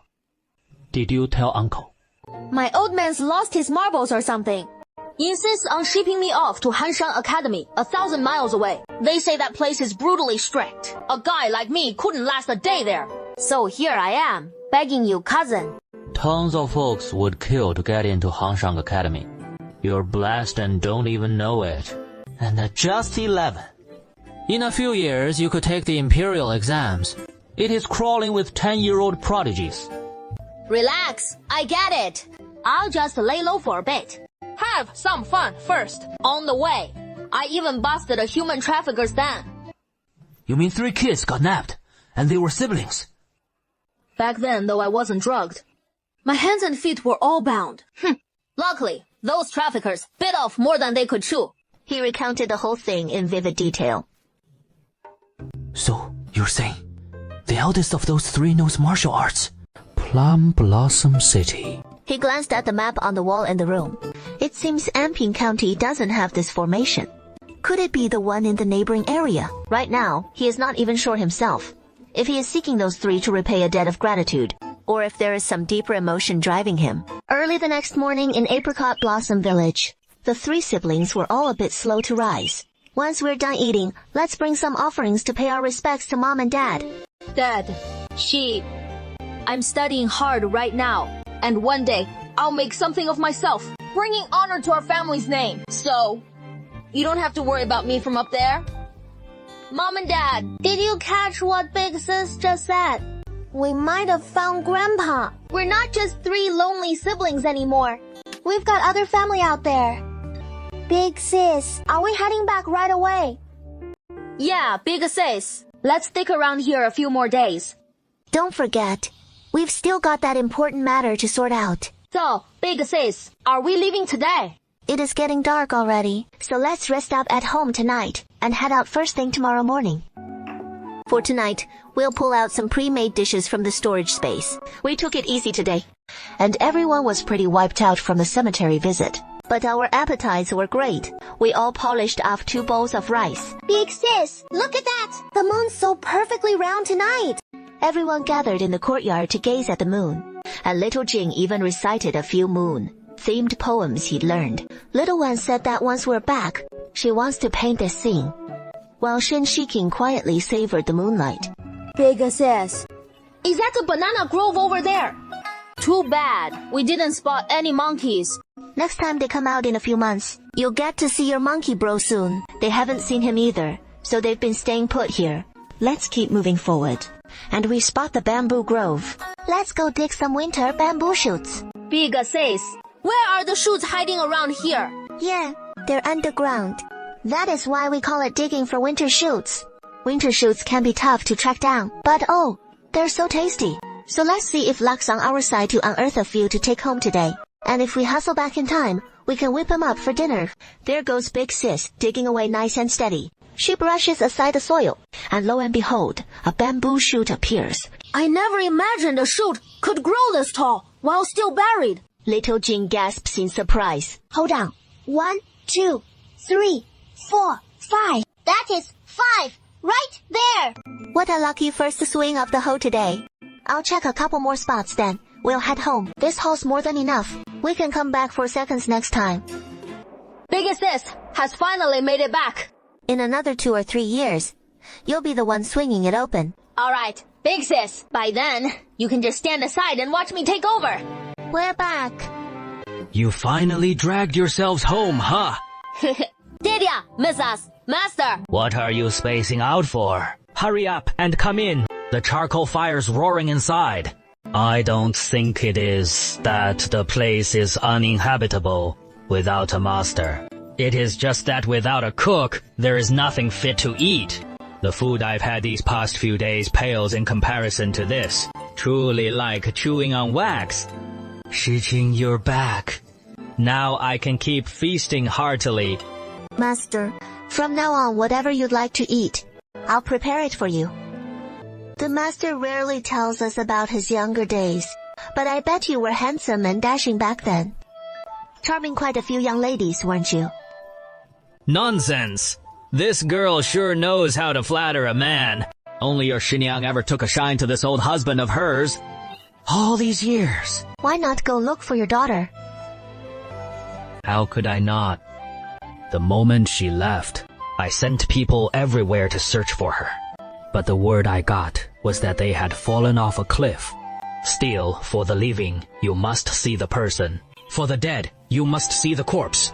I couldn't believe my Yuer was truly gone. Somehow, in the unseen, she still feels near. That father-child bond, which month is that? Wang Yue. That is right. It is the Yue. From Wang Yue, Moon, Red Jade. Back then, your master and I, your Xinjiang, scoured the books for ages. Before we settled on that name. Grandfather! Miss, what did you just call me? Master, please have a seat first. We have something to show you. Hold on a moment. This belongs to Yuer. From her 100-day feast. Her parents had it specially made for her, with her name engraved on the back. This is my Yuer. Yeah. How could you just leave me behind like that? Miss, why don't you tell him how your mother passed away? My mother, from the moment I can remember, was always frail and sickly. And after my father died, my mother was heartbroken. And so she passed away too. Grandfather, here is another letter written to you. Here. How could you be so foolish? If you ever came back, I would have already forgiven you. In the letter, she confessed her own filial failings, and how the situation back then was dire, leaving her no choice but to fake her death and escape, and how it would be inconvenient to face her father afterward. And she mentioned the children she had born. senior sister, everything's tidied up. Grandfather's here. Grandfather! Grandfather! Father and son, are you truly our grandfather? The real deal, no doubt. Grandfather! I I have a grandfather now. You've all had a long journey and must be weary, so rest now. But Shen Shichen could see the grief in grandfather's eyes. It was clear he was still deeply heartbroken, yet he held it back, not wanting to show it before the children. It was time to give him some space to grieve alone. Grandpa, we've talked it over, and it is time to leave that cave behind. Come live with us. No need. The cave suits me just fine. I'm used to it. It is nice and peaceful. Seeing you all every day would just get too noisy, especially with all the market bustle. Spot you and I'd be on your studies in a flash. It is exactly because my studies aren't up to snuff that you'd have to tutor me right there, beside me. Grandpa, how about this? It is still pretty chilly, so why not stick around here a bit longer? We'll move you back home when summer warms things up. Sound good. As for how long that bit longer lasts, one delay after another, and before you know it, you're staying for good. Okay. Deal. Then, Soon as summer hits, I'll head back home. Next up, the grueling grind of studies kicked off again. Little Jin couldn't shake the feeling that his private tutor was being even stricter this time. And it wasn't just his imagination. This was a brand new study plan, custom made by Mr. Liu just for him. The rules, way tougher. As the days slipped by, spring was in full bloom. All the snow had melted away. Over that stretch, Shen Shiqing even took the little ones for a soak in the hot springs. Pure bliss, it was. Especially after their martial arts practice. Once they'd had their fill of the springs, they strolled down the woodland path. Wildflowers and grasses were sprouting up everywhere. Big sis, think there might be some wild greens out already. Next break, let's go foraging for them. For now, let's scout for any today, and come back proper next time off. That is a solid plan too. Hey, big sis, check this out. A fresh fiddlehead fern just popping up. This one's still so small. In a few days, it should be just about ready. Eldest sister, what can we make with goat's milk? When it is your and your sister's birthdays, if we have goat's milk by then, you'll see. Don't worry. It is bound to be a treat, and the goat's milk won't go to waste. Eldest sister, how are we going to explain having a sheep around? This sheep pen was just finished. It needs a few days to air out before the sheep can move in. I've been brainstorming some excuses these past few days, and by then, I'll explain it to grandfather. These past few evenings, you all seem so secretive. How so? Hiding something from grandfather, are we? Grandfather, a few days ago, when we went soaking in the hot springs, we passed through the woods and spotted a few wild mountain goats. So next time we have a break, we thought we'd catch one and raise it here. There is plenty of grass in the valley, and when the time comes, we can herd it with the oxen. That is up to you. Just make sure you've thought it through. With all your usual studies and now raising sheep on top of that, you'll be stretched way too thin. I'll go herd them for you. Grandfather, you don't need to worry about this. I'll handle it all. If you ever want to give it a try sometime. Then, I'll send you out during the spring mating season. When you're out catching more, be sure to stay safe. Don't worry, grandfather, you know how skilled we are in martial arts. We won't get arrogant or overconfident. We'll be extra cautious. Big sis, just wait a few more months. Won't there be tons of peaches by then? I've got to remember this spot. You're jumping the gun a bit. It is still months away at least. Aren't these peach blossoms stunning? Big sis, let's plant one.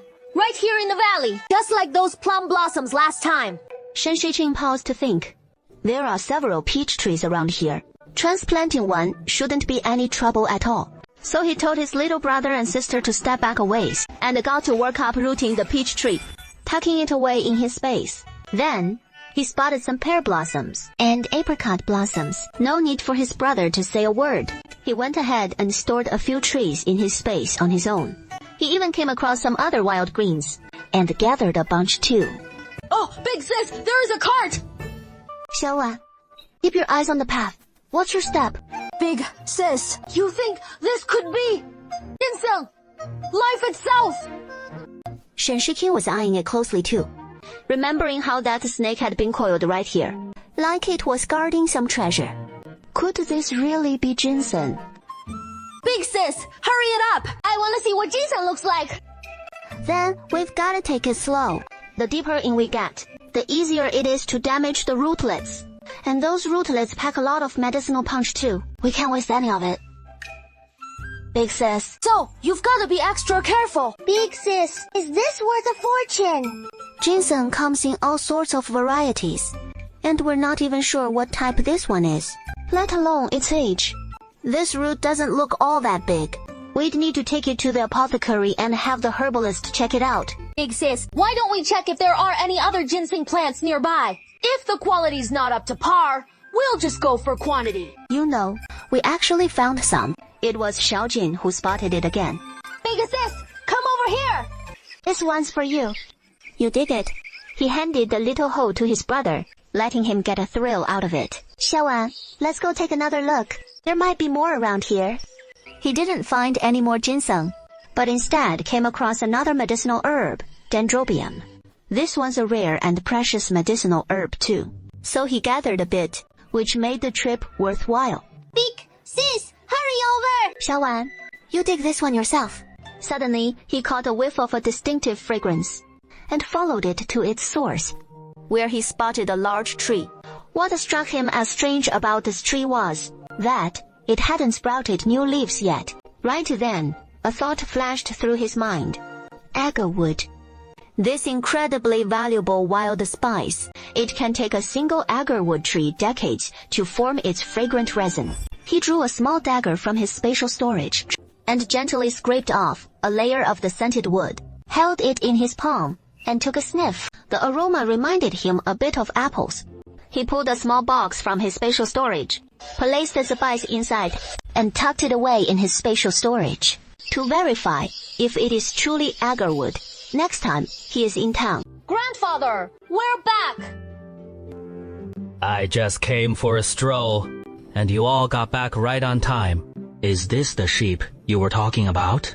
You didn't get hurt catching it, right? That is right. This is the one. We put in a ton of effort to nab him, and none of us three came out worse for wear. We also foraged a bunch of wild greens. Grandfather!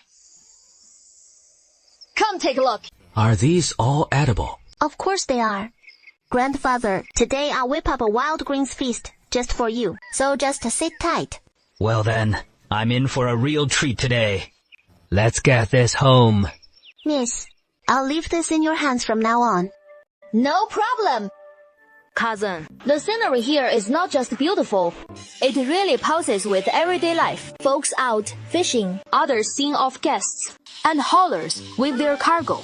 Gioze wasn't lost in thought. He was recalling the time he fell in the water and got saved. Finally, it clicked. Why that voice felt so familiar. The voice of the girl who saved him alongside that boatman before. It matched the one who rescued him on the mountain. That girl's voice was spot on.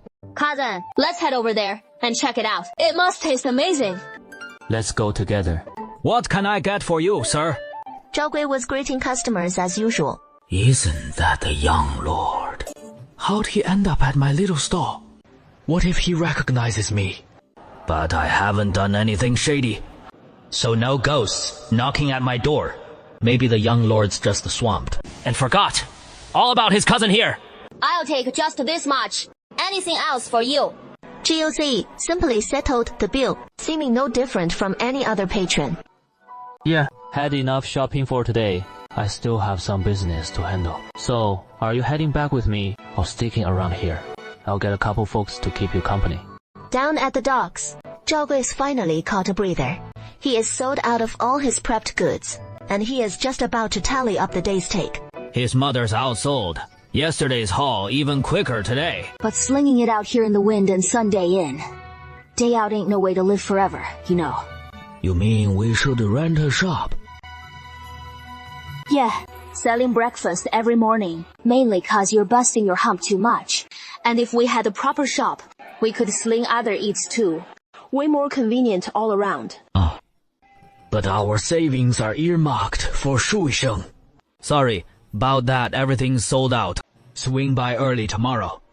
Our master's keen to invite you over for a little chat. This good, sir. For saving my life back then. Things were so hectic. I haven't repaid the favor yet. Fate's funny. We crossed paths today. So I've brought you here.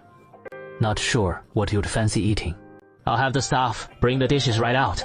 Your Highness flatters this humble one too much. How is your daughter been faring lately? We owe you so much from last time. Weren't you out fishing? How'd you end up running a food stall? Truth be told, Fishing's all wind and rain exposure. And the earnings are pretty slim. So, we've gotta try something new. Why not just rent a shop? It'd make things a lot easier. But silver isn't in short supply. Some silver tails. Your Highness, this is... Oh, please, just take it. We'll grind it out at the docks another year or two. And save up to rent our own shop. Hey, think of it as a small token of thanks, or just consider it a 2-year loan from me. And when the time comes, just pay me back. Many thanks, Your Highness. Senyang isn't your daughter, is she? Picking up the brush, recalling the girl I once met on that boat. Quickly, the girl's face from my memory soon appeared before me. Alright, on the rice paper. Suddenly, another image flashed through his mind. Snow blanketing red plums. A girl holding a blooming plum branch. He sketched the scene down too. And only then was he pleased. Shiqing, eating like this every day, won't we clean you out? Grandpa, you have no idea. This mountain's a real treasure trove. We dug up some wild ginseng just the other day, let alone the linchin we found before that. And don't forget our pearls. Yeah, Grandpa. We've got poultry raising now. And grains planted too. Even if war flares up out there again, we can still live quietly right here. But what about Xiao Jian's future? Staying cooped up here forever. Don't worry, Grandpa. Didn't we already handle the household registration? Once we're settled, I'll buy us a house. I asked around before. But nothing suitable turned up then. I've been mulling it over these past few days. Whether to head out and scout around, sell off the herbs, and check out some houses. No sense picking a day why not today. How about I go tomorrow? And restock our daily supplies on the way. You decide. Grandpa, I'm just worried about how you all get by. He is even thinking, if times get really tough, he can always reach out to his old friends. Xiaojie, remember to check on the veggies in the field, and the cattle, sheep, chickens, and geese. Don't worry, big sis. Little girl, that Tishi stall's gone now. They've gone to the city to open up a shop. You might just find them there in the city. Thanks so much, Auntie. Do you know exactly where it is? It seems to be on the west side, right after you enter the city. There are plenty of eateries around there. The red food stall is right in that spot. Go take a look. You traverse 1,000 rivers and mountains. Hey, please come in, sir. Let me tell you about our signature dishes. Just bring out your signature dishes, that'll do. It is still better for folks like us to run a shop. Though it is tiring, sure. But the silver rolls in steady. It is just so exhausting, with your mother stir-frying all those dishes day in, day out. Father, let me handle things in the kitchen. You take a rest up front. Zhao Gui couldn't argue with his own son, so he stepped out to greet the customers. But when he served the dishes to one table, he froze in shock. The man shot him a knowing glance, and Zhao Gui held his tongue. Zhao's little eatery, galloping a horse right down the main street like this. What profligate young master from which family is this? Shen Shiking had no intention of meddling, but as he looked ahead, a little child suddenly wandered into the street. By then, the horse was charging straight at him. In the end, he couldn't stand by. He intervened. You damned beast. You're not getting away! Did your cronies tamper with the reins or something? Young master, what has happened to you? Hurry, fetch the guards and report to the officials. Someone actually dared to ambush me in broad daylight. Then pray tell what crime is galloping wildly through the streets. Hearing that all too familiar voice, Gu Ziyu looked up, and sure enough, it was his loathsome little brother. Gu Ziyu felt a twinge of fear, dreading that his brother might spill this to their father. Father. You're unhurt. Why stick your nose in? With that, he turned and walked away. Shen Shixian standing nearby, never imagined she'd cross paths with this prince again. Surely Anping County couldn't be that small. And she had no desire for any entanglements with him. It looks like they haven't spotted me yet. Planning to slip away while the crowd's still milling about, Guess I'll have to come back and see Uncle Zhao another time. 三娘, so you've arrived. You've crossed myriad waters and mountains. Just one glance, and it feels like 10,000 years. The splendor of dreams, but a shallow night apart. Miss Lai, thanks so much for your help with Uncle Zhao last time.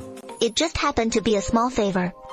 Not to mention you already gave such a generous gift. As expected, you and Uncle Zhao are both straight shooters. So let's call that matter settled once and for all. But the debt I owe you goes beyond just that one time. I don't quite follow what you mean. We don't seem to have met before, do we? Then, perhaps I've mistaken you for someone else. Third sister, You didn't even say what you'd like to eat. so I had your aunt prepare a few of her specialties for you to try. See if they suit your taste. I like them all. Uncle, you go ahead and tend to your business. I wonder if you've already had your meal. Care to join us? If Miss Lin wouldn't mind, I'd be happy to join. Brother Li, That house of yours is in such a prime spot. are you really set on selling it? I've heard that before long. They're planning to build an academy over there. Brother Zhang, You wouldn't know, but my wife keeps insisting someone's hiding out at our place. And she is dead set on making me sell. is Miss Lin looking to buy a residence? Meanwhile, in his mind, he pondered, in Anping County, which is better houses in the East or West District? What are you mumbling about, young Master Jiyu? I have a few things to take care of, so I'll take my leave. Please pass on my regards to Uncle Zhao. Of course. I'll let him know. How about this, Madam Sir? My next trip into town might not be for a month, so take your time looking. I'll come check out the houses then. What do you think? Don't worry, I'll find you the perfect place for sure. And when you do, you'll have to invite me over for the housewarming. That murder at the docks. The guards are pursuing the murderer. The docks being sealed off today. No vessel can set sail. So, when might they lift the blockade? Huh? Should be clear by noon tomorrow. Don't fret. They won't overcharge you for docking. Little Master, can I write on these strips? Amitabha. Yes, little benefactor. Just make a small donation for the sesame oil. I came here with my family. I'll go fetch some money from them right now. He was just about to leave, when he suddenly hears a faint cry for help. 诸神, how do you even judge people? You almost let him slip away. And you even cried out. Senior brother, wasn't I just momentarily fooled by that wretched woman? Let me tell you, don't get any wild ideas. You know, we can't touch this shipment this time. Big shots have already reserved it. We can't afford a single slip-up. Once we deliver this batch, we can lay low for a bit. Folks in the city are already on high alert. Shen Shiqing overhears this, and she realizes this temple's involved in human trafficking. Little benefactor, let me whisper a little secret to you. This tree works wonders for matters of the heart. Why not give it a shot? Write your name and birth details, the name of your beloved too, and tie the two strips together. Then I'll have to trouble you. Can you write? Shall I write it for you? I can't write, so please do it for me, little master. Senior brother, a lovely female pilgrim showed up today too. Perfect timing to offload this shipment. Why not bundle them together? I've heard some big wigs fancy the fresh and tender ones. As the saying goes, fortune favors the bold. So let's split it 50-50. Same old rules. The three of them share a silent understanding. Shen Shimian now grasps another layer of meaning, that she is their next prey. Female benefactor, please stay. Don't head down the mountain yet. It might rain any moment. Or why not spend the night in the temple? Guzi thought of her gravely ill grandmother, and so she came to the temple to pray for her recovery.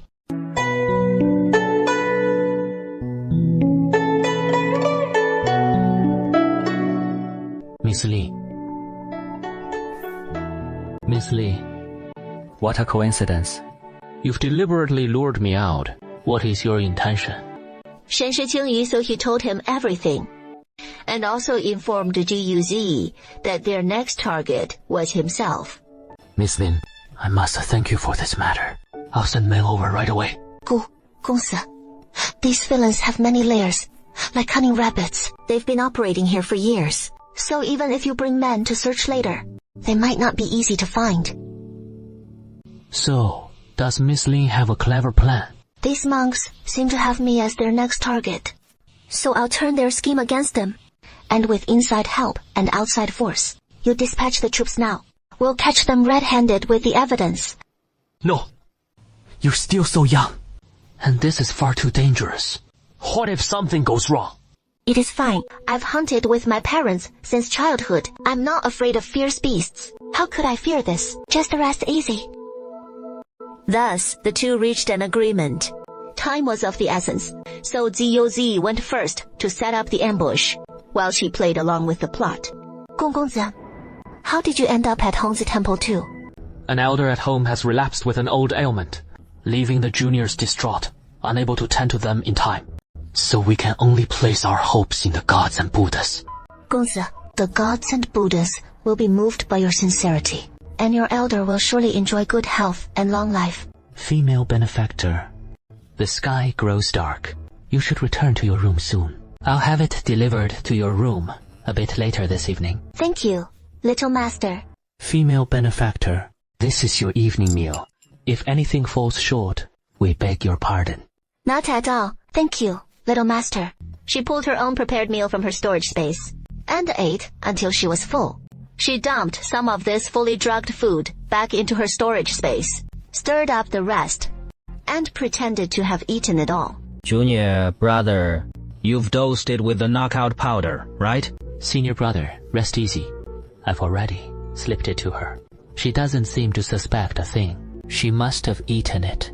Even if she didn't, don't we still have the Mi Yan? Later, we'll just bundle this cargo with the one from the west. These are two prime pieces of merchandise. We're counting on a high price for them. So, hearing the footsteps approaching, she smoothly slumped to the ground, feigning unconsciousness. Once it is secured, let's move out. No time to waste. Shen Shixian felt himself stuffed into a sack and slung over someone's shoulder. All right, we'll grab a proper meal later. Then, it is time to make the delivery. Your Highness, take a look. Here they come, right on cue. Who knew there'd be so many heading west? And the Anping County garrison's clueless about it all. Young Lord, shall we intercept them right now? Miss, don't act rashly. Someone's come to rescue us. Trust me. Gozi's got another plan in mind. He wants to find out how so many carriages can slip in and out of the city gates at this hour.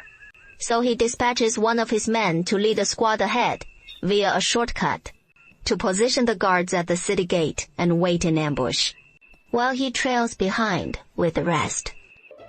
Lion, eye their heading. It is straight for the city gate. Send the men to tell them, and keep a safe distance. Who doesn't know that? Everyone's free to leave the city at night, right? A misunderstanding. This fellow's got it all wrong. Care to step aside for a word? I'd advise you to turn back. Or don't cry foul if we get unpleasant.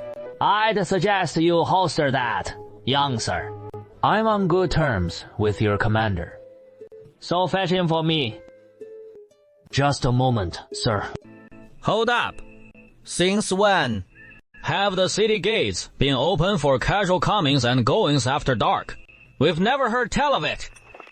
No idea which outfit you're with. But we got no quarrel with you, do we? We don't know you. We're just the type to draw steel when we spot injustice on the road. I caught sight of someone found in that carriage, and you lot haven't hauled them in as fugitives yet. What is the meaning of this? Are we gearing up for a full-on brawl right here? Why is Mr. Jiang arriving so late? I told you to get here sooner. The night's foul weather held me up a spell. Who'd have thought we'd stumble into a dust-up like this? You're in cahoots with those thugs, plain as day. A carriage screaming trouble like that, and you don't even search it.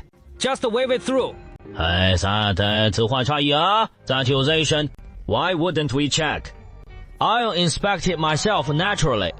They're all normal goods. Show me what you've got. I advise this young lord not to meddle in others' affairs. Help!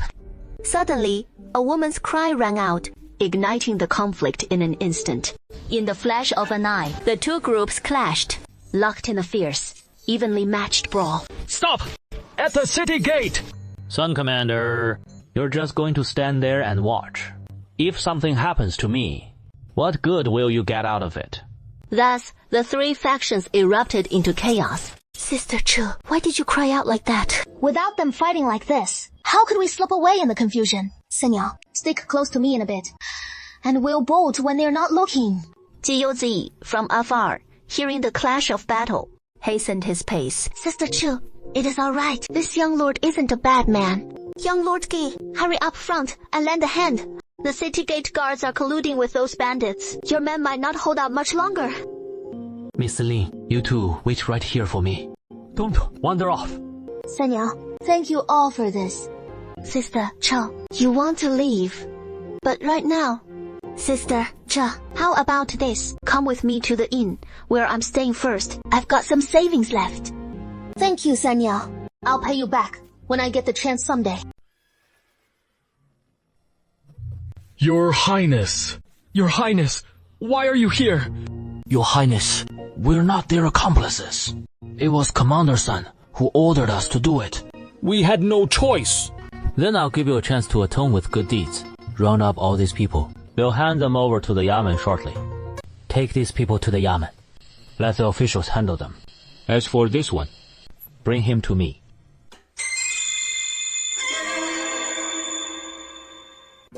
Shizi, it is my fault, my lord.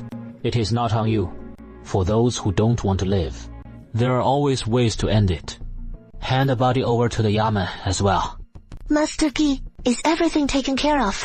It is all being handled, except the ringleader. He took his own life. Today, because I escaped, a fisherman died on my account. He was killed by those so-called monks from Hongxi Temple.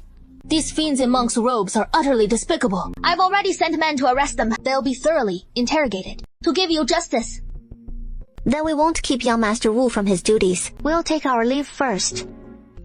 Where is this young lady's home? Shall we notify her parents? Thank you, but Chu Yao isn't from around here. No need for you to trouble yourself with that. Miss Lian, once I've wrapped things up, I'll let you know.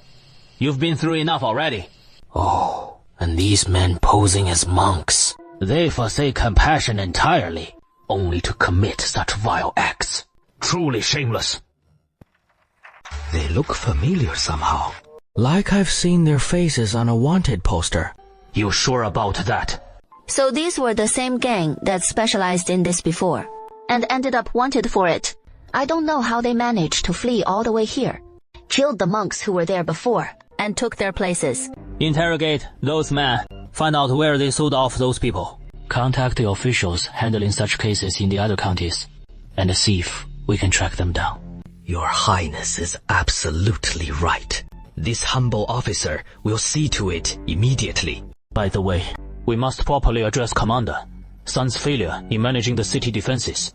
For an incident this grave, to have a useless good-for-nothing like him in charge. Sister Ji, consider this one lent to you.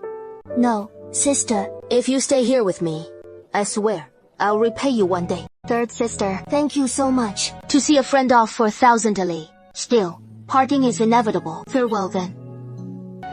Safe journey to you. Shen Shizhen could only wish her smooth sailing ahead. Truth be told, his kindness toward Chu Yao stemmed from yet another reason. She bore a striking resemblance to the elder sister who had looked after her back at the orphanage, in looks especially. We owe Miss Ling a great debt this time. You're too generous with your praise, Lion. How could a fragile woman like me claim such honor? My thanks to you, young Master Gi, for going out of your way to inform me. It was merely convenient. I was passing by. Besides, I had a craving for Uncle Zhao's pancakes. Miss Liu, I noticed how concerned you seemed about that house the other day. As it happens, I own a few properties in the city. Feel free to pick one. Rachel, Miss Li, you've got it all wrong. I meant no slight toward you whatsoever. It is just that these days in Anping County, There aren't many properties coming up for sale. Should you have trouble finding one, you might want to consider mine. At market price, naturally. Young Master God's kindness, I've made some progress on the house matter. But how are the elders in your family doing? Do you need any medicinal herbs or the like? Sanyang sometimes gathers herbs up in the mountains. Okay. Then I'll have to trouble you, Miss Lee. Lately, my people have visited quite a few apothecaries, hoping to buy some aged tonic herbs, like ginseng or linjui and such. But nothing of real age was to be found. Rest assured, I'll sell them at market price. Shen Shiqing heard this and thought, isn't this just a piece of cake? Her storage space was full of prime linja and the mature ginseng too. She just couldn't pull them out right now. This might require a bit of fate, but I'll keep an eye out for those herbs, and I wish your family elders a swift recovery. Thanks for your trouble. Is there anything else Miss Lai needs to buy? Heading back today. That is right. Yesterday's delay was all because of that murder case, so it got delayed. So today I should be able to head home as usual. The elders at home might start to worry if I'm gone too long. Then yes, I really should get back. In that case, I won't keep you any longer. On the boat, she reflected on the day. So much had happened. It was almost unbelievable. Just one day and night had passed. And yet ever since crossing paths with Jiu Ziyi, it seemed like one thing after another always cropped up. She soon reached that familiar riverbank, and after sensing with her mental power that no one was around, she stowed the boat in her storage space. The springtime woods were truly something else. Wildflowers and grasses everywhere, and little wild fruits too. Vast patches of raspberries. How could anyone not be touched by this? She pulled a small bamboo basket from her space, then took out a pair of scissors, snipping them off neatly at the base with the scissors. This keeps everything clean and sanitary. She pressed on, spotting the banana tree from before. All the old yellow leaves had dropped, and fresh new ones had sprouted. Come summer and fall, it'll be loaded with bananas again. By a little stream, she spotted some asparagus, mugwort covering the ground. Its short, tender shoots, perfect for picking. These shoots were so tender, she ended up pulling up a whole bunch before she knew it. Some wild chives too, and water celery that did it for foraging. The stream held some tiny river shrimp as well. She grabbed a small bamboo basket from her space, gearing up to scoop them. Quick and precise, that was the trick. And sure enough, she hauled in a good haul. Big sis, you back? Big sis, why'd you take till today to come home? Something happened. Shen Shiqing thought it over. In the end, she decided not to hold back. Those people were just awful. Did they get their heads chopped off? Big sis, you can't just dive into danger like that next time. That heir was he, the young lord from our plum viewing trip last time. Spot on. It is him. We really seem fated to keep crossing paths with him. He is always popping up. It is always you. Big sis, what about the other times? Spill it. Big sis, come on, just tell me. Shiqing's back. You couldn't have timed your return better. The lessons just wrapped up today. You'll have to ask him yourself and catch up from there. Got it, grandfather. I'll catch up for sure. Big sis, can you stir-fry shrimp with these asparagus too? Of course. They pair so well, even more savory together. Once it is ready, you get the first taste. Nah, let's all eat together. Second bro, give it a try. This dish is delicious. Big sis, from now on, this is how we'll eat. Every day. I bet you'll tire of it soon enough. Don't worry. We'll save some for you. This is the money from selling my embroidery. This time, 60 taels in total. You hold on to it. Big sis, better to keep it with you. And I don't need any silver right now anyway. Aren't we saving up for that house? To buy you a house, big sis. Who said I wanted a house? Big sis, didn't you tell grandfather you'd get a place in the city in a year or two? Houses like that cost a fortune. So we should start saving now. Then let me hold on to the money for now. But it is not for a house. It is for your dowry. Gu Ziyi set out by boat this morning. But alas, it is spring. The waters are calm and slow. No swift 1,000 miles to Jiangling in a day. This trip, whenever you're ready for a meal. We'll stop at the next ferry crossing. see what is available, and pick up a few things, if there are any. Keep it simple. Pardon me, boatman, where might you be headed? Could you give me a lift along the way? Missy, this isn't up to me to decide. I'll ask the owner of this boat for you. Thank you for your trouble. Young master, There is a lady outside who wants to know if she can hitch a ride, since it is on the way. we're heading to Jiangdong. So go ask her if it is along our route. Just let her board. Miss, my master, young master Gu, is kind-hearted, and he is willing to give you a lift. But I don't know where you're headed. We're going to Jiangdong. I'm going to Jiangdong too. Thank you. Mister, what brings you to Jiangdong? We've met twice now. Must be fate. I still haven't thanked you properly for last time, young Master Gu. And now you've come to my aid once more. Young Master Gi, this favor, I thank you again. It is a mere trifle, not worth mentioning. No need to dwell on it, Miss Cha. Are you close with Miss Lin, young Master Gu? He noticed it last time. There is something ambiguous between Miss Lin and Sanyang.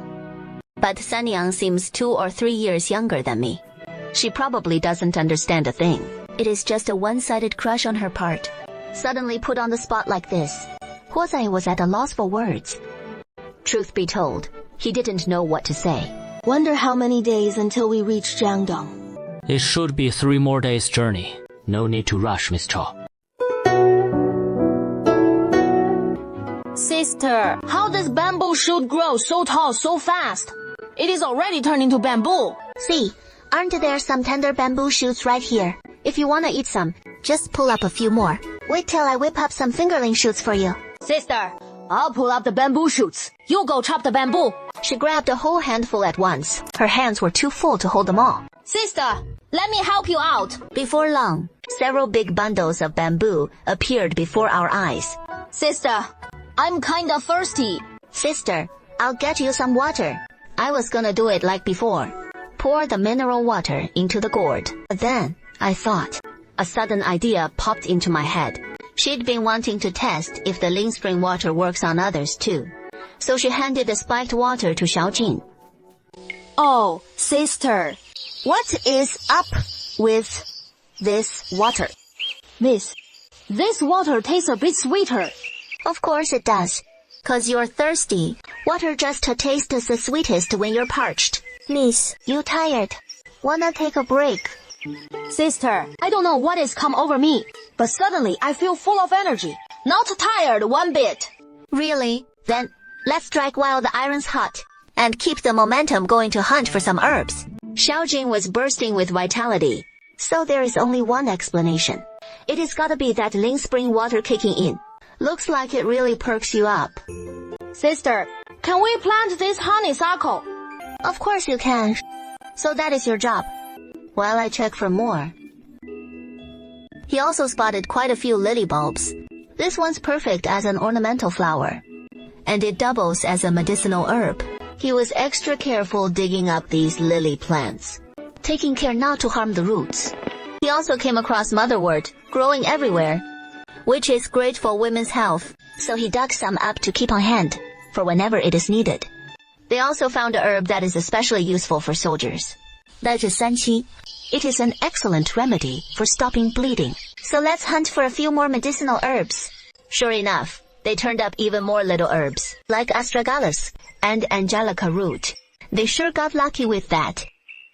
Missy, why don't you rest for a bit first? He spread a bamboo mat on the grass, then laid a dark coarse cloth over it, and pulled out a few small pillows that he'd had Xiaojin make earlier, before setting out a low table with some food, along with fruits, the leftover fruit tea, and pastries from yesterday. Big sis, these pastries are delicious. Then have some more. And the other dishes too. Don't just stick to the pastries. Big sis, I'm feeling a bit sleepy. Could you grab that recliner for me, so I can nap for a bit? Going to sleep. Aren't you worried about snakes crawling on you? That is because I've got you, big sis. So, I'm not scared of anything.